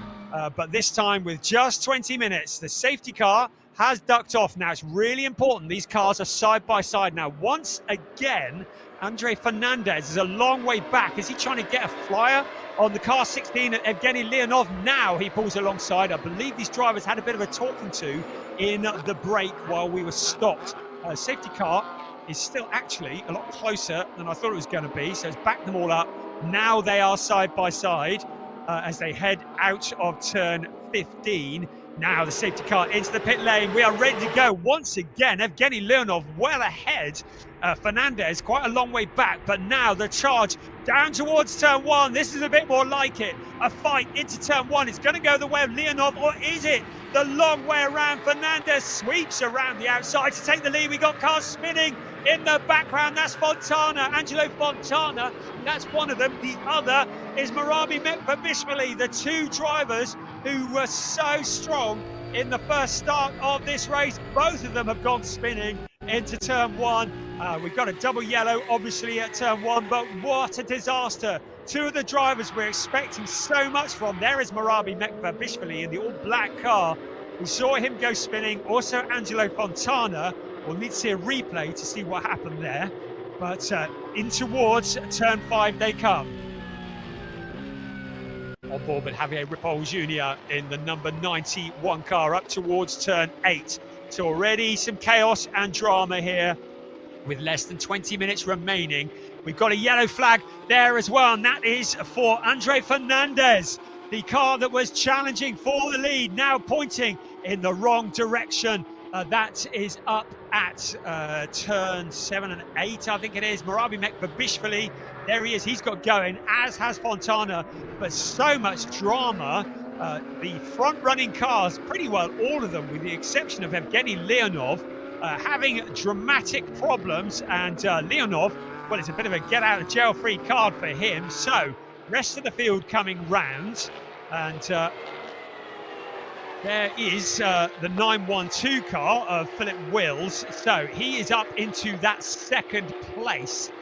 So Leonov leading the way. I'm just looking to see what has happened to Wagner as well. But right, here we go then. There's the first, second, third. Javier Ripoll Jr. in third place. A challenge on the inside. That's Tobias Vasquez having a look to the inside of Reinhold Kran for position. So, see whether he made it stick or not. But there is our race-leading car coming through. The number 16, Evgeny Leonov, and still more positions further back. There is Ajith Kumar in the 28 car. He is fighting for position. The rest of the cars are now coming through. The 23 car, there is Eric Wagner down into 8th place. So he's had his dramas as well. There in the background, Patrick Kuhnhar in the leading GT4 car. So on board with Ajith Kumar in the number 28 car. Great perspective as the cars head up over the crest of the hill. So settling down after a fairly chaotic start. Our race leader, Evgeny Leonov, leading the way in car number 16. In second place, it is Philip Wills, who managed to avoid the carnage. He's into that second place. In third, it's the S1 racing car of Javier Ripoll Jr. So the 1, 2, 3 looking solid. There is the 28th car of Ajith Kumar. And last time across the line, he was up to 14th place, already making good progress through the pack. 127 and 23. Jan-Jaap van Roem alongside the 23 car of Eric Wagner. So Jaap van Roem making his way forwards as well, further back through the pack. There are lots of fights going on up and down, but the lead just looking reasonably solid in the hands of Evgeny Leonov. He has been so fast in all the free practice sessions and looking to have a control of this race. But Philippe Wills, probably the more experienced of the two, going to be looking to track him down. So the gap, 1.026. This is the view from on board. Philip Wills looking at the back of the race leader, just tracking him around towards turn 7. They come. The car's reaching up to about 200 kilometers an hour on the exit of this turn, a turn that's taken in 4th gear. Up over the crest of the hill they come, and down the other side. You can see that drop from the perspective of Philippe Wills. There he is in that second place. So our leading AM driver, the leader of the race, is Leonov. Our leading GT4 driver, Patrick Kuhnhar, he is in 11th place. Second in the GT4s is David von Rosen. He's in 15th overall. And in 16th overall is third in the GT4s, and that is Kasper Hockenberg. So they will be fighting with each other. Here's our race leader, first and second, just breaking a bit clear. Javier Ripoll Jr., we heard from him in the break. We can see if he can push forwards to challenge, to catch up with the leaders. 1.026 last time across the line, 1.028 this time around, I can see. So the gap between first and second very much remaining the same. Another challenge here, the 121 car looking to the inside into turn 1. That's Tobias Vasquez finally making it stick on the inside of Reinhold Kran. So Tobias Vasquez moving up a position. That is into 4th place, looking very rapid. The quickest car on the track at the moment is our race leader, 146.767, Evgeny Leonov.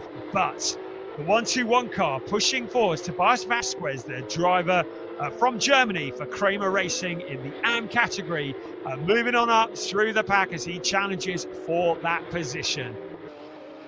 So the clock ticking down, just over 13 and a half minutes remaining of this race. Leonov looks to have this under control as things stand at the moment, but there's still plenty that can happen. The windscreen wipers are still stationary, so the rain has yet to fall, pleased to say. There is Andre Fernandez, after such a strong start, now down in 19th place, back with the back markers and having to do all that hard work. Just behind him, Marabi Mekbabishvili, who also had that spin. We've lost 2 cars. We've lost Lennart Heemstra in 969 for a Triple M Crown Racing. We've also lost Angelo Fontana. We saw him turning around at the start of this race, and he has retired into the pit. So 2 cars down, everybody still running. There is the 33 car, Alexander Dobik. He's the next one to line up behind the Tobias Vasquez Reinhold Kran battle. And he's another one who is pushing forwards for position. There's somebody who's gone off. and that, I think it was Ajit Kumar, has just gone off at a tangent. Looks as though he got it all wrong on the corner. He's let a couple of cars through. He's able to continue, but the 28 car having a bit of a moment there and surrendering a position. There's Alexander Dobic in the yellow and black car, currently chasing Reinhold Kran, who is in 5th place. Tobias Vasquez broken clear of that particular battle now.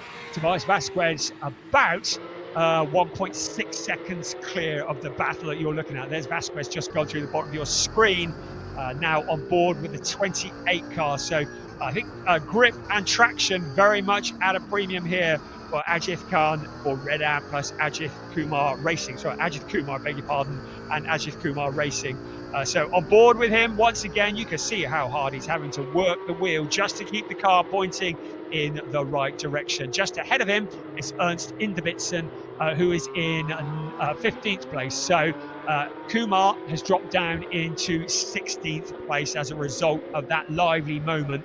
And Inderbitzen was able to sneak through. Right, looking at the pit straight briefly there as Javier Ripoll Jr.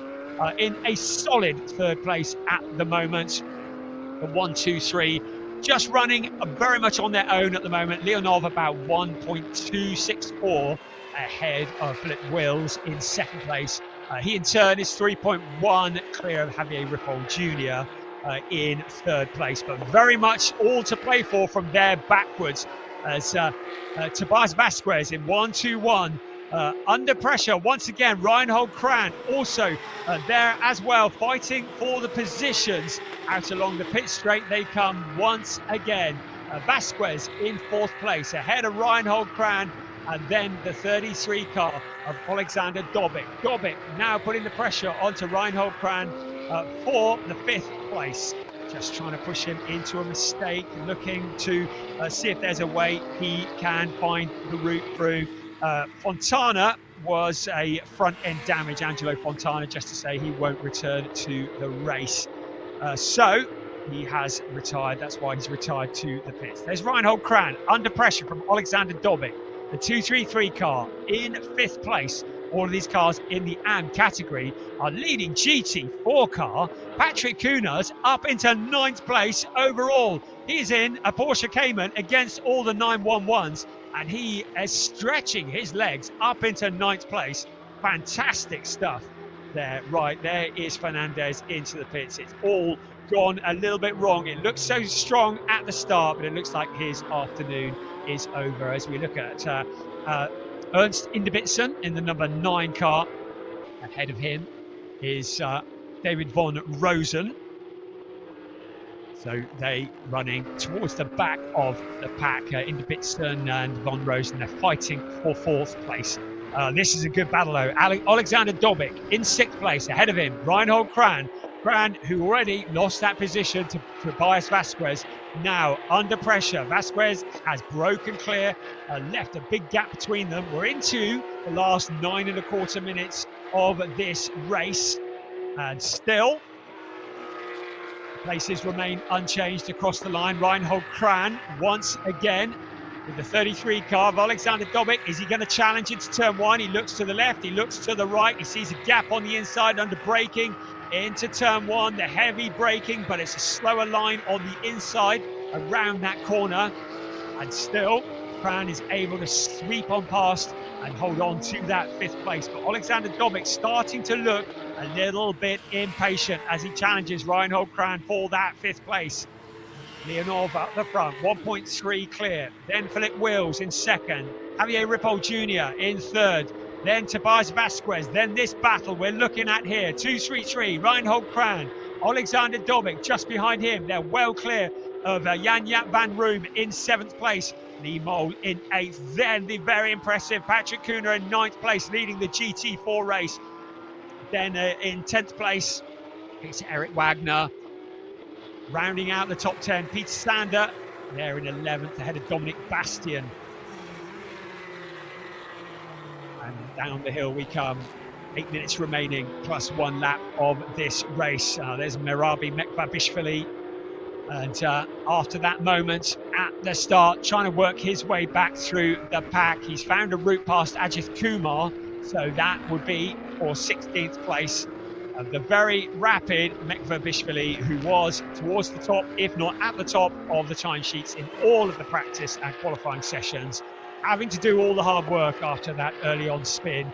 Leonov still stretching his legs at the front, a fastest lap of 146.188, and he stretching his legs at the front over Felipe Wills. That's along the pit straight once again. This fight that seems to have been going on for 5th place for a very long time. Reinhold Kran now under pressure once again. Alexander Dobic trying what he tried last time around, still not making it stick. He's got 7 minutes to think of a way past the green and black car in front of him and to steal away that position of 5th place.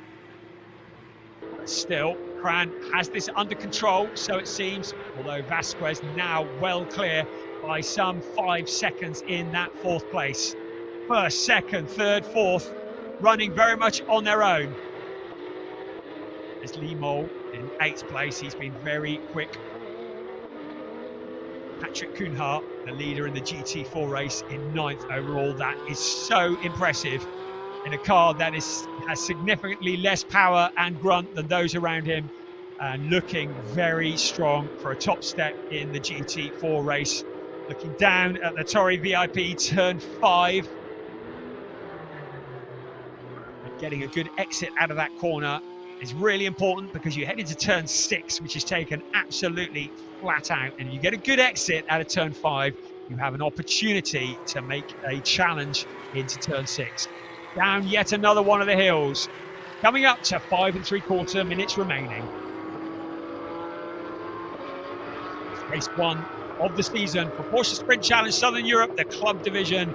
We've already seen the sport division, and after what was a fairly troubled start to this race, we're finally underway as we ride on board with the 28 of Ajith Kumar for Red Ant and Ajith Kumar Racing, the driver from India, with the camera on board, currently in 17th place.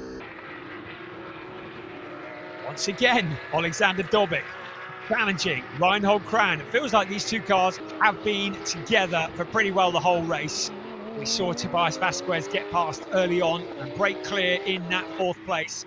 But Alexander Dobic not finding it quite so easy. Reinhold Kran making that Porsche as wide as he possibly can, holding on to that 5th place. Every point counts, and when the championship is done and dusted at the end of the season, it comes down often to just single points. Every place is important, never giving up.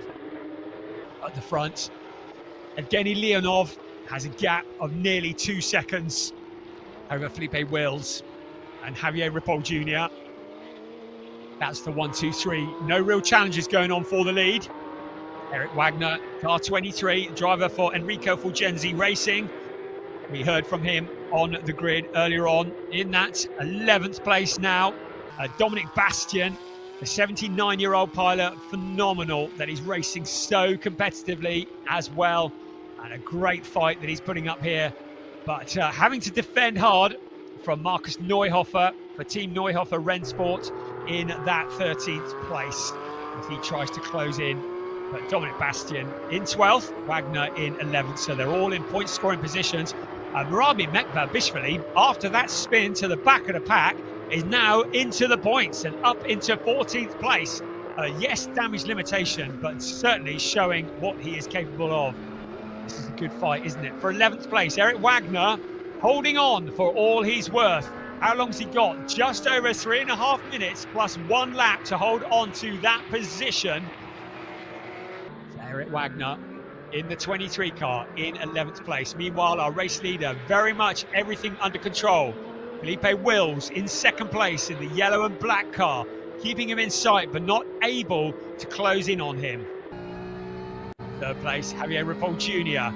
A long way back from them. The 1, 2, 3 looking solid. Tobias Vasquez still a couple of seconds back from 3rd place. So a podium looking like a bit of a stretch unless there is a mistake from one of the drivers up in front, because we are into the final 3 minutes of this race, plus 1 lap. When the clock strikes 0, the cars will continue on whatever lap they are on, and then there will be 1 more lap after that. and then the race will be done. 2 minutes and 40 seconds. We ride on board with second place Felipe Wills from Proton Huber competition. It's Volcano Motorsport who lead the way from Proton Huber, and Est1 in third place, with Kramer Racing in fourth, and lap time performance in fifth place with Reinhold Kran at the wheel. Alexander Dobic for Hadeka Racing in sixth place. Just there, still putting the pressure on, still points that could be scored as we look once again at Eric Wagner in the Enrico Fulgenzi Racing, the number 23 car. Seems to have the measure of Dominic Bastian at the moment in the 45 car, who has his attention occupied by Markus Neuhofer, who is just behind him and filling his mirrors. Also rushing to join that battle is Marabi Mekbabishvili, who is fighting his way back. Marabi Mekbabishvili has found his way through yet another place, picking off the points. Look at this still, Reinhold Kran in fifth place. Alexander Dobic now starting to get impatient. 90 seconds of timed racing remaining, plus the obligatory one lap. Still, Leonov leading the way. That's under control. Wills in second. That's under control. Ripoll Jr. in third. That's under control. Then it's Vasquez. Then it's this. Very much still up for grabs. The fight for fifth place. Reinhold Kran, Alexander Dobic putting the pressure on. 1 minute and 10 seconds plus one lap to try and find a route past. He's been trying it all race long. We've had 19 minutes of this race. There is just 1 minute remaining, plus the obligatory one lap. Our race leader out at turn 13 at the moment. I think he's going to cross the start-finish line before the clock strikes zero, which will mean there will be another 2 laps remaining of this, the first race of the season for Porsche Sprint Challenge Southern Europe, the club division. What a fight we are having here. Reinhold Kran must be fed up with the sight of that car in his mirrors. Alexander Dobic must be fed up with the car that is filling his windscreen, but neither of them seems to be able to do anything to make any difference at the moment. Kran holding on to that fifth place. Leonov stamping his authority on this race. Another fastest lap, opening it up to 2.5 seconds over Felipe Wills. Just needs to hold it together for another 8 seconds, plus it's going to be the extra one lap. So the clock has struck zero now, and now it is the remainder of this lap plus one more for the race leader. Still the fighting continues further back. Still, it's Eric Wagner with all that pressure from behind. Still, Reinhold Kran, he has held on for 20 minutes of this race from Alexander Dobic in that sixth place. Dobic still not able to find a route forwards. Our race leader currently on the penultimate lap of the race. That means that this fight has about a lap and a half left to run.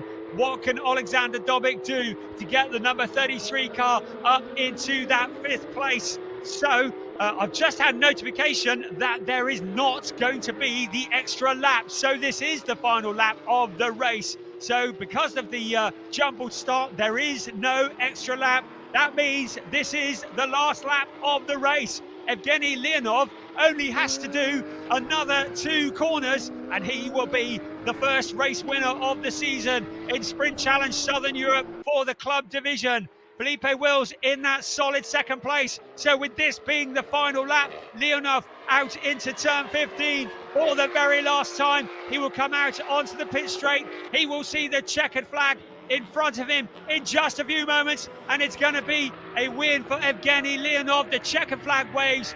Felipe Wills a lonely second place ahead of Javier Ripoll Jr. He will come out of that final corner in just a few moments for the last of the podium positions. A phenomenal job from Patrick Kuna. Can I just point out, here comes third place now, tellingly the windscreen wiper running on the number 91 car. Then Tobias Vasquez, what a charge from him. And what a job from Reinhold Kran. He held off immense pressure from Alexander Dobic for that fifth place. Then it'll be Jan-Jaap van Roon in seventh, ahead of Lee Mole. A solid job from him in eighth place. Then Patrick Kuna winning in the GC4 category in ninth place overall. He will cross the line ahead of Peter Sander. We're still waiting for them to come out across the line. Still fighting for position further back. There is Eric Wagner, still with Dominic Bastian. monstering him all the way until the very bitter end. Can I just say, shout out to Marabi Mekbabishvili, fighting back to 11th place ahead of Eric Wagner, Dominic Bastian, Marcus Neuhofer and Ernst Inderbitzen. So some of the drivers who spun early on coming back with great strength at the end of this race. I think driver of the race though has to go to Patrick Cunar in 9th place in a GT4 car against all these GT3 cars around him, winning in the GT4 category. But Evgeny Leonov, what a job from him. To be fair, never really looked under threat from the moment this race started. A fairly dominant performance, eventually crossing the line some 3.124 seconds ahead of Felipe Wills and Javier Ripoll Jr. in that 3rd place. Brilliant stuff. There's Felipe Wills. We're on board with him. And really welcome addition to the grid here in the Porsche Sprint Challenge Southern Europe Club Division here. The first event of what is set to be an absolutely classic 2025 season. The rest of the cars now coming home. We lost 4 cars there. We lost Andre Fernandez, Casper Hockboom, Lennart Heemstra and Angelo Fontana. We had 18 finishers. For all the fans of Ajit Kumar, he came home in a 17th place. A fairly challenging race, but certainly a solid performance for the Indian driver. There's the rest of the grid, and there is the result now coming up on your screens. We'll wait for official confirmation. I think stewards had quite a lot to look at there, and of course with that jumbled start as well, I think the right decision was made to give it another go. There is the man who was looking to put things right after the GT Cup Europe last year, was waiting for that win, felt as though this circuit owed him one. Good to listen in. And the circuit has paid him back. The team who do a great job at Volcano Motorsport preparing that car. Into Parc Fermé they come, and the cars will then be subject to scrutineering. And of course, we will see them all again a bit later on this afternoon. He looks knackered. There's Piers down there and shaking his hand, and I'm hoping that he's going to have a little word with our race winner. It looks like you've got with you there, Piers. Down to you. Absolutely, Brian. Thank you very much for talking us through that. Evgeny Leonov, hey, a great race. You said that the circuit owed you one, so you managed to get that monkey off your back, as we say in England. You know, it was a little bit crazy race. First of all, we experienced some issues on the start, so we need to check what was it actually, yeah. But anyway, finally we win. The car was brilliant. It was super stable, and the team made brilliant job. So, and I'm super happy to win here in Portimão in Portugal. I love Portugal. I love Portimão. And after my fall 2 years ago, so it's like coming back. Yeah, you're going to love it even more now you've got that trophy on the cabinet at home, I'm sure. But you were pushed hard. Philip was right behind you the whole race. He was really strong. He was really strong. It was not like really simple to keep the distance. I tried my best, and you know, I didn't know what happened in the beginning of the race, so I expected some probably penalties or something. I didn't know. So I tried to increase the gap, but I could not. Actually, he was really strong. Amazing. Well, Evgeny, congratulations on what is a provisional win and the first win in the Porsche Sprint Challenge Southern Europe. Well done. Brian, I will hand back up to you, and we'll get the podium ceremony underway very shortly. Thank you, Piers. Great job, and lovely to hear from Evgeny Leonov. And yes, the monkey is dispatched off into wherever monkeys go, and he has the curse lifted. And looking forward to seeing how he goes the rest of the season. Right, let's have another look here. It was the second attempt to get this race underway. It was a 20-minute race, and it was Evgeny Leonov who led into that first turn. Andre Fernandez leading the way into the corner, but he would soon get caught out. A couple of spinners, Marabi Mekbabishvili and Angelo Fontana, both turning around. and Mekva Bishvili making a sterling job coming back through the pack. Some wonderful fighting going on. Every time we looked, I think Eric Wagner was in the walls somewhere along the way, but that man there, someone make a note of Patrick Cunard, please, because he knows how to hustle a GT4 car around the Portimão circuit, doesn't he? There's a number of fights that were going on throughout this race.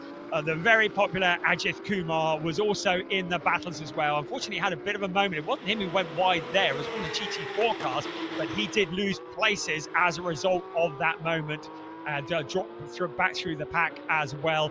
Dominic Bastian was in the wars, but this fight went on for the entire race, didn't it? It was Reinhold Kran versus Alexander Dobik. Dobik still never found the route past, even he tried so hard. Also in there, Peter Sander, didn't mention him very much for Kramer Racing. The German driver was also there fighting with the Eric Wagner car. So many battles up and down the pack. Lots to keep us entertained, lots to review as well. And I should think that Reinhold Kran will want to well, he'll be very happy to review that. Alexander Dobik will not want to review that because he saw the gaps, but he couldn't slot the car into it and eventually had to settle for the position staring at the back of Reinhold Kran. This fight was wonderful, wasn't it? Eric Wagner all the way through. Dominic Bastian in there as well. Also in there was Markus Neuhofer, who was fighting for position. So everybody really getting their elbows out, everybody getting stuck in, and everybody entertaining us here at Portimão for the first race of the season. Felipe Wills, well, once the leader had broken clear, it was a bit of a lonely race, but he'll take the points for second place, I should think. There's the battle still raging on between Reinhold Kran and Alexander Dobik. Meanwhile, Murabi Mekva-Bishvili working his way back up through the pack. That is a phenomenal job from the very back on tyres that would have not only been worn, but probably a little bit flat-spotted as well. And that was him muscling his way past Eric Wagner for position.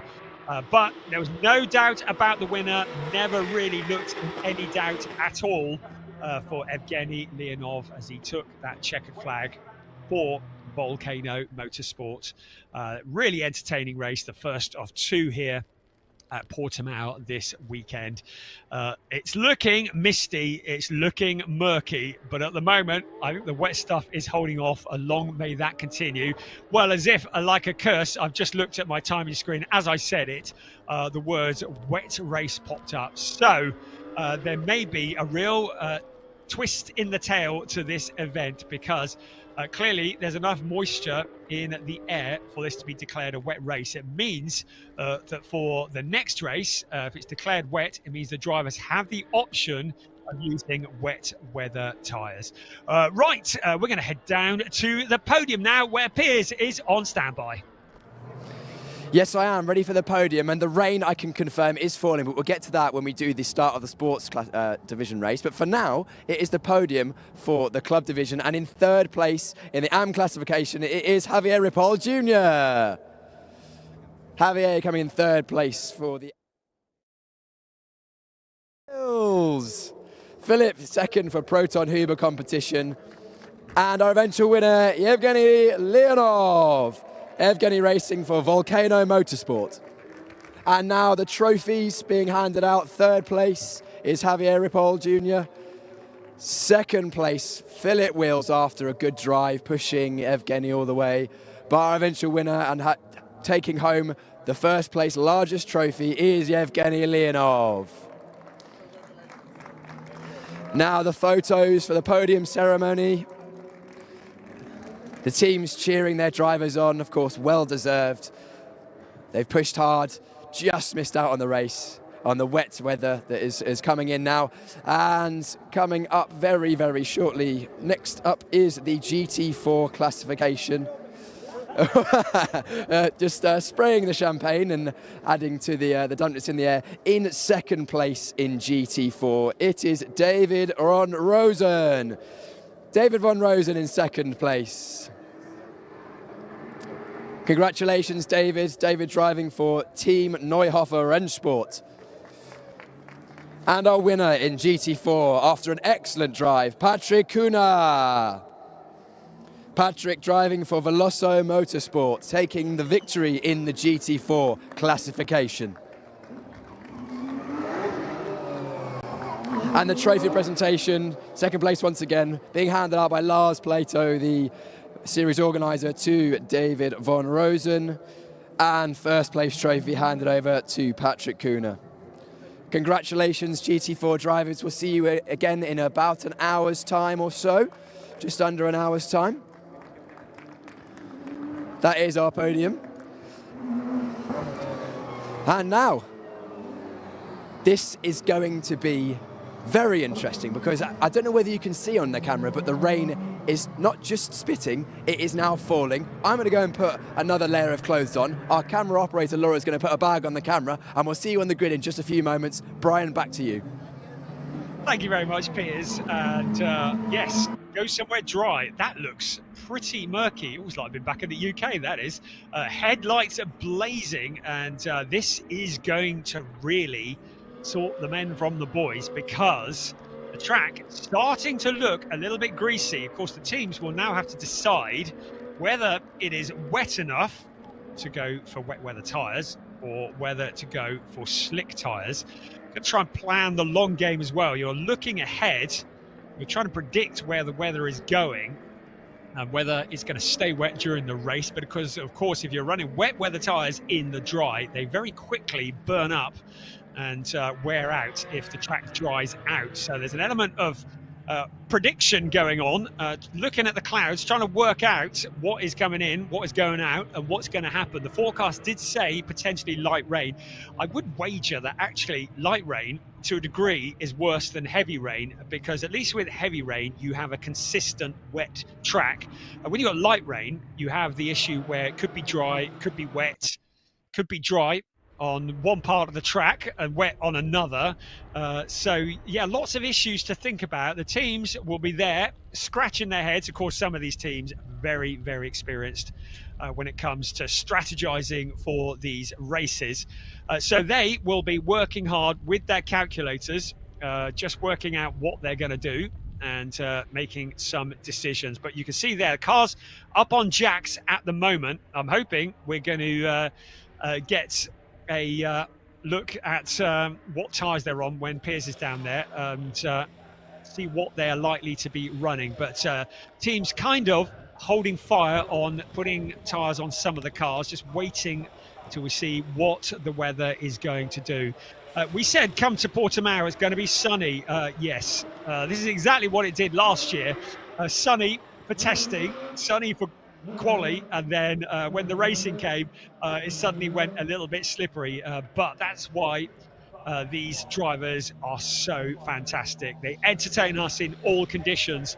Suddenly the wet weather experts are looking very eager, rubbing their hands together and anticipating what could be an opportunity they might not have had, and those that are further back down the grid will have maybe an opportunity to move forwards in a way that they wouldn't have if the track was dry. So you can see the teams setting to work there. I'm still actually waiting for confirmation on the starting grid at the moment. Just want to make sure that I have confirmation of who is where. Right, I have now. So just to confirm, it is indeed Chester Kiefer who is on pole position, with once again Ariel Levy alongside. Flint Schuring starting in third place. Sid Smith in P4. Now that's going to be interesting. Also keep an eye, Sasha Norden. Well, we've already seen how quick he is. He's starting from P5. But Draker Janssen in P6 in the number 17 car. When it rained at the Red Bull Ring in Porsche Carrera Cup Benelux last year, he was transformed and he was pretty unstoppable. So he'll be quite eager to get going if the rain comes down. Domas Radonas is up on the fourth row with Dirk Schuten up there as well. So this is going to be very, very interesting. That's the view briefly from Sid Smith. That's the view from Dirk Schuten. You can see the rain. Well, I know very little, as you've probably gathered by now. But by my reckoning, it's not really enough for wet weather tyres. But if you go out on slicks, and the track is slippery. This is very tricky on an undulating track surface, and I'm kind of looking forward to when Piers gets out there for his grid walk, because I'm hoping he's going to give us some insight into what tyres they are actually using. But at the moment, you can see that it's not exactly chucking it down. It is those conditions that everybody dreads, really. As an errant wheel just disappearing across the track. The conditions where it is neither proper wet nor proper dry. But yes, as we already said, that's why these drivers are fantastic drivers doing what they do. It's great training as they get ready for the 2025 season, particularly those that are in Porsche Carrera Cup Great Britain. I better get used to this wet stuff. So it's good practice, good experience as we look at the view from Dirk Schuten's car. Right, Piers, have you got your waterproofs on? Hope you're staying dry. We need to know what tyres they're on. Hope you're down there on the grid waiting for us. Yeah, down here on the grid, Brian. No waterproofs for me. I'm well hard, aren't I? But anyway, I put an extra layer on so I stay warm. Can confirm that as far as I can see, every single driver has put wet tyres on. Our camera operator Laura is going to have a quick look in there. Yeah, so wets on Ariel Levy. The rain is falling heavier and heavier by the moment. Visibility going down. You can see down to turn one, the visibility is reduced. There's going to be spray on the circuit, I reckon, in a couple of minutes, because this rain, as though it's not big raindrops, it's quite dense in the air. I don't know whether you can see it on my body.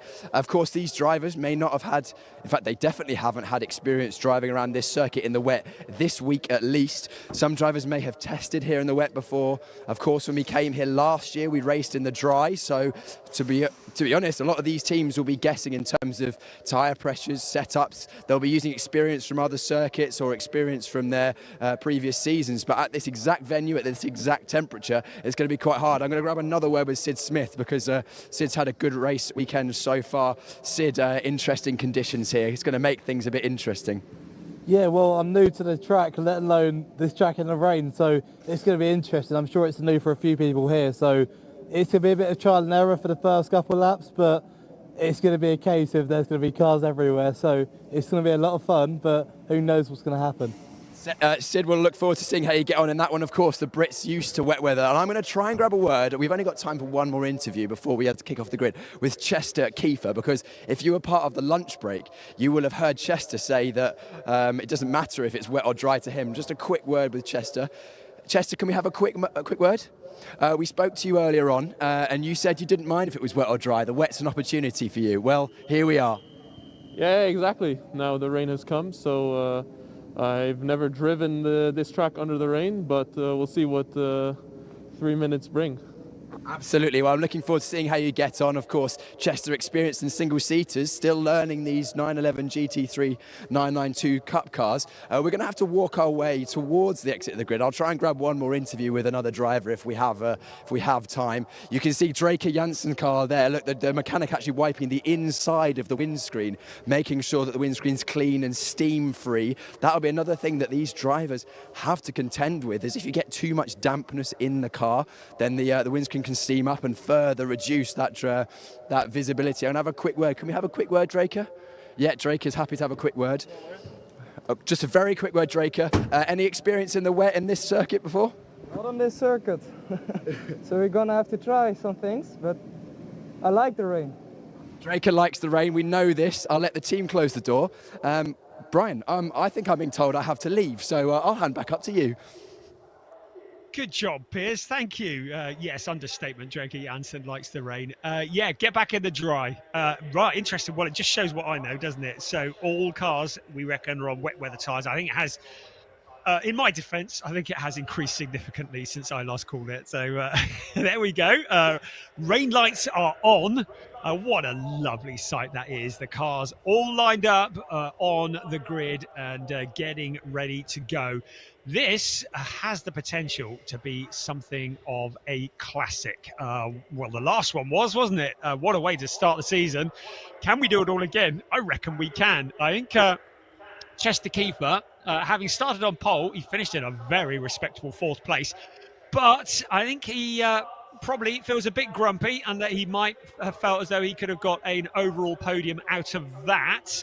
But we've already seen how strong Ariel Levy is. I think he's the kind of driver who gets in front and then tries to control the pace of the race. It's kind of what he did in the previous one. Flint Schuring, I think he's got a point to prove from there. Sid Smith, we've already seen what he can do in the previous race. He's used to this weather. He comes from Great Britain, don't you know?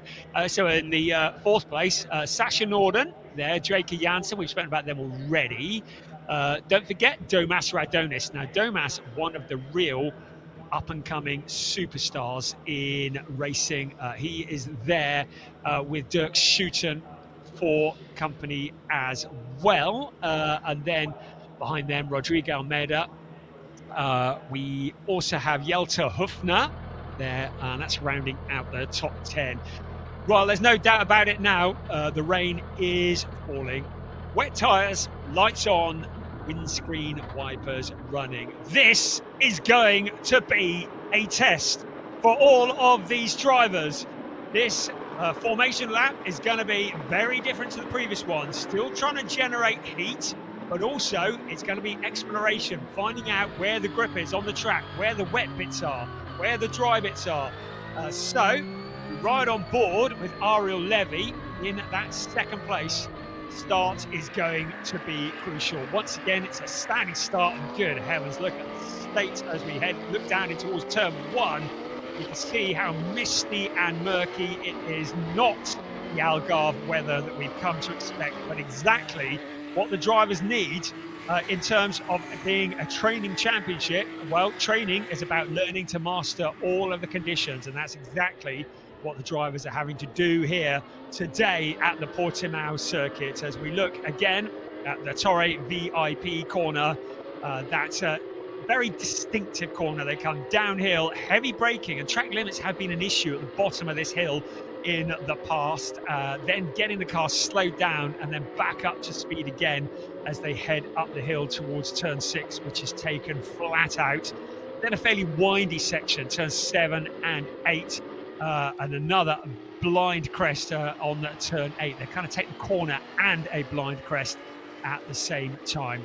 So headlights blazing through the mist and through the murk. Let's have a look at the grid. Chester Kiefer on pole position, Ariel Levy alongside Flint Schuring, Sid Smith, Sasha Norden, Draker Janssen and Domas Radonis and Dirk Schuten. That are the first 4 rows of the grid. Then Rodrigo Almeida, Helter Hofner, Josh Stanton, he might be good there from 11th with Nick Hove and company, Matthias Ferreira, Henry Chumala, he was strong in the last race, wasn't he? He had a Jonas Greif, Alex Ryman down in 16th place, Felix Neuhofer, Charles Visser, Mace Muller, Thomas Cangro, he's had a rubbish day so far, he'll want to make up for that. Luciano Martinez ahead of Ziad Giris and Anthony Imperato, bringing up the rear of the pack. Lots to look at up and down, but our eyes are going to be very much glued on turn 1 when this thing gets going. I believe it will still be a standing start. Sometimes when the rain is coming down, the stewards decide to go for a rolling start. But as far as I can see, that is not the case here. Oh, there's somebody getting very sideways there. I just picked it up, but just lighting up the rear tyres. Might have been Dirk Schuten, certainly one of the white cars. But everybody's pointing in the right direction. So, yeah, as you were, it'll say, yeah, totally intentional. Just getting some heat in the tyres, wasn't I? So onto the grid they come. It's going to be a standing start by the looks of things. Oh, this is going to be exciting. They're all going to steam into turn 1, full beans. Question is, are they all going to come out the other side? Well, one sincerely hopes so. Entertainment was the order of the day in race 1. A phenomenal race. I said to you sometime this morning that this field this year is littered with talent, and I stand by that statement after race 1. We're going to see who the really talented people are now as we head into a wet race. Clearance from the back. Are you ready? Round 2. Porsche Sprint Challenge, Southern Europe, Sport Division is go! There's a car very quick off the marks at the back. Dirk Schuten also making a very quick getaway. We look through the mist and the murk, and another great start from Ariel Levy leading the pack into turn 1. Can he get it slowed down? The 2 Schumacher CLRT cars running side by side. Looks like Flint Schuring on the outside. The rest of the cars coming through. the mist and the murk. It looks like everybody's made it around turn one. That's a great starting point. Now finding their positions as they head out towards turns 2, 3 and 4. Up the hill they come, then it'll be a downhill again. On board with Dirk Schouten. He made a good getaway. Some of the cars from further back also making good progress. There's our race leader. Second place, Flint Scheuring. So he's got the jump on his teammate. But Chester Kiefer in that third place. Can he get a podium out of this? This is a tricky corner. Nick Ho going very wide indeed. He's able to get on the power, rejoin. Having taken a very wide line, he will argue he got bundled out there. That is the view from Dirk Schouten on board. The windscreen wipers going. Very, very little visibility for these drivers here, fighting for the positions further back. There's Domas Radonis, also under pressure from Draker Janssen. Other cars in there as well, all fighting for those positions. Out towards turns 10 and 11 they come. We'll get the official positions as they cross the line in a few moments. But they're all tiptoeing around this part of the circuit. It is a slippery section, a windy section. There's somebody who's gone off onto the grass. Now, who's that? Can't quite see who that is, but it's a car that has gone off onto the grass. We'll find out who that is in a moment. The rest of the cars coming through into turn 14 and then tiptoeing around into turn 15 are on board with Sid Smith. You can see how hard he's fighting the wheel, challenging for position, but Sasha Norden on the inside of him going into the corner. Also there, Rodrigo Almeida, who is looking very good indeed in the FAC Autotech car. Across the line we come. So, Ariel Levy leading the way, Flint Scheuring, Chester Kiefer, Dirk Schouten up into fourth place. I thought he'd made pretty good progress at the start. Then it's Sid Smith, Sasha Norden, Rodrigo Almeida, then Heiter Höfner ahead of Nick Ho, despite that wide line that he took. So Dirk Schouten, the man on a mission, has charged forwards up into that fourth place. The reigning champion and Porsche Carrera Cup Benelux. Right, we've got a full course yellow. I suspect it's for whoever it was that we saw. I think it was Matthias Ferreira who may have spun off, and we've got a full course yellow that's out. So all the cars now being asked to take their foot off the accelerator to reduce the speed. All the gaps are meant to remain the same. I'm thinking it is almost certainly Matthias Ferreira in the 27 car who went spinning. He is at the bottom of the timing screens. We didn't get a clear shot of him, but the car's now not allowed to overtake while this stricken car is moved.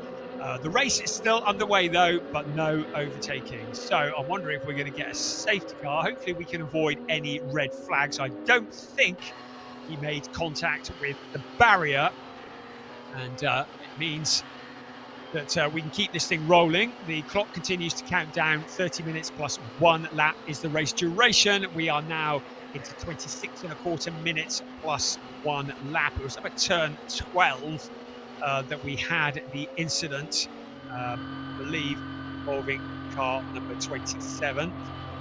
Ariel Levy, who leading the way. And if you ever want to be leading a race, it's when conditions are like this, because you don't want to be looking at spray from the car in front. I've just seen that safety car is on standby, so we may well get a, yes it is Matthias Ferreira who the one that's pointing in the wrong direction. So looks like his afternoon has come to a premature end. Such a shame. Of course, in the first race, he got a 12th place after a lot of battling in the target competition car. So I'm feeling safety car might be about to be deployed. Yes, it is. So safety car has now been deployed. So the cars will be bunched up, the gaps will close up, and safety car will lead them around just while the stricken number 27 car is removed from the scene of the crime. The cars head out along the pit straight once again.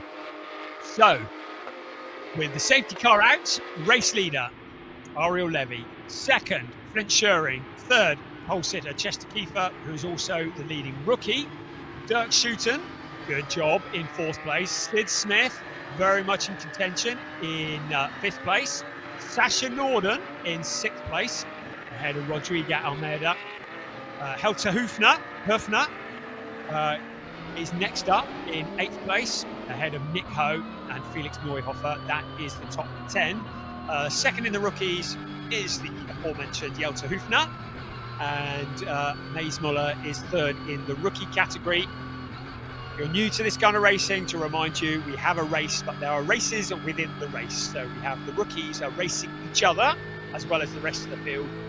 We'll get a podium for the rookies at the end, and the leading rookie will get the top step of the podium, who is Chester Kiefer at the moment. And we have a Pro-Am race at the moment. Henry Tuamala once again leading the way, and he is 16th place overall. Second of the Pro-Ams is Ziad Giras, with Anthony Imperato third in Pro-Am race. Draker Janssen apparently is into the pits, and we've got a red flag once again.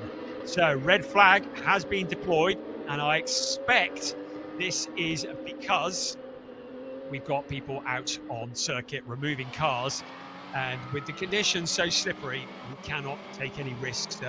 Looking after track staff is of paramount importance. Just before I said the red flag, Draker Janssen has peeled off into the pits. Now that is a shame. I've mentioned it several times already. You can tell I was impressed, can't you? He was at the Red Bull Ring last year, and he did 2 races in the wet, and was phenomenal as he came charging through the pack, and said when we chatted to him on the grid, when Piers chatted to him, that he was looking forward to a wet race, but clearly there's some issues with that. Well, I think he might actually be back out on track now, because I can see him back on the timing screen, so I think he might have rejoined, having been into the pits. I wonder if he might have had a puncture or something. Whatever it is, he's going to be at the back of the queue when this race restarts. Just under 24 minutes, plus 1 lap remaining. So the safety car will once again bring the cars back round into the pit lane, or onto the grid, probably the pit lane. Schuten was the fastest man on the track. Well, no surprises there before the red flag came out, and was the driver that made rapid progress up into that 4th place. Be interesting to see how he goes from there. He's had a bit of experience running in the wet as well. The session will continue, just to reassure you, if you are watching this and wondering if it's going to get going again. Yes, it will. We've seen a red flag in every race so far. Today, I don't think I have ever been at an event where every single race has been red flagged. It'd be nice if we could get the next one done with that one, but it's really important, very important, that any damage to the fence is seen to, and also that track marshals and track staff are kept safe, as well as the drivers. But as you can see, peeling off into the pits now. The rain continues to come down, and Ariel Levy will be leading that queue through. So we won the championship last year, as we've mentioned several times. He was the overall winner, Porsche Sprint Challenge Southern Europe. Had 3 wins, 6 podiums, and he had been fighting for a first ever win in Porsche 6th Carrera Cup Germany very much all of last season. Looked like it was going to get away from him, and then in the absolute last race of the season at the Hockenheim Ring, a daring move, took advantage of other drivers getting together, kept out of trouble, and finally took that first win. It was the first win ever by an Israeli driver in the Porsche 6 Carrera Cup Germany. We've also seen him in Porsche Mobil 1 Super Cup. We've seen him win in Porsche Carrera Cup Benelux. So a real talent, and a driver who gets better in leaps and bounds every year. In his 4th year of racing, and looking very, very much like a future, well, he's a current champion, isn't he? He's the defending champion, looking very solid here. Great to have Flint Schuring back. He was the main man in the Porsche Sprint Challenge Middle East last winter. It meant we didn't get to see him quite in the way we wanted to in Sprint Challenge Southern Europe, but great to have him back. and another one of the real chargers. So Flint Shearing and Chester Kiefer, well, we've spoken a lot about them already. We've spoke earlier on, well, I didn't, Piers did, spoke to Jelte Höfner in the 919 car, currently in 8th place for MDM Motorsports. And he's another driver. He's a keen skier. There you go. There's a useless bit of information for you. Has yet to announce his plans for the summer. Was waiting very much to see how things shook out here in the Sprint Challenge to decide what his plans might be in the summer. Well, I would say, judging by his performance, yeah, get yourself stuck into a Porsche series. That's what I say. So, yeah, he's done a good job there, hasn't he? And in that 8th place at the moment. Nick Ho in 9th place in the 98 car for PG Motorsport. He was very solid in Porsche Carrera Cup Benelux, and he just was been there pretty well all season long. Still looking for that elusive first win. Makes me feel old when he says he's combining studying business administration, so still in the educational system as well as racing, but a real talent.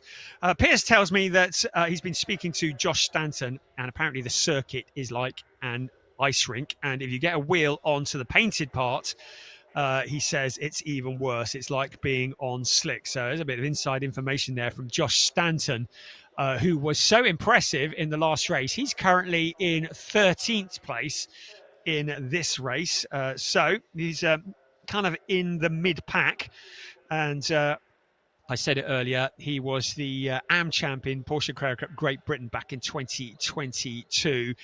In Carrera Cup Great Britain last year, and really great driver who is very much going forward. Also, so I'm guesting last year, Silverstone in Porsche Mobil 1 Super Cup. You may well have seen that. Of course, Porsche Mobil 1 Super Cup supporting the Formula One circus, and really, really great experience for many of these drivers. All part of the Porsche pyramid. I mentioned it earlier, and it is a wonderful strategy that Porsche have.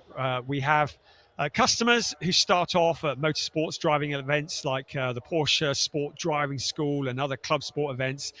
Next up in the pyramid is the One Make Series, and we have the Sprint Challenges, the Carrera Cups, and the Mobil 1 Super Cups, and that really is a steep learning curve, part of the Porsche pyramid. Then we see customers crossing over into the world of factory racing, and that's where the 911 RSRs, the 911 GT3Rs are used. And if you're a fan of the World Endurance Championship, you will have seen many Porsches in there, and of course the 24 Hours of Le Mans, won by Flint Shearing's older brother Maurice Shearing last year in the GT category. There's IMSA as well. 24 Hours of Daytona, of course, very topical this time of year. The 12 Hours of Sebring, and then lastly at the top of the pyramid, it's the hypercar, the LMP1 class, and that is absolute top level racing. Okay, notification. You've heard enough of my wittering. The restart is going to be in about 25 seconds. So stand by your beds. Let's get this thing going once again, and hopefully we can resume this. Now, according to the clock on my screen, the clock is now ticking down with 23.5 minutes remaining. There is the stricken Matthias Ferreira car going back to the pits, and the Target team, great team Target from Italy, I believe, who will get to work on that and have it back out for the next round in Estoril, I have no doubt. Right, the cars are rolling. Ariel Levy, once again, leading the pack around, staring at the back of the safety car. And hopefully we will be running the next time we come past this pit exit. 23 minutes plus 1 lap remaining of this race. And then we'll be up to the checker flag. But don't forget, we've still got one more race to come this afternoon. We've still got the second round of the club division still to come after this. That should be lively in these conditions. So don't be going anywhere. I do hope you're enjoying this. The opening rounds of Porsche Sprint Challenge Southern Europe 2025, this wonderful series in its third season. Summer wins are made in the winter. Well, try telling that to the drivers as the cars haul their way through the rain with the windscreen wipers running on the wet weather tyres and gaining the experience in the Winter Championship, the Training Championship. Welcome to you all. I know a lot of people watching us all around the world, a lot of people watching us online, a lot of people watching us on TV as well, and a lot of people watching us on the terraces. Please don't go home. We hope you're enjoying this. Draker Janssen has restarted at the back of the pack, so that is good news, but he will be stone lost. So he's going to have a lot of work to do. Be very interested to see where he can come from. He'll be 22nd on the grid. We'll see what happens there. We're going to really test him on this wet weather expert theory, aren't we? Yes, whatever his issue was, he's now rejoined. There he is, bringing up the rear of the pack.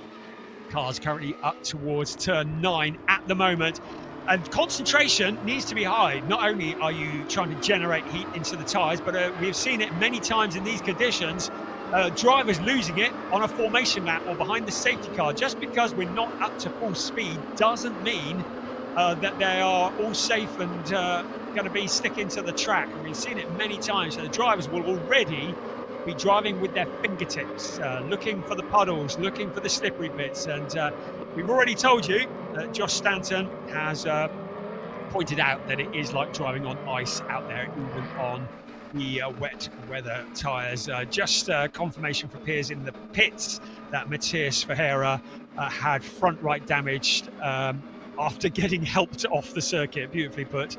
A helping hand. He's all good, just the car that might need a little bit of TLC before we see it the next time out in Estoril. Right, well, as we saw earlier, Ariel Levy, it's his decision when to hit the accelerator. He can weave, he can hit the brakes, but he's decided early. Into turn 15 he comes, he's already on the power, and he's already leading the way. Flint Schering, well, he's kept in within his sight. And now, Chester Kiefer under pressure from Dirk Schouten along the pit straight. They come towards turn 1. Schouten's going to have the outside line under braking. Can he get it slowed down in these slippery conditions? The challenge for the last of the podium positions. Schouten taking the wide outside, the long way round. Sid Smith just there as well, keeping a watching brief on this fight. The last of the podium positions. Smith going very wide out on the corner. He rejoins in front of Sasha Norden, but he keeps it all pointing in the right direction, so all is good. There's Draker Janssen on the inside of Ziad Gieris. The rest of the cars coming through the mist and through the rain. Windscreen wipers blazing. The rain lights are blazing. Flint Schering second place now. Dirk Schouten into that third. Chester Kiefer trying to find as much traction as he can into turn 5. They're going 3 abreast around turn 5. Somebody tell them that doesn't always work. That is the view. We told you that running in the traffic is poor visibility. Dirk Schouten, all he can see is the red rain light of Chester Kiefer. No, of Flint Schering burning through the mist and trying to hit all the right braking points with very, very poor visibility, but he'll have plans on getting past Flint Schering, trying to find his way up into that second place. Dirk Schouten looking to be reveling in these conditions. In that fourth place, Chester Kiefer still there. Sid Smith just there as well. Sasha Norden, Rodrigo Almeida in there. They're all fighting for position at the moment. But Ariel Levy, no such problems with visibility. He's got an open track in front of him. He just needs to keep the car pointing in the right direction. Going to come out in a few moments across the start-finish line with 18.5 minutes remaining of this race, plus 1 lap. He's not braking as clear from Flint Schering as he'd like. 3 abreast into turn 14. Great stuff here, coming out in the front of that particular fight. Felix Neuhofer, what a great move from him. Rodrigo Almeida in there as well, I think. So this is really sorting out the wet weather drivers. Ariel Levy with the fastest lap of the race, significantly slower than the previous race. There's Draker Janssen fighting his way back up through the pack, having started stone last, on board with Dirk Schouten once again in third place. Now, what can he do about the cars in front? Look at this fight that is going on. There is Rodrigo Almeida. He is fighting for position with Felix Neuhofer as well. Almeida's got past. Of course, he recorded that non-finish in the first race. He's got a point to prove here. He's up into 5th place, having found a route past Felix Neuhofer. Down the hill they come, hitting the right braking points. Neuhofer challenging again on the inside of Almeida. He finds the route past. He shuts the door in his face, but then a big twitch to the inside. Almeida has the faster line coming out. Further back, that's Draker Janssen going very, very wide out of turn 5. He gains some traction, rejoins the track, but Neuhofer now having found a route back, which is going on for 5th place. One to keep an eye on.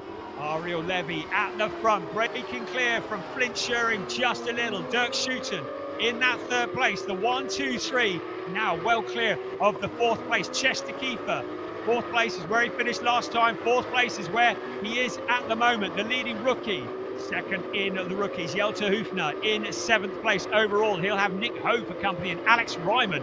Good progress from Alex Ryman up into 9th place. Remember, he started a long way back on the pack in the number 47 car. So he's another one who's enjoying these conditions. The 99 car of, now was that Flint Schuring finding a route past? I think it was. Yes, Flint Schuring has found a route past Ariel Levy. So what happened there? Ariel Levy, I wonder if he's had a moment, because Flint Schuring in the lead of this race. While we were looking further back, a change for the lead and the fastest lap of the race. We said keep an eye on Flint Schuring, a real talented driver. He's got to keep it on the track though, going wide in the corner. But Flint Schuring, you see the back end of the car twitching as he gets on the power, keeping it on the stuff that's got the most grip. There's not much grip to be had out there. So Ariel Levy relegated down into 2nd place. The driver who won race 1, Dirk Schuiten, in 3rd place. Is he going to close in on Ariel Levy now? These conditions suiting Flint Schuring. He sounded confident when Piers spoke to him on the grid, and now he leads the way in the number 99 car. Flint Schuring leading the way. Ariel Levy in 2nd place. Dirk Schuiten in 3rd ahead of Chester Kiefer. And there is Alex Ryman on the outside of Nick Ho. Ryman, who is making wonderful progress. He was a real star last year. He ended up winning in the Pro-Am category, loving these conditions, and now challenging for 8th place. The view that Ariel Levy has is no longer clear in front of him, because Flint Schuring is now the one kicking up the spray in his face. We're at the halfway point of the race. We have 14 minutes and 50 seconds plus 1 lap remaining. Flint Schuring, our new race leader, having found a route past Ariel Levy. Dirk Schuiten in 3rd place. Got one eye on Dirk, but Levy trying to come back now. Can he challenge for the lead without leaving the door open for Dirk Schuiten? I think Flint Schuring is going to take a little bit of stopping from that position. Another of the drivers who just gets better and better. And leading the way here, looks to have a comfortable gap. It was 1 second the last time across the line. I think he's extended that a bit now over Ariel Levy. Suddenly, Levy's mirrors are going to be full of Dirk Schuiten, who is going to be looking to try and relieve him of that 2nd place. In towards turn 1 they come. Dirk Schuiten, an absolute fighter. He is the driver who had no budget to go racing last year, so he decided to run 100 kilometers to raise money in 24 hours, as we see Draker Janssen coming back to 9th place on the outside of Nick Ho. What a move from Draker Janssen up into 9th place. Told you he was good in the wet, didn't we? And so Chester Kiefer coming under pressure from Rodrigo Almeida in 5th place. So incredible stuff. Draker Janssen, who does seem to like the slippery conditions, started stone last, I may remind you, now up to 9th place. I was part way through telling you about Dirk Schuiten running 100 kilometers in less than 24 hours to raise money. It's worth checking out his video on YouTube. He did this to raise money through his GoFundMe so that he could go racing last year. Sid Smith is running out on the gravel, and Alex Ryman, after all that progress. So 7th and 8th, I wonder if they've got together. They're not going to be 7th and 8th when we cross the line next. So Sid Smith and Alex Ryman now onto the gravel, rejoin, but they've lost a load of positions. We've lost Felix Neuhofer as well. So Felix Neuhofer has gone, and Janssen, maybe just a little bit too much confidence. You just saw him also running off the track. We had a yellow flag at turn 8. I think that's where it was all happening. But he has rejoined. But suddenly Draker Janssen also dropping back through the pack. So a lot of the wet weather runners suddenly finding that traction is at a premium. Less than 12.5 minutes remaining plus 1 lap. Flint Schuring leading the way. Ariel Levy, second place. That's Nick Ho, also pointing in the wrong direction. Let's hope that he can avoid any contact there as cars scattering to the left and to the right. So Nick Ho, another one who succumbs to these slippery conditions. Chester Kiefer down into 5th place because Rodrigo Almeida has found a route past. Looking there at Mace Muller in the number 67 car, who is also running in 12th place with Domas Radonis. Lot of position changes. So Draker Janssen with all that hard work to do again, and he is up with Domas Radonis, it looked like to me on the confirmation on that. Certainly one of the GP Elite cars, but no confirmation needed of our race leader. Flint Schuring, 1.173 to the good of Ariel Levy. The Israeli driver trying to fight back. It's the Israeli driver versus the Dutch driver versus another Dutch driver. He is the meat in the sandwich. Dirk Schouten, 3rd place. Almeida from Mozambique, showing what he is made of in these slippery conditions after that difficult race 1. There's Thomas Cangro to the inside of Mace Muller. So Cangro, we saw him struggling a little bit earlier on, but he is now up into 7th place. These conditions really are such a leveler, allowing drivers the opportunity to fight forwards. Sasha Norden down in 9th place, so having a difficult race. Sasha Norden having looked so strong in the first race that we saw earlier on today, down in 9th place. So we're looking to try and push forwards from there with 10 minutes and 3/4 remaining. That is Domas Radonas into the pits in the number 5 Team GP Elite car. The Lithuanian looks to be retiring from the race. We have 10 minutes remaining plus 1 lap on this round 2 of an 8-round season for Porsche Sprint Challenge Southern Europe 2025, the sport division. Flint Schuring leading the way ahead of Ariel Levy. And it looks to have this under control at the moment, but he will need to concentrate. A momentary lack of concentration, and the 99 car could so easily end up in a gravel trap. So positions further back, still changing. The leading rookie is still Chester Kiefer, but now Jelter Höfner is on his back bumper, having closed in the 1, 2, 3 in the rookies. They were running together, but now Thomas Cangro has found a route past Maze Muller. Cangro, another driver who seems to be relishing these conditions. So the 48 car, another one who is pushing forwards. Our leading Pro-Am driver still Henry Tuamala. There is Thomas Cangro in the red and black number 48 car. So he's another one who is picking off the places one by one. Draker Janssen, having made the progress, then spun off, then come back again. He's back up into 13th place. There's Jonas Greif. He's had a fairly quiet day. Alex Ryman challenging Jonas Greif for position. So it was Greif that we saw with Ryman earlier on, one of the other Team GP Elite cars. So Alex Ryman, having picked it all up again, pushing forwards, looking to the outside of Jonas Greif, showing who has the most courage going into the corner, going round the outside, daring to brake just that little bit later in these conditions, daring to put it all on the line. But Flint Schuring, with no such dramas at the moment, at the front, leading the way. There is Jonas Greif in the number 4, the orange, white and black car. There on board with 2nd place, Ariel Levy, the number 25 car from Team GP Elite. He's keeping Flint Schuring within reach, and it looks to me as though he has actually closed in a bit. It was 1.183 last time across the line. We'll see what it is this time when they cross the line. 1.183 it was.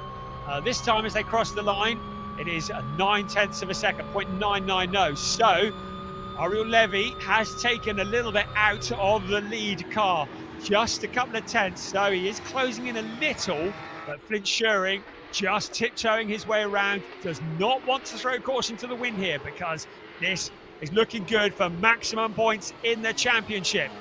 Ariel Levy, who leads the championship coming into this race, in that second place, but suddenly looking pretty racy with a little over 7.5 minutes plus 1 lap remaining.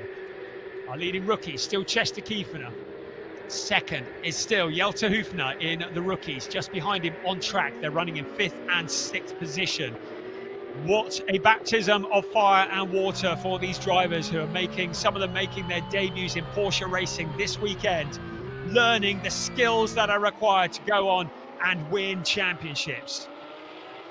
There is second place, Levy in the 25 car. Up ahead of him, Flint Schuring managed to find a route past in these tricky conditions. Whether Levy missed a braking point or whatever it was, he left that gap and Schuring was through. You see a bit of a dry line appearing on the track, but not much. There's Henry Tuamala in the 1-2-3 car. He's leading in the Pro-Am category. His nearest challenger is Anthony Imperato, who is 17th. Tuamala is 13th at the moment, so doesn't really want to be getting into fights with the cars around him. He's not in a battle, direct battle with Jonas Greif and Alex Ryman. He doesn't want to be getting mixed up with them. His main challenger is another of the Pro-Am cars who is further back. In the overall race, the gap down to 0.990 with 6.25 minutes plus 1 lap remaining. There's Sasha Norden in the 21 car. The weather certainly not suiting him as much as the dry weather did. He's down into 9th place at the moment. And there's Jonas Greif in the number 4 car, who is in 14th place.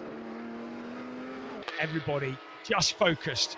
Getting to the end of this race, worth points in itself, and everybody from 15th upwards will score points in the overall championship. There is Alex Ryman up behind Henry Tuamala. Tuamala in the Pro-Am category in 13th place. So Ryman in 14th. So Tuamala looking to the outside along the pit straight into turn 1. There is Sasha Norden once again coming under attack, this time from Charles Visser. Visser finding comparative easy routes through. Is Norden going to be able to come back? Norden, the more experienced of the two in this discipline of racing, but Visser finds the route past.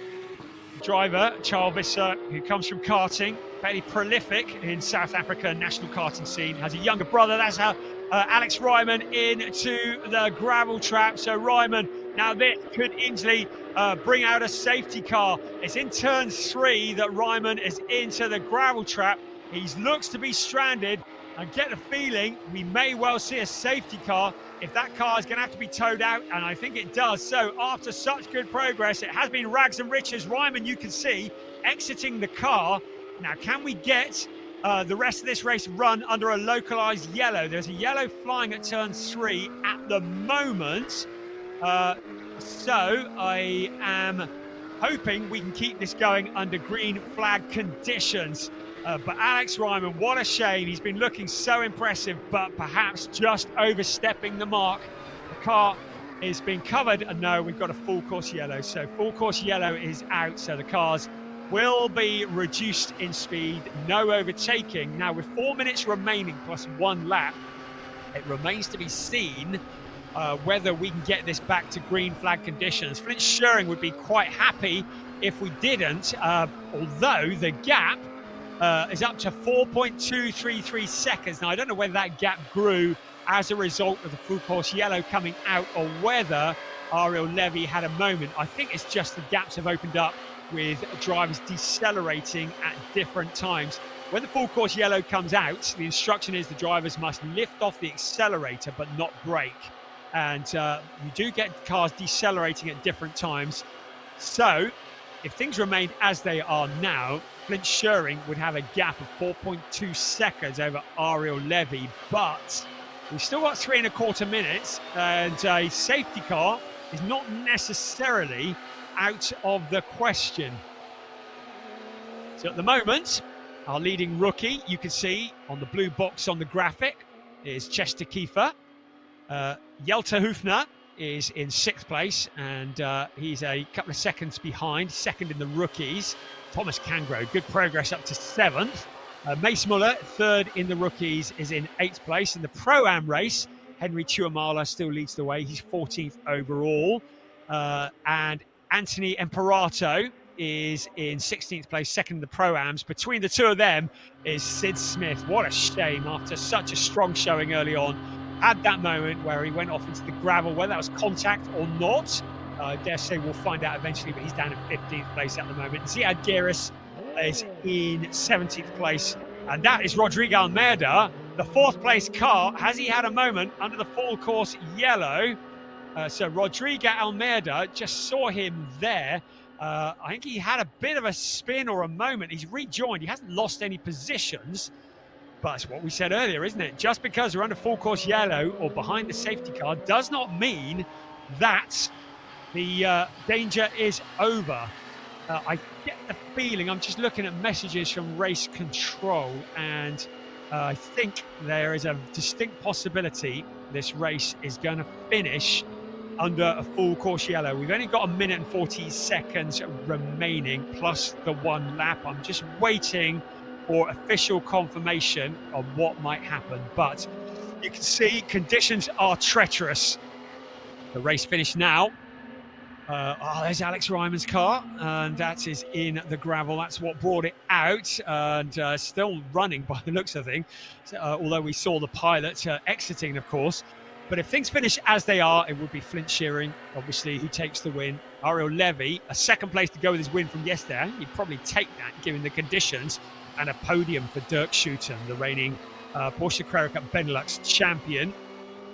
Rodrigo Almeida, well, assuming he doesn't have any more moments like he had earlier on, would take 4th place. So, final lap under full course yellow has been messaged. Just looking to see what might happen. Whether we're going to get a checkered flag, I think, next time around. So we're on to the final lap of the race. This will be the last lap under the full course yellow, I believe. The message on the timing screen is final lap under full course yellow. I don't expect it's going to go back racing again for anything other than that. So I will let you know on that, whether it's the full course final lap under full course yellow of the race, or whether we're going to get 1 racing lap. I expect it'll be the checkered flag next time around. I know Piers is down there doing the legwork. This is the final lap, he says. So, confirmation, this is the final lap of the race. A little bit of an anticlimax after what has been a thrilling race, and the first race was spectacular as well. If you missed it, please go back and have another look at it, because it was a spectacular race that we saw earlier on today in somewhat drier conditions. But this is going to be the world's longest final lap, the biggest anticlimax in history, as the racing for this weekend for the sport division comes to a end at crawling pace. At the moment, our race leader is out on turn 5, so another 10 turns to do, and it's just like everything's running in slow motion, assuming they can keep it on the track, and that is something to consider. It will be Flint Shearing who takes the win for Schumacher CLRT. Ariel Levy, who will take 2nd place. That is the culprit. Our full course yellow there, the Alex Ryman S1 car in the gravel. 3rd will be the lap time performance car of Dirk Schutten. Rodrigo Almeida will be in 4th. And our leading rookie, 2nd rookie win, looking like it's going the way of Chester Kiefer. But Jelte Hoefner pushing him all the way home there, pressuring him all the way. Right, where are we? Up towards turn 10. Stand by your beds. We will get there eventually. The number 99 car circulating turn 11 at the moment. Everybody keeping it pointing in the right direction. The cars we've lost from this race, obviously Alex Ryman, Joe Mastrodonis. We lost Felix Neuhofer earlier on. And of course, early on, we lost Matthias Ferreira. So the slow motion view out of turn 5, Torrey VIP. And up to turn 6, certainly not taken flat out on this occasion. Our race leaders now, as far as I can tell, into turn 14. And very shortly we'll be into the long sweeping gallop, which is the name of turn 15. In racing conditions will be taken at about 200 kilometers an hour. That is not the case here today. So Flint Schuring now into the final corner of the race. He's just about to head out onto the pit straight, and if my calculations are right, he should see a checkered flag in front of him in just a few moments to signal the end of the race. It is going to be a win in round 2 of Porsche Sprint Challenge Southern Europe, the sport division. Flint Schuring taking the top step with Ariel Levy in second place, and it's going to be a podium on his debut weekend in Porsche Sprint Challenge Southern Europe for Dirk Schuten. Solid job from him. Rodrigo Almeida, we're going to wait for him to appear, showing what he is made of in the FAC Autotech Porsche. Here he comes to cross the line. A very solid fourth place from Rodrigo Almeida. Great stuff from the driver from Mozambique. A win in the rookie category for Chester Kiefner, ahead of Jelter Hufner. And then Thomas Cangro, another driver, just going to wait for him to appear out of the mist before we can confirm it. There is Thomas Cangro. And a solid drive from him, just keeping it all together at the end into 7th place. Behind him, there's Mace Muller, who will get the last of the podium positions in the rookies. And then Charles Visser, who will probably be mourning the end of the race because felt as though he might have had a chance of getting past Mace Muller. Then Sasha Norden in 10th place. Draker Janssen, well, he spent a fair bit of time in the gravel, but still kept it going to pick up points in 11th place. Good job there. Josh Stanton in that 12th place. Rest of the cars coming across the line. Next up, Jonas Greif, so points for him in 13th.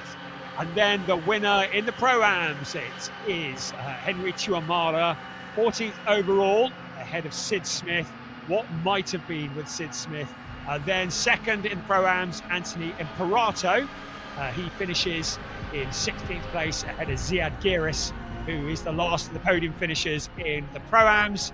Then Luciano Martinez in 18th place, and Nick Ho was the last of the runners. Such a shame for Nick Ho because it looks so strong. There he is, just seeing behind the graphic in the yellow and black car. He brings it home as the last of the runners. The non-finishers, Alex Ryman, Domas Radonis, Felix Neuhofer, and Mateus Ferreira. And a real shame that we've lost them, but well done to all the drivers who got it to the finish line in what has been very challenging conditions here in Portimão, on the Algarve, where the sun always shines, well, except for the 19th of January, where it decided to rain. Gave us all some good entertainment. And the cars, now I should think the drivers will be happy just to get back in the dry and warm themselves up. And apart from those who will be heading towards the podium. Draker Janssen was on the back of the train, apparently. He hasn't shown up on my timing screen for some reason. But Draker Janssen, oh yes he is. So I wonder whether he had another moment, but certainly not what he was looking for when he started this race this afternoon. And there is Nick Ho giving us a little pirouette.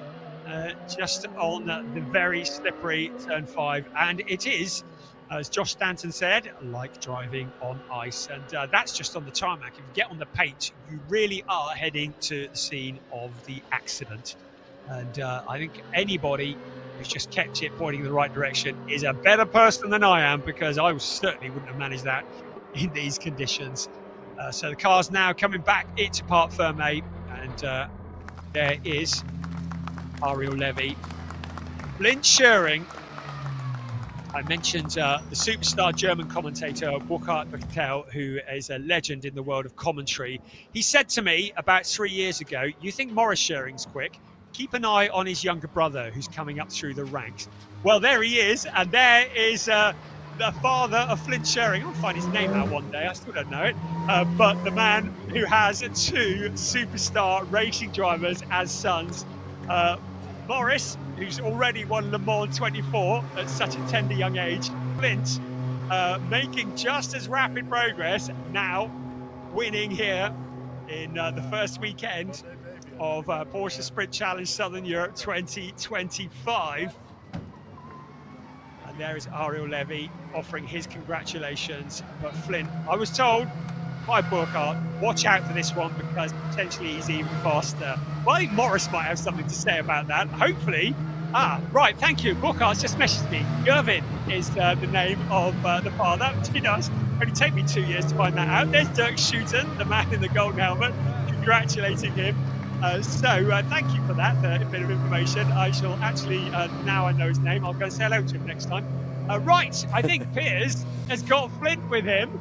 That's a racing family there, and Flint Schuring, he's going to show up his brother. You're going to have a word with him, aren't you? Over to you, Piers. Yes, I am. Flint. Thanks, Brian. Yes, I am. I've got Flint Schuring right here. Flint, that must have been a tough race out there, but you brought it home. Yeah, it was definitely difficult on wet track. First time it's wet this weekend, so had to learn a lot throughout the race, but managed to do so quite well and managed to get away and come home with a victory. Where did you find the pace to hold off Ariel Levy? Of course, Ariel's very experienced in these cars. You're still, on the up, so you must have found some good lines out there. Yeah, definitely experimented a bit. Also before the race started and during the safety car, so that helped a bit. And then managed to get in front. Amazing, and I suppose a great start to your season in 2025. Yeah, definitely a good start. First weekend with the new team as well. We did a superb job. Couldn't start any better. Amazing. Well, Flint, congratulations on the first win in the overall in the championship. I'm going to grab a word with Ariel Levy as well because it'd be good to hear about that lead battle from the other perspective. Ariel, come on in. Not quite the win you wanted in this one, but very, very close. Tricky conditions out there. Yeah, for sure tricky conditions, and also I've never drove here in the wet, so I had to guess everything, and I made one guess a little bit wrong. So then I dropped the position, but it's fine. I'm still leaving this place with a faster lap than I ever did before and leading the championship, so I'm still happy. Leading the championship, and also last year you won the championship, leaving the first round with a third and a first and a second, so even better than last year, I suppose, that you're hoping you can continue on with the form you had last season. Yeah, so for now, if you look at the results, everything is a little bit better than last year, so yeah, let's just keep it like this. Brilliant. I'll let you go and dry off and do the podium ceremony. I'd like to grab a quick word with Dirk Schuten as well. Dirk, a great result for yourself there. It must have been hard fought. Yeah, that was simply lovely. As Max would say. But I love the rain. I mean, I'm Dutch and I'm used to driving in the rain. And the conditions played out perfectly. The car was mega, so thanks to the team. And to finish in P3, to move up 5 positions, I never expected that.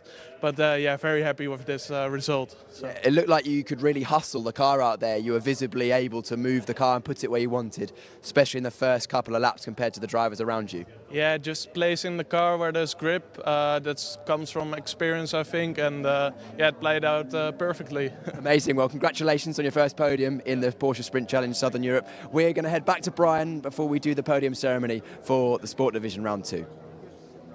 Thank you, Piers. Great stuff. Yes, simply lovely. These Dutch drivers all sound the same, don't they? Right, let's have a look at some highlights. You can see there was Ariel Levy who got the jump of the pole sitter into turn 1, Chester Keeper. The rest of the cars all made it around in the early stages, and everybody driving with their fingertips. And as Piers had already said, Dirk Schuten just exploring different lines and finding grip, putting his experience to good use and finding grip that wasn't there. And we'll have another look at the start again here. So there we go. It's a very good start, so it's worth looking at. And there he is into turn 1. Levy must have thought they'd got it all signed, sealed and delivered at that point. But as he said, first time driving here in the wet, and perhaps made one little error. Sid Smith was up there in the mix, as was Sasha Norden, but both of them would struggle in these conditions a little bit later on. And there was a lot of fighting, a lot of jostling for position, but a lot of it was just trying to stay out of the spray, keep that visibility, and terrifying to watch as he come down the pit straight flat out. There was Sid Smith exploring some of down Portimão, going very, very wide, 3 abreast around turn 5, I don't think so, and the rest of the cars making it though, but drivers just having to explore parts of the circuit they maybe wouldn't normally run on to try and find that additional grip. There was Rodrigo Almeida. He was doing really well. Felix Neuhofer was picked off. Draker Janssen, well, it was a kind of a rags, riches, rags kind of race for him. There was Nick Ho, who got turned around. He had a couple of pirouettes during this session and another learning curve for him. Thomas Kangro, driver who just kept it together, but Mace Muller going very wide. Jonas Greif was fending off Alex Ryman, perhaps being a little bit more cautious, but it was Jonas Greif who got the points in the end, because Alex Ryman eventually running out of traction and ending up in the gravel trap. Henry Tuamala was another one who was just driving with his fingertips to take the top step of the Pro-Am podium, but showing immense bravery. That shot as they head past the pitch, you realise how brave these drivers are. Eventually, under the full course yellow that was brought out as a result of Alex Ryman disappearing off into the gravel, it was a win for Flint Schuring. And Ariel Levy with second place, as he said, keeps him at the top of the championship. And Dirk Schouten finding traction where others hadn't, to finish in a very solid third place, and look forward to seeing them on the podium. I tried to tell you this about 3 times during the race. I was going to say about Dirk Schouten, he had set up a GoFundMe page. He ran this 100 kilometers in less than 24 hours to raise money for his season last year. He went on to win the Porsche Carrera Cup Benelux Championship, having raised that money. And if you've got a moment, I would heartily recommend you check out the documentary he's put up on his YouTube page. It's quite moving, actually, just how much pain he went through just to get on the grid for last year, and it paid off because he won a championship.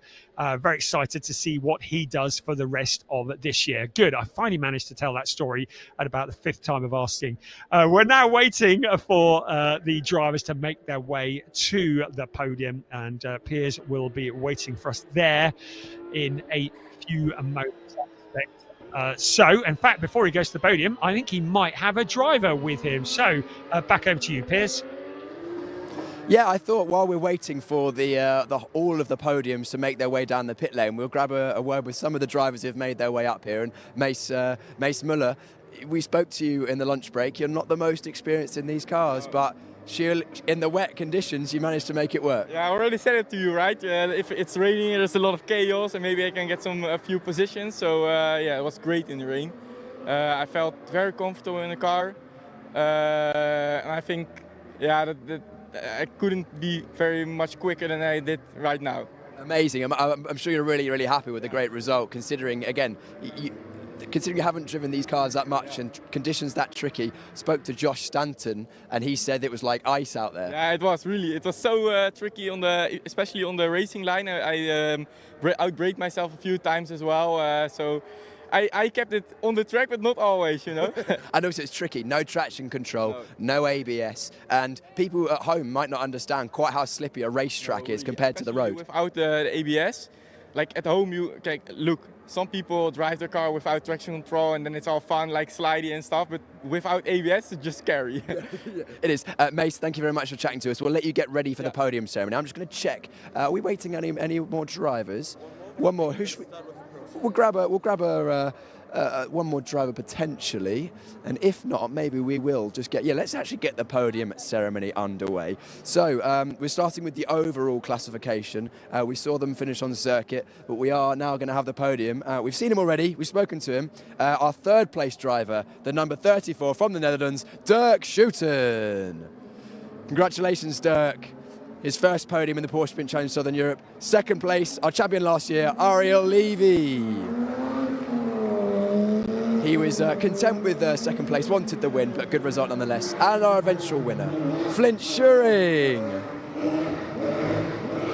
Flint, of course, driving for the Schumacher CLRT team. The Dutch driver is just getting ready, so we will now have the national anthem of the Netherlands.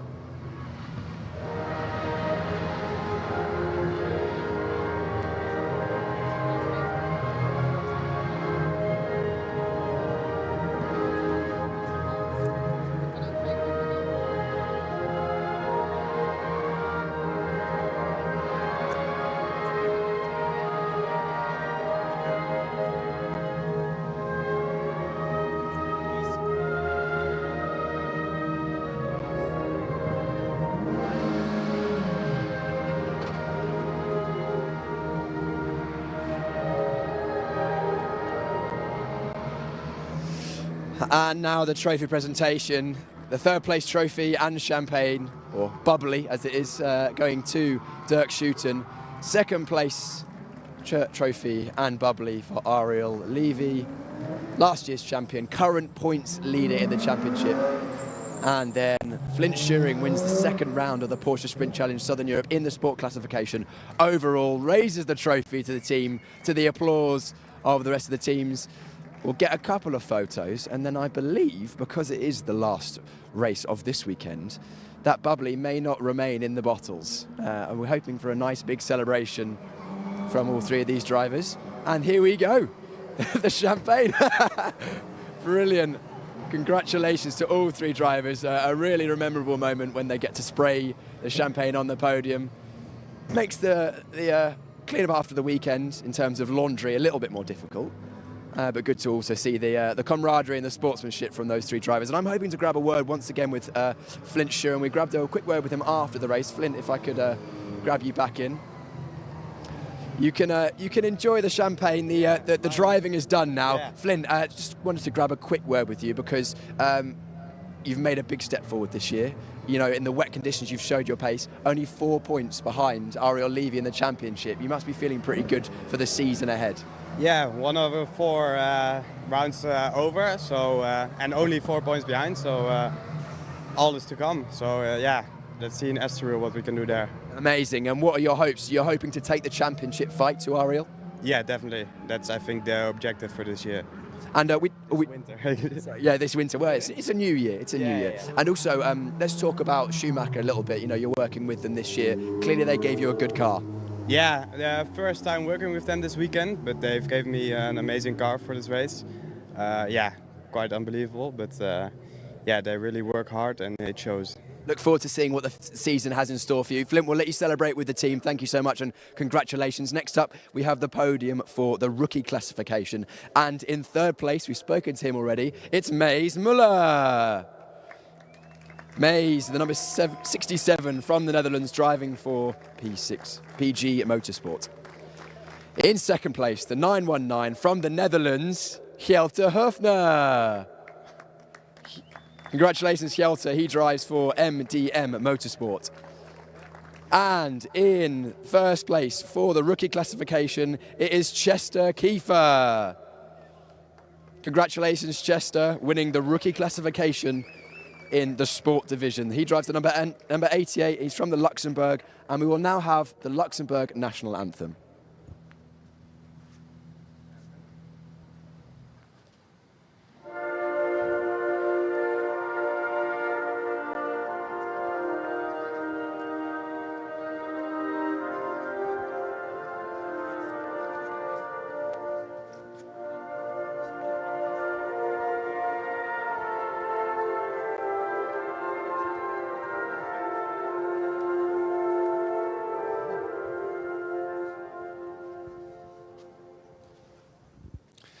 Congratulations to our podium drivers. The trophy's being handed over by Lars Plato, series manager once again. Third place for Maes Muller, second place Hjelte Höfner, and our eventual winner in the rookie classification. And a great day for Schumacher CLRT, winning the overall race in race 2 and also the rookie podium. Congratulations, our podium drivers. The drivers will come together on the top step of the podium now for the obligatory photos. To mark this moment in history, I can see Hjelte has already got his very snazzy folding phone ready for the podium selfie. Second of the weekend. A good start to his Porsche Sprint Challenge career with 2 podiums in the rookie classification. The rain falling not making it quite so easy for him to access the selfie function on the phone. Here we go. Trophies up, boys. Big grin. One more. Great job, guys. And final round of applause for our rookie podium in the sport division of the Porsche Sprint Challenge.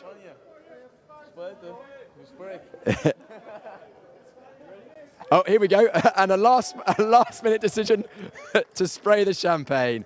Congratulations, all three. Again, this is the rookie classification. These drivers, I'm sure, will be spraying much more champagne for the rest of their careers. Jelta making the most of this moment. And the final podium for the sport classification will be the Pro-Am division. And in third place, we have the number 3 from the Netherlands, Ziad Giris. Congratulations, Ziad, third place in the Pro-Am classification. Second place, the number 19 from the United States of America, Anthony Imperato. Congratulations, Anthony, driving for Ombra Racing. And our eventual Pro-Am classification winner, the number 1, 2, 3, once again from Finland, is Henri Tuomala. Henri driving for Team Korainen. We will now have the Finnish national anthem.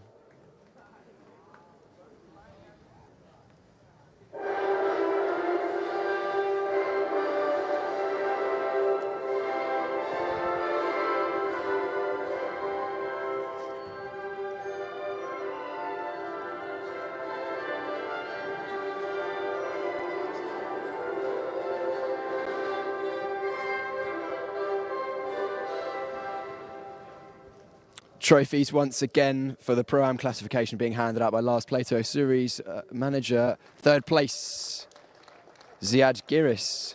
Second place, Anthony Imperato. And our winner, once again, a double victory in Pro-Am for Henri Tuomala.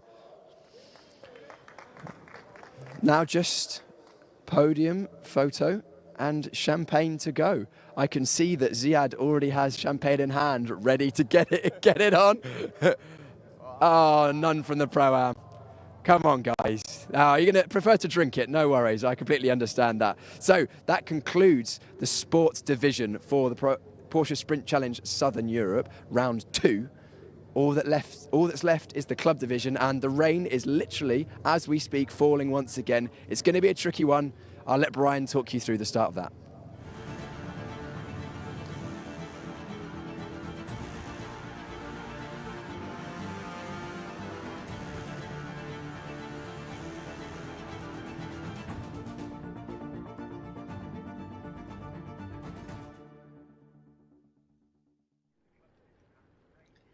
Three races down, just one more race to go this afternoon in somewhat challenging conditions. I have to say the last podium was as entertaining as the race was, featuring a Jelta Hufner's phone and a lack of champagne in the Pro-Ams. But hey, it was all very good.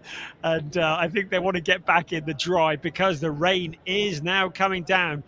We don't need to have a look at the tyres on these cars, do we? We know they are going to be running in wet weather tyres. It's the last race of the day, round 2 of Porsche Sprint Challenge Southern Europe 2025 for the club division.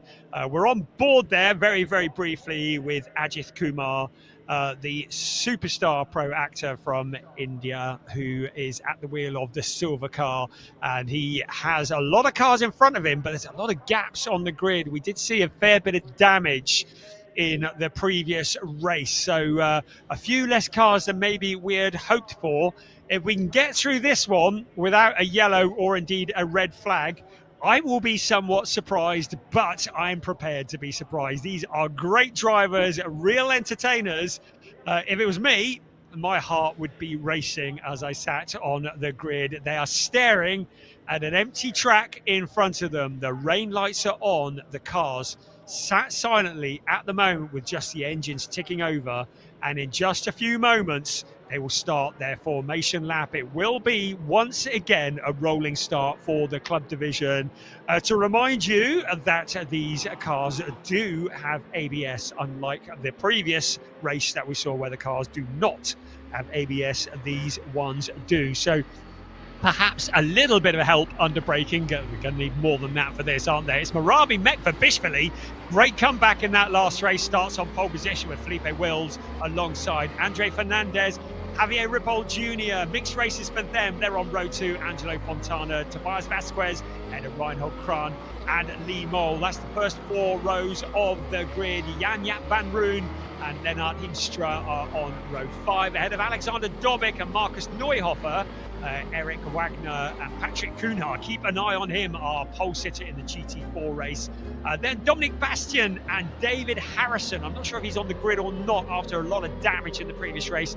Peter Sander and Ernst Inderbitzen are on the next row, and they're ahead of Eric Santos, Ajith Kumar, and then Kaspar Hockerboom and David von Rosen bringing up the rear of the pack.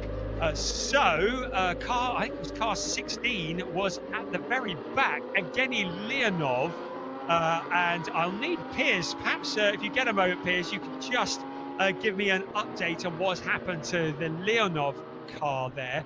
But an interesting grid in these slippery conditions as the cars circulate around.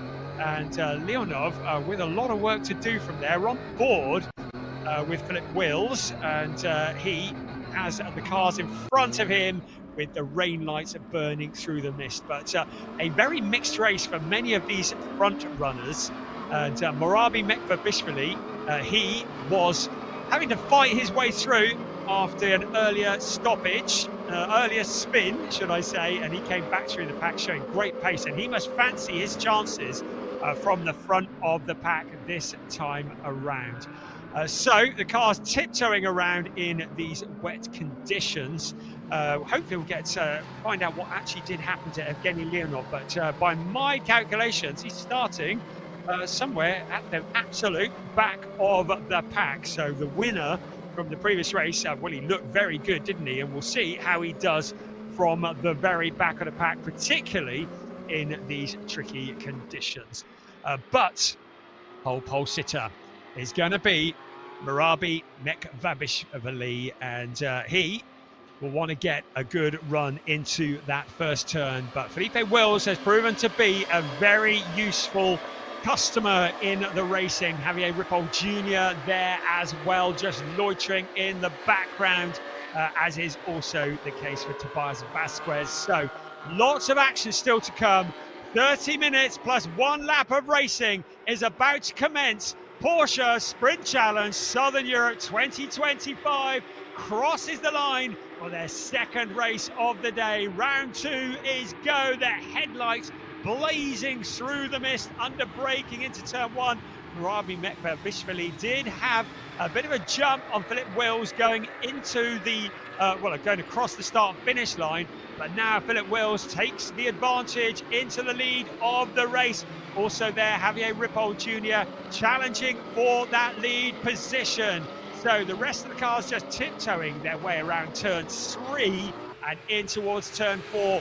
Really important just to keep it all pointing in the right direction. We need a bit of time to try and generate a bit of heat in the tyres. And look at Philip Wills already has broken clear of second place, and it's Javier Ripoll Jr.'s up into second. So Morabi Mekvabishvili has already dropped down into third place, and maybe deciding that discretion is the better part of valor in these slippery conditions. Better to finish in the places than end up turning it around and ending up with damage or indeed a non-finish. Tobias Vasquez in there as well. Angelo Fontana, haven't mentioned him, he's in the battle as well for positions. And there is the car that started stone last, Evgeny Leonov, fighting his way up through the pack already, and he has done a sterling job in just 1 lap. Javier Ripoll Jr., look at the visibility, there is none. Car number 91 staring at the rain light in front, burning through the mist, looking hard to try and get the right braking point. He doesn't want to miss that, he doesn't want to turn the car around. It is an absolute fingertip job driving these cars around. He is concentrating so hard. The number 91 car, Javier Ripoll Jr., in 4th place at the moment. Ahead of him is Andre Fernandez, and in fact, Fernandez is behind him. So Morabi it is Philip Wills in front of him. So Javier Ripoll Jr. up into 2nd place through the mist. So very, very difficult to tell which car is which in these conditions, because not only have we got rain and a slippery track, but now it's starting to get dark as well. Just their headlights blazing towards us. That very slippery downhill section into turn 1. 10 out of 10 for making it this far for all the drivers that have done so. At the moment, I believe it is Felipe Wills who's leading the way. I'm going to have to trust the timing screens here because I can't actually see the cars. Javier Ripoll Jr., what a job he is doing in car 91, up into second place, challenging Felipe Wills for the lead of the race. Marabi Mekbabishvili down into third place, but keeping it on the track, and that is what is important. There is Angelo Fontana, though, in the S1 Racing number 80 car, up into fourth place. He who dares wins in this, the Porsche Sprint Challenge Southern Europe, in such challenging conditions. So here we go. There's Marabi Mekbabishvili, Angelo Fontana in the black and orange car behind him, tiptoeing his way around Tobias Vasquez. He looked very useful in the previous race, so keep an eye on him. What a perspective we're getting from Javier Ripoll Jr. in the 91 car. Can he do anything about race leader Felipe Wills? He's going to give it a try, isn't he? So, single file at the moment. Drivers very wisely just keeping it together. Lead two cars have broken clear of third place Marabi Mekbabishvili by some distance, about 3.2 seconds as far as I can see between second and third place. So certainly mastering the conditions well. There is first the yellow and black car, Felipe Wills, and in the mist behind him will be Javier Ripoll Jr. There's your first and second. You can see that gap over third place now. Is that Marabi Mekbabishvili? I don't think it is. That looks to me like Angelo Fontana, who's found a route past and into third place. So S1 Racing, and there is a car going slowly. I can't see who that is either. You think the conditions are bad looking down, imagining what it's like from the cockpit. But it's S1 Racing in second and third. We know that much at the moment with Javier Ripoll Jr. and Angelo Fontana. How are we doing in GT4? Well, at the moment, it is David Von Rosen who's leading the way in the GT4 category because I do not see treble 8 on the screen. So whether Patrick Cunha didn't take the start or whether something has happened to him, but treble 8 not showing up on the timing screen as we see Tobias Vasquez now taking a position away from Marabi Mekbabishvili. So the next car to push through, and that is into fourth place. So a pole sitter going backwards through the pack at the moment. And Marabi Mekbabishvili just concentrating to try and keep it all on the track. And you think you've got to be brave to go over that blind crest when the weather's dry. Just imagine what it's like when the weather is wet. Javier Ripoll Jr. with zero visibility. Our cameras with just a little visibility as well. There is Marabi Mekbabishvili. He is in the all-black car there, the number 39. The Proton Huber competition in fourth place. Tobias Vasquez is in the number 121 car for Kramer Racing. And behind him is Alexander Dobic. We saw him for much of the previous race. This is going to be a long 24 minutes for many of these drivers. There are various incidents that are being noted by our race stewards. Just keeping one eye on timing screens as well, just to make sure we're on top of any penalties that might arise. But a lot of the drivers just having to struggle, not to mention fighting for position, just struggling to keep it forwards. Right, there is Evgeny Leonov, the number 16 car, crosses the line in 7th place. What an astonishing job. The driver who won the first race this afternoon started stone last, and in just under 7 minutes has made it from last place through to 7th place, and is going to be challenging the front runners in just a few moments. He is so dialed in. He's up behind Alexander Dobic at the moment. But what amazing progress. We saw how quick he was from the front. We're seeing how quick he is from the back. And there is the 23 car getting turned around. Eric Wagner getting together with Dominic Bastian. The split has gone on the 23 car as well. You can see that hanging off. That is going to be disastrous, particularly in these conditions. And I would suggest that if Eric Wagner can get the car rolling, he's probably going to bring it into retirement. It's out at turn 3, but you can see there was damage to the car as well. Meanwhile, Ajith Kumar is up into 15th place, just keeping out of trouble. So he's doing a good job from there as well. There's Us Indebitson in the number 9 FAC Auto Tech car, also tiptoeing his way around the corner. And as we speak, who's that goes spinning? That is the Ajith Kumar number 28 car. So the wet conditions just getting the better of him.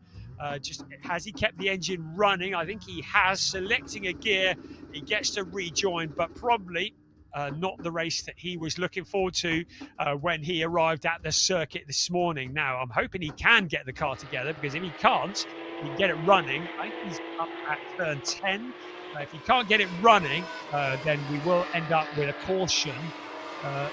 There, Marabi Bishvili now, unbelievably, the car that started on pole position being overtaken by the car that started stone last, and we're only 9.5 minutes into the race. What astonishing progress from Evgeny Leonov. We knew he was going to be quick, but to be that quick, now what can he do about the leaders? That is astonishing. Quickest man last time around was actually Javier Ripoll Jr. in second place. He was some half a second quicker than Felipe Wills, our race leader. So we'll keep an eye on that 1.3 second gap. Good to see that Kumar's been able to rejoin, although the hazards are still flashing, but he is going to be absolutely stone last at the moment, and a lot of work to do if he wants to get back into a points-paying position with a little over 20.5 minutes remaining of this race. So looking at the car sliding, Felipe Wills, the view on board, just look at him. Look as he's just balancing the steering wheel. You can see he is using his fingertips, just sensing every movement of the back of the car. You see him fighting. He gets out onto the curb. There is no grip to be had on the paint. He needs to avoid anything that's painted at all. Look at him, just concentrating on that wheel. That's Alexander Dobic pointing in the wrong direction. So he's had a moment as well. Turn 8, I think that was. He's able to rejoin. As Eric Santos, he finished the last race somewhere towards the back, but he is in 17th place at the moment, so he's all okay. We continue to monitor the progress of Evgeny Leonov into 4th place, around past Tobias Vasquez. Now, can he get up with the leading cars? That is phenomenal progress. He's seems to be judging these wet conditions so well, but car number 16, for whatever reason, started in stone last, is now one position away from finishing on the podium. We haven't reached the halfway point of the race yet. We're only just past 1/3. Astonishing stuff from Evgeny Leonov. Now, just 13.2 seconds behind our race leaders. Can he get onto the podium? Well, there's confirmation. Fastest man on the track. You probably didn't need a graphic to tell you that. You can see the progress he's making. He's going even faster than Felipe Wills, who has an empty track in front of them. So that is really, really impressive stuff. So Felipe Wills leads Javier Ripoll Jr. by 1.985 at the moment, but you get the feeling this might all change. This is the view on board with Javier Ripoll Jr. Angelo Fontana, some way back from them, 8.4 seconds back. So Ripoll Jr. not with any pressure from behind at the moment, but again, having to concentrate, driving with his fingertips. There's a car that's had a spin. That's the number 8 car of Kasper Hockebom in the GT4 category. He was in 15th place, but you can see from the picture-in-picture that he'd had a bit of a moment. He's been able to rejoin, but it wouldn't have done his points scoring chances any favours at all. There's Dominic Bastian in the 45 car, the blue and white car. Currently 13th place, Lee Mole in the number 56 Team Parker racing car, just tracking his move. Back on board with Javier Ripoll Jr. You can see as he steers the car just how carefully he's having to tread. You can hear sound of the engine, the roar of that Porsche, change of the gears. Just hear that in the background. Leonov still going faster, still recording fastest laps, still closing in on this battle. Leonov now 1.8 seconds behind Angelo Fontana, 11.2 seconds back from the race leader.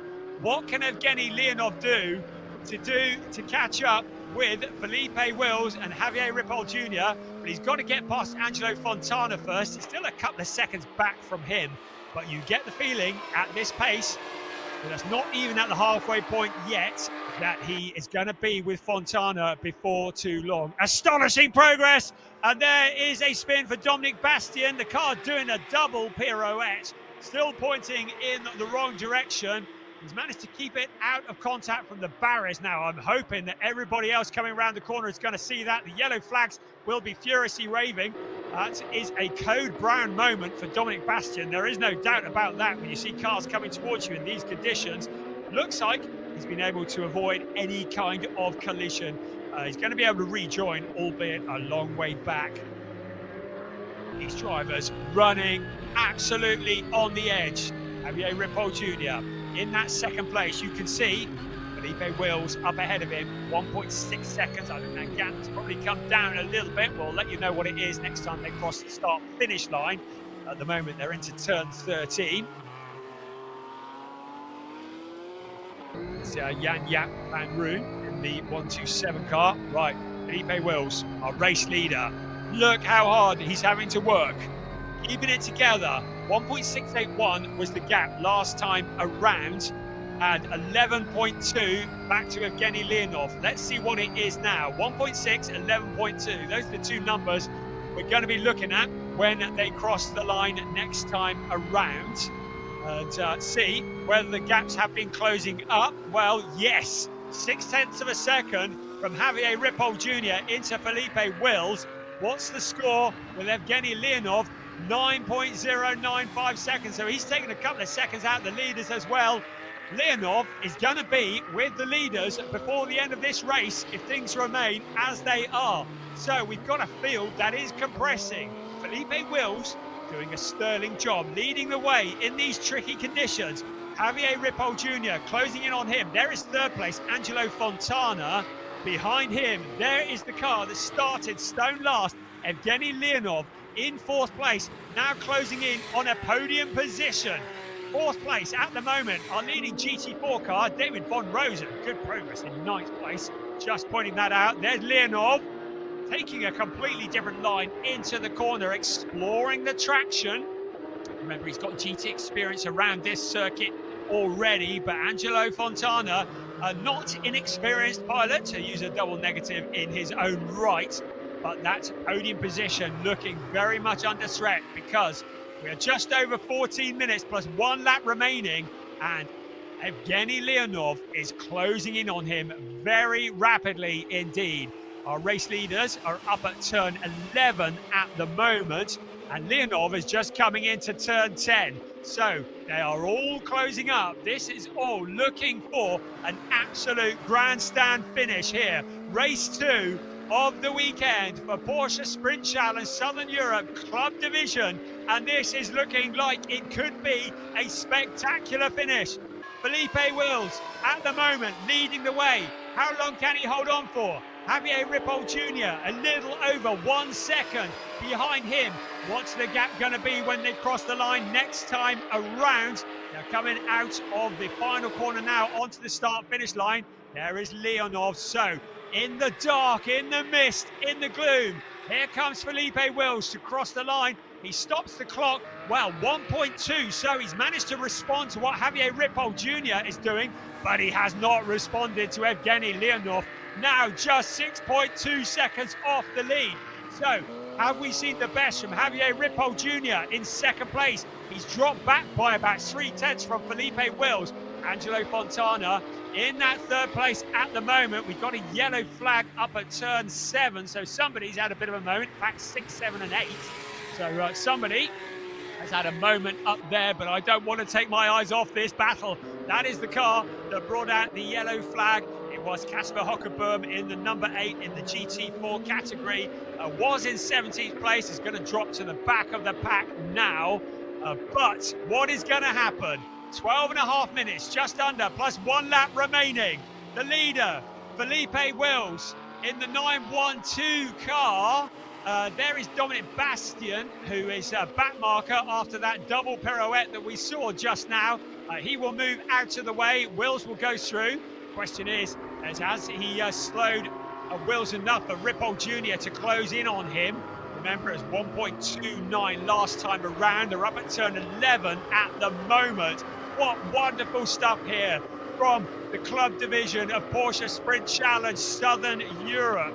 So we continue with Felipe Wills leading the way, the back marking Dominic Bastian in front of him, and that has allowed Javier Ripoll Jr. to close in. So Bastian hasn't been especially helpful in making way, and that has allowed Javier Ripoll Jr. to close in on the race leader.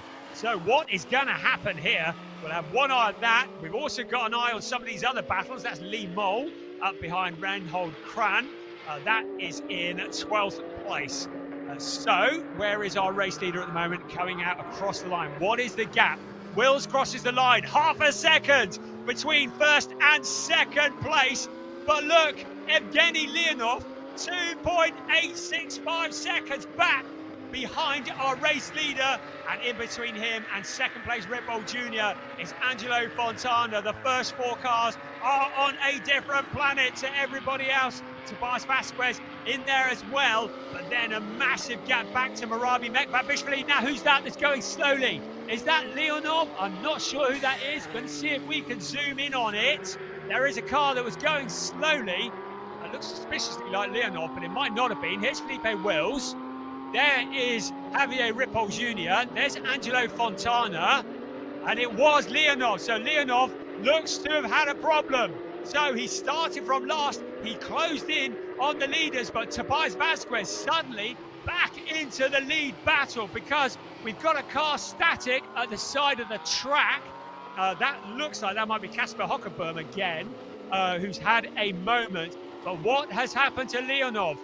He is a long way back. Clearly, he's overstepped the mark just one too many times. After such rapid progress, it looked like he was going to be with the leaders within a couple of laps, but now he has dropped a long way back.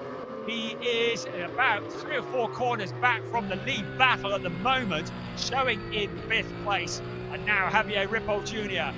makes his attack on Felipe Wills. This is for the lead of the race. Wills has an open track in front of him at the moment. Looks like he's dispatched Dominic Bastian, so he's got a clear track in front of him. He's not got any spray, but Javier Ripoll Jr. is going to start running out of options here to take an option, to take a move onto the lead. He's in second place, 0.556. That is your first and second. What can Javier Ripoll Jr. do to get past Felipe Wills? All these cars are running on the edge. To say that they could just find a little bit more would be extreme. They are on the edge already. You push it too far, you're going to come home with nothing. Into turn 1, Felipe Wills covering off the second place. Javier Ripoll Jr. dropping in behind at the moment in the background. Angelo Fontana, he knows that if these 2 cars get together or have a moment, he will be through into the lead. He's not out of contention. He is closed back in. Tobias Vasquez is some 5 seconds back down the road. So the 1, 2, 3 running together with 8.5 minutes remaining. Wonderful stuff here. Porsche Sprint Challenge, Southern Europe, Club Division. And we still have no clues about who the race winner is going to be. I think it's going to come from one of the 3. Is it going to be Felipe Wills? Is it going to be Javier Ripoll Jr.? Is it going to be Angelo Fontana? We'll find out in probably about 9.5 minutes, 10 minutes time, because there are 8 minutes on the clock, and then it will be the 1 remaining lap. Out towards turn 9 we go once again. Javier Ripoll Jr. trying to peer through the mist. The lights are blazing. The lights around the circuit has long since faded. There is the lead battle. There is Angelo Fontana at the back of it. First, second, third, running absolutely together. No driver can afford to make a mistake. Make a mistake, your podium is going to be gone. David Van Rosen in 9th place, leading in the GT4 category.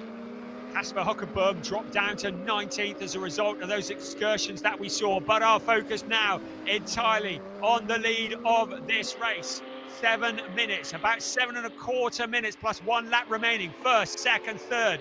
Wills looks to have broken clear just a little bit. Javier Ripoll Jr. now no longer able to launch attack on the lead because he has got Angelo Fontana ready to jump if he sees a gap on the inside. Deep into the corner goes Javier Ripoll Jr. The two cars run side by side. It is a drag race along the pit straight, and it is second place to Angelo Fontana.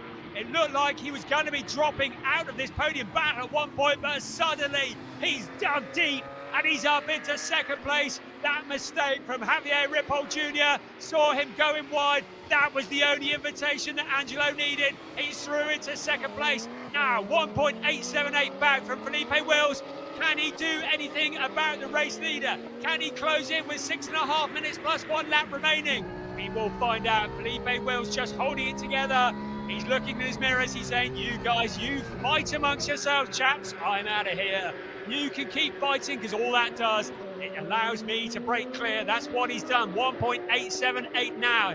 1.878 now, and Angelo Fontana can just about see him in the distance. Javier Ripoll Jr. trying to come back at him.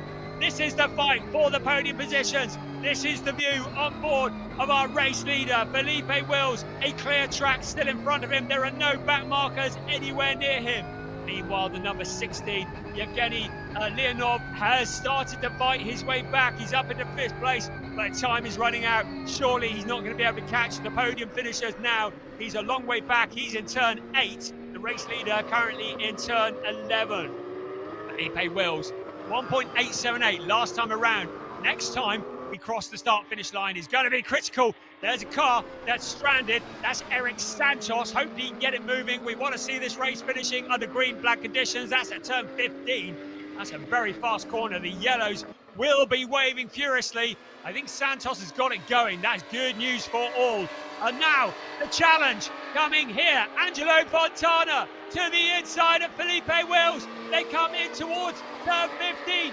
Wills just with his nose in front. Fontana appears to have more grip on the inside. The two cars are going to run side by side. This is for the lead of the race. Amazing bravery.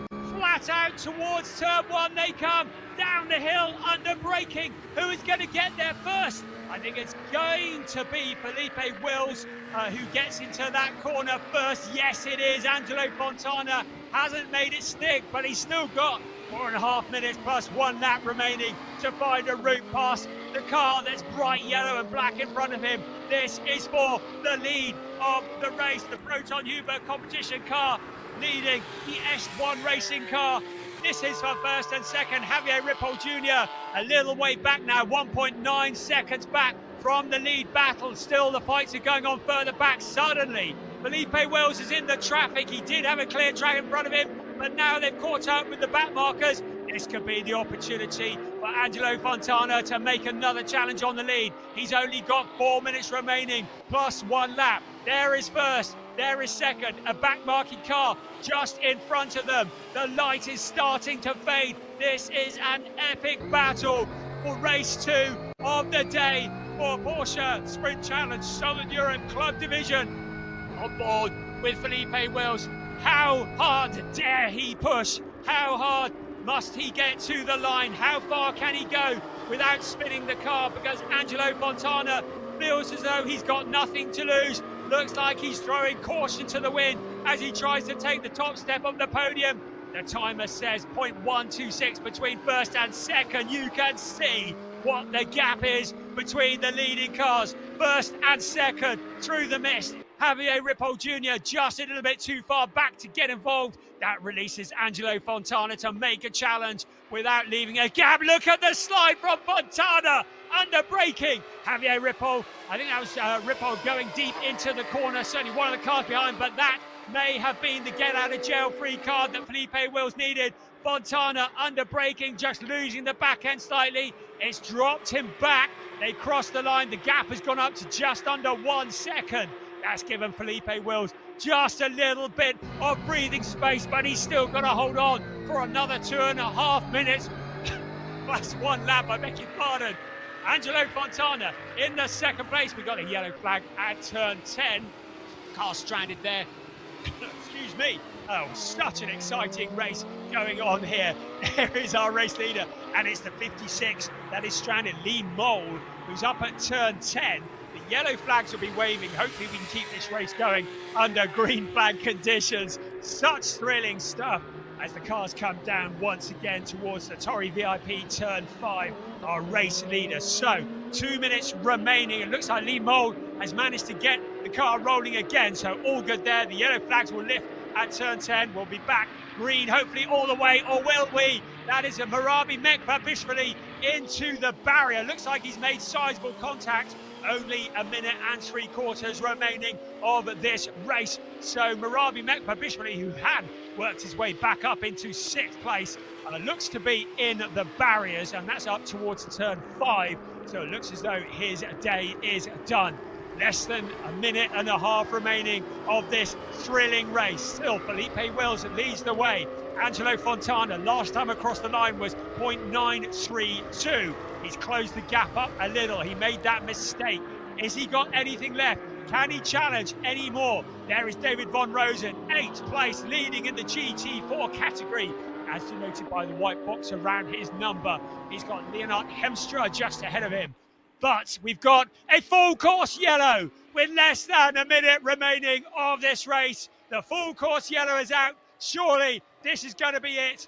Felipe Wills is going to bring this car home, surely in the lead. He's still got to get it across the line, and that is why Dominic Bastian has made sizable impact with the fence. The number 45 car looking distinctly second-hand, stranded at the side of the circuit. That is also in towards turn 5. I wonder if that was something to do with Marabi Mekbabishvili, whether the two of them have got together. But with 25 seconds remaining on the clock, the full course yellow is out. Now the race has been confirmed, will finish under a full course yellow. So the race will not go back to green flag conditions. And I believe the next time around, Felipe Wills will see the checkered flag. So all he needs to do now is nothing stupid. He's still got to get one more lap in of this circuit without spinning. The race is still on, albeit at a vastly reduced pace. Overtaking is most certainly not allowed. But as long as these drivers don't make any mistakes, keep the concentration up for the last 4.653 kilometers, then this is the order they will finish in. It will be a win. Felipe Wills, Angelo Fontana, who took the battle to Felipe Wills. I'll be wondering about what might have been Javier Ripoll Jr., but for that mistake, may well have been in second place. Tobias Vasquez there as well. And Evgeny Leonov from the very back, still up into 5th place. On any other day, you'd say that would be extraordinary. But when you consider that Leonov was potentially in the running for a race win from the back, I think he'll probably be disappointed with that, which is rather bizarre. The car that will win in the GT4, providing he can get it back again, David Von Rosen, 8th place overall. That is great driving from him. Let's just have a look up and down the pack at the rest of the cars. Andre Fernandez in there in 6th place. Lennart Hemstra in 7th. Jan Van Roon in 9th ahead of Alexander Dobic. Then 11th place, Reinhold Kran. Lee Mole in 12th place ahead of Ernst Instablitzen. Peter Sander in 14th ahead of Eric Santos. Eric Wagner in 16th. And then we've got the cars that, we saw Mekbabishvili in trouble earlier on. Kasper Hockerboom looking good for 2nd place in the GT4 category. What a dramatic race, and a shame we couldn't go all the way under green flag. Having said that, green flag has just come up on the screen. So the cars just coming round the last few corners, but we've suddenly gone green despite the fact everybody is saying it's going to finish under full course yellow. I think the green might not be correct because I believe there is a medical car out on the track. So cars still circulating at a reduced speed and into turn 15 for the very last time. What a drive. Felipe Wills, he had everything thrown at him, but he kept his cool when everybody else was losing theirs. He kept the car pointing in the right direction. He didn't overstep the mark. He fought off a number of attacks, and now his effort is going to be rewarded. It's going to be a win for Felipe Wills in car 912 through the darkness as nighttime descends at the Portimão circuit. The checkered flag will be waiting for Felipe Wills. He flashes the lights, crosses the line at a full course yellow speed to receive the checkered flag. Brilliant stuff. Angelo Fontana practically pushed across the line by Javier Ripoll Jr. That's your 1, 2, 3, your podium finishers. Next across the line, Tobias Vasquez. And then we wait for Evgeny Leonov. And he, well, drive of the day would be said by some. But Felipe Wills, that was an astonishing drive as well. He had so many drivers attacking him, but he didn't lose his head. He just kept it together and he brought it home for a race win. And you could see him celebrating in the car. Leonov through into 5th place, and he will be there thinking, well, that could have been a podium. That was very nearly a podium. Of course, it wasn't in the end. It was a very, very good 5th place. Then Andre Fernandez across the line next. That is in 6th place ahead of Lennart Hiemstra. And he comes home in 7th place. Then David Von Rosen, who will be the winning GT4 car, assuming he can get it across the line. Still waiting just for confirmation that 223 is across the line. I think he is now any second, and he will win in the GT4 category. Wow, great stuff from the Porsche Sprint Challenge, Southern Europe, Club Division. Absolute entertainment. We've had 4 races today. All of them have been thoroughly entertaining. If you've missed any of them, wind it back on the YouTube. They're going to be up there for all to see. Brilliant stuff. Now, Tobias Vasquez in that 4th place for Kramer Racing, just to make sure that that is logged as well. Alexander Dobik home in 10th place. We're still waiting for some of the cars to come across the line. Reinhold Kran, we're still waiting for him in 11th place to cross the line. Then it'll be Lee Mole in 12th place. Very challenging conditions and something to really test these drivers. Here comes the 28 car. Great that he's made it to the end. Ajith Kumar. The many fans from India who have tuned in to watch will be delighted with an 18th place finish. Just getting to the end is a win in itself in conditions such as these, on a track as slippery as this. As we see Cruz just getting the Dominic Bastian car loaded on to the truck, ready to take that back to the garage, and the teams will set to work on that. Hopefully we will see all of these drivers at Estoril, and that is in a few weeks' time, 8th of February to be precise. We will be regathering in Estoril for the next 2 rounds of this remarkable series. We just wait for the cars now to make their way back. So Felipe Wills, the race winner, the Belgium driver, and he was 2nd in Porsche Sprint Challenge Southern Europe last year. He won at Estoril. He had a 6th and a 4th place at Valencia the year before.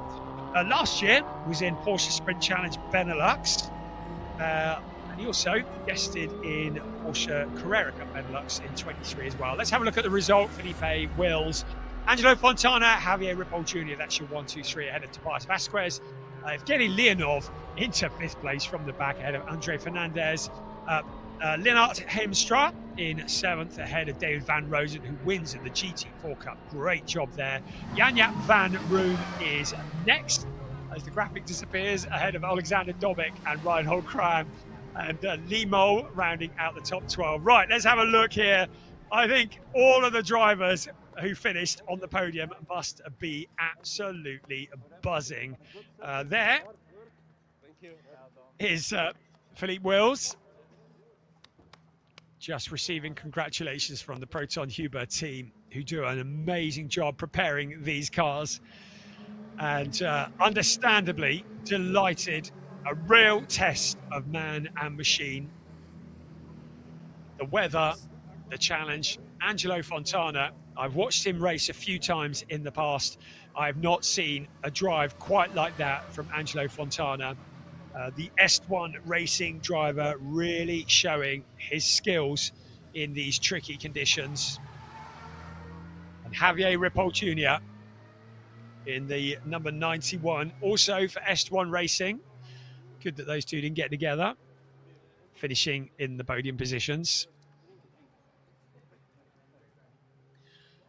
So the cars and the drivers in Parc Fermé offering their congratulations. Philippe Wills, understandably, big smile. And that's Javier Ripoll Jr. Receiving congratulations from Piers, who's down there in the pit lane. And I think he's going to have a word with our race winner. So over to you, Piers. Yes, down here with our race winner, Philippe Wills. Philippe, congratulations. What a hard-fought win. I bet that you've won a few races in your time, but I bet none were as hard-fought as that one. It was the hardest, yes. Because I had aquaplaning, the car is slided everywhere. I always have to catch it.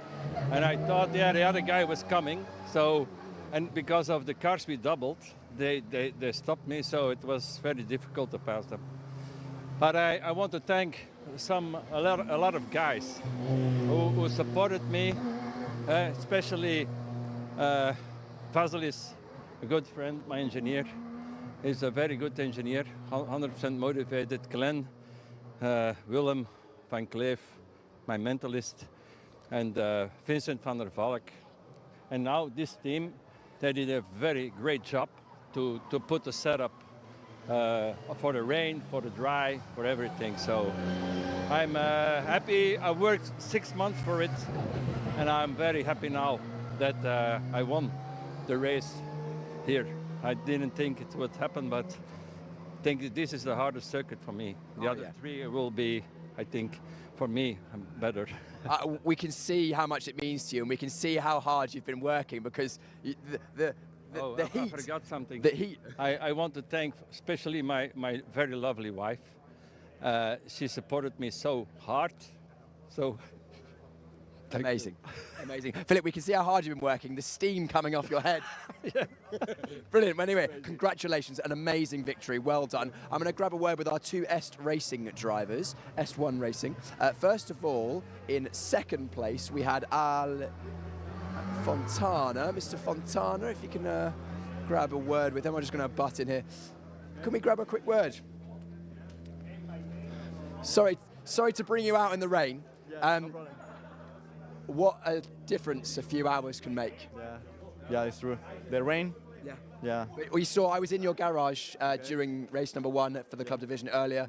Contact, race over. The team worked really hard to get the car back on circuit, and then an excellent drive from yourself to nearly so close to getting victory. I was looking to take first place, but it was hard. This guy did it really well. So at the end, full cold yellow, and it didn't help me. No, but a great result for yourself to bounce back, and a good job from the team, of course, a double podium. Of course, I'm really happy for the team and for everything. Amazing. Well, we'll let you celebrate the team, and I'll grab Javier Ripoll Jr. Javier, another great race from yourself. At times, it looked like you were going to win, then you dropped back, and it must have been dramatic in the car. Actually, the rain increased a lot on the middle sector, and I started losing it. Then we got some traffic, and Angelo drove super well, and he got us. And I wasn't able to pass him. Angelo couldn't. I mean, Phillips drove amazingly in the rain. But the last turn was completely reverse crossing the thing. But it's okay. It was fun. I've got a question. We were chatting when we were watching the pro class, and we were talking about whether you're going to be left foot braking or right foot braking. Just talk to us a bit about that. I did right and left. I mean, both foot. Both feet. Yeah. Depending on the corner. Depending on the corner. Now, a couple parts you have to go both, and other ones, the hard breakers you have to do the right. Yeah. But that's it. I mean, it worked fine. Yeah, because I remember you said to me that you've been working on. You're used to driving and braking with your right foot, and you've been moving to the left. And this race, you did a bit of both. I made a seat, so it's easier to use both sometimes because the seat faces to the right. Amazing. Javier, great result for yourself, great result for the team, and we'll see you on the podium very shortly. Brian, we're going to make our way up to the podium, so we'll let you talk through the highlights of what was an epic Club Division Race 2. Indeed it was. Thank you very much, Piers. Let's have a look again at what was an astonishing race, an astonishing display of skill in conditions. Well, you or I, we would have been parked up, wouldn't we? But these drivers are absolute gladiators in the arena. And it was the gladiator, Marabi Mekvabishvili, who lost the lead to Felipe Wills in the very first corner of this race. And Philippe never looked back from there, but the fights went on up and down the pack. We saw Marabi Mekvabishvili then having to defend very hard from Tobias Vasquez, another driver who had conquered the conditions. But what about Evgeny Leonov, starting from stone last, fighting his way up into fourth place before a moment saw him then dropping all the way back and then fighting forwards again as we look at a replay of him with Tobias Vasquez running side by side, but Leonov finding grip where everybody else seemed to lose it. One driver losing the grip was Dominic Bastian. You saw the car pirouetting, and it was going to be a fairly sizable impact later on. It was going to bring a premature end to the race.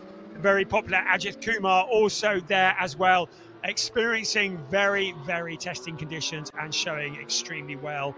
Alexander Dobik was very much in the fight all the way through the race and eventually came home in 10th place. There was Dominic Bastian. He was a back marker when Fleet Wheels was trying to get his way past, and that allowed Javier Ripoll Jr. to close in on the race leader, but was not able to make a move that would stick. And there, Alexander Dobik challenging Ajit Kumar for position, the number 28 car. Out along the pit straight, took an awful lot of bravery for these drivers just to keep their foot buried on the floor as you headed into that heavy braking of turn one. What a fight we had, first for second and then for the lead. The main drivers in it, Felipe Wills leading the way, Angelo Fontana and Javier Ripoll Jr. It was a fantastic battle, a clean battle. It's why we love Porsche Sprint Challenge Southern Europe. And it was the win for Felipe Wills. Such a reward for such a hard-working afternoon. The smoke coming from his head afterwards in Parc Ferme told a story all of its own. It was a proper workout for Felipe Wills. Angelo Fontana, delighted, seems to relish these wet conditions and will no doubt be doing his rain dance as we head towards Estoril on the 8th of February for rounds 3 and 4 of this wonderful championship. So now we're going to head back down to Piers once again for our final podium of the afternoon. Thanks very much, Brian. Well done in that race, because there was a lot to talk about and not much visibility. But we're now on the podium, the results for this race. And to start with, we're going to have the AM classification, which was an absolutely thrilling battle. But in the end, it was the number 91 from Venezuela who came third, Javier Ripoll Jr. Congratulations, Javier. Another podium. He's an experienced driver in this championship. Second place. Also for the S1 racing team, second place, Angelo Fontana. A great comeback from him after a very difficult race one. And our winner, Philip Wills. Philip driving for the Proton Huber competition team. The Belgian driver taking victory, and we will now have the Belgian national anthem.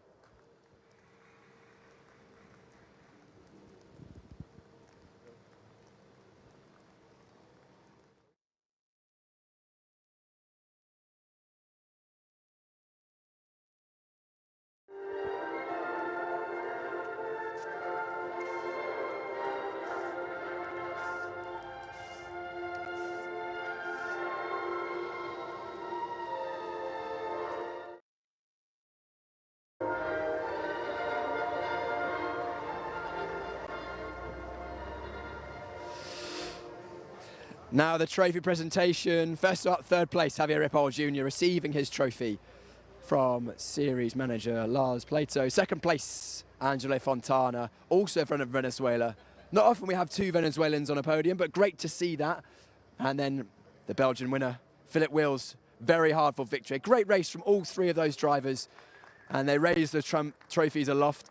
We'll see if they're going to spray the champagne after the photos, because they're already wet, so they might as well get extra wet with some champagne. We'll see what goes on here. Javier Ripoll Jr. going for it. A trophy's gone, and the champagne being sprayed. Not the first time for these guys, as you can tell. Just as professional on circuit as they are at spraying champagne.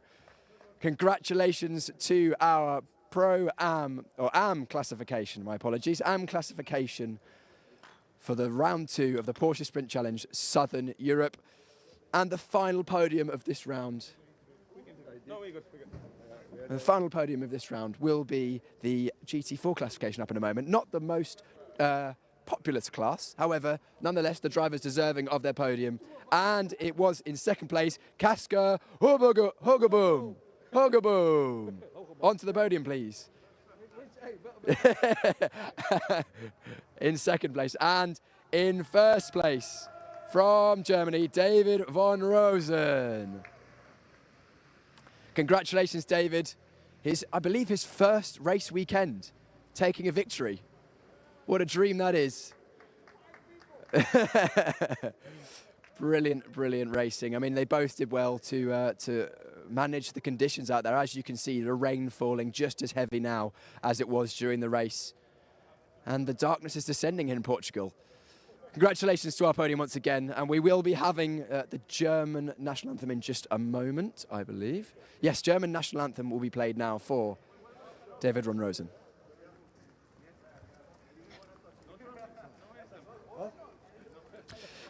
David has a flight to catch, unfortunately. So David has run off. So therefore, we won't be having the national anthem of Germany. However, that brings to a close what has been an absolutely outstanding start to the Porsche Sprint Challenge Southern Europe, rounds 1 and 2 in both the sport and club classifications here from Portimão, Algarve circuit. It's been great. We started off the morning in sort of light conditions, and we ended the day in rain, but the racing was scintillating nonetheless. Thank you very much to Brian Oliver for talking us through all of the action today in the commentary box. Thank you also to all of the marshals who have been out on circuit in these horrible conditions, and the camera operators for Alpha Live as well. We hope you've enjoyed the broadcast today, and please do join us again for rounds 3 and 4 from Estoril on the 8th of February. Thank you very much, and goodbye.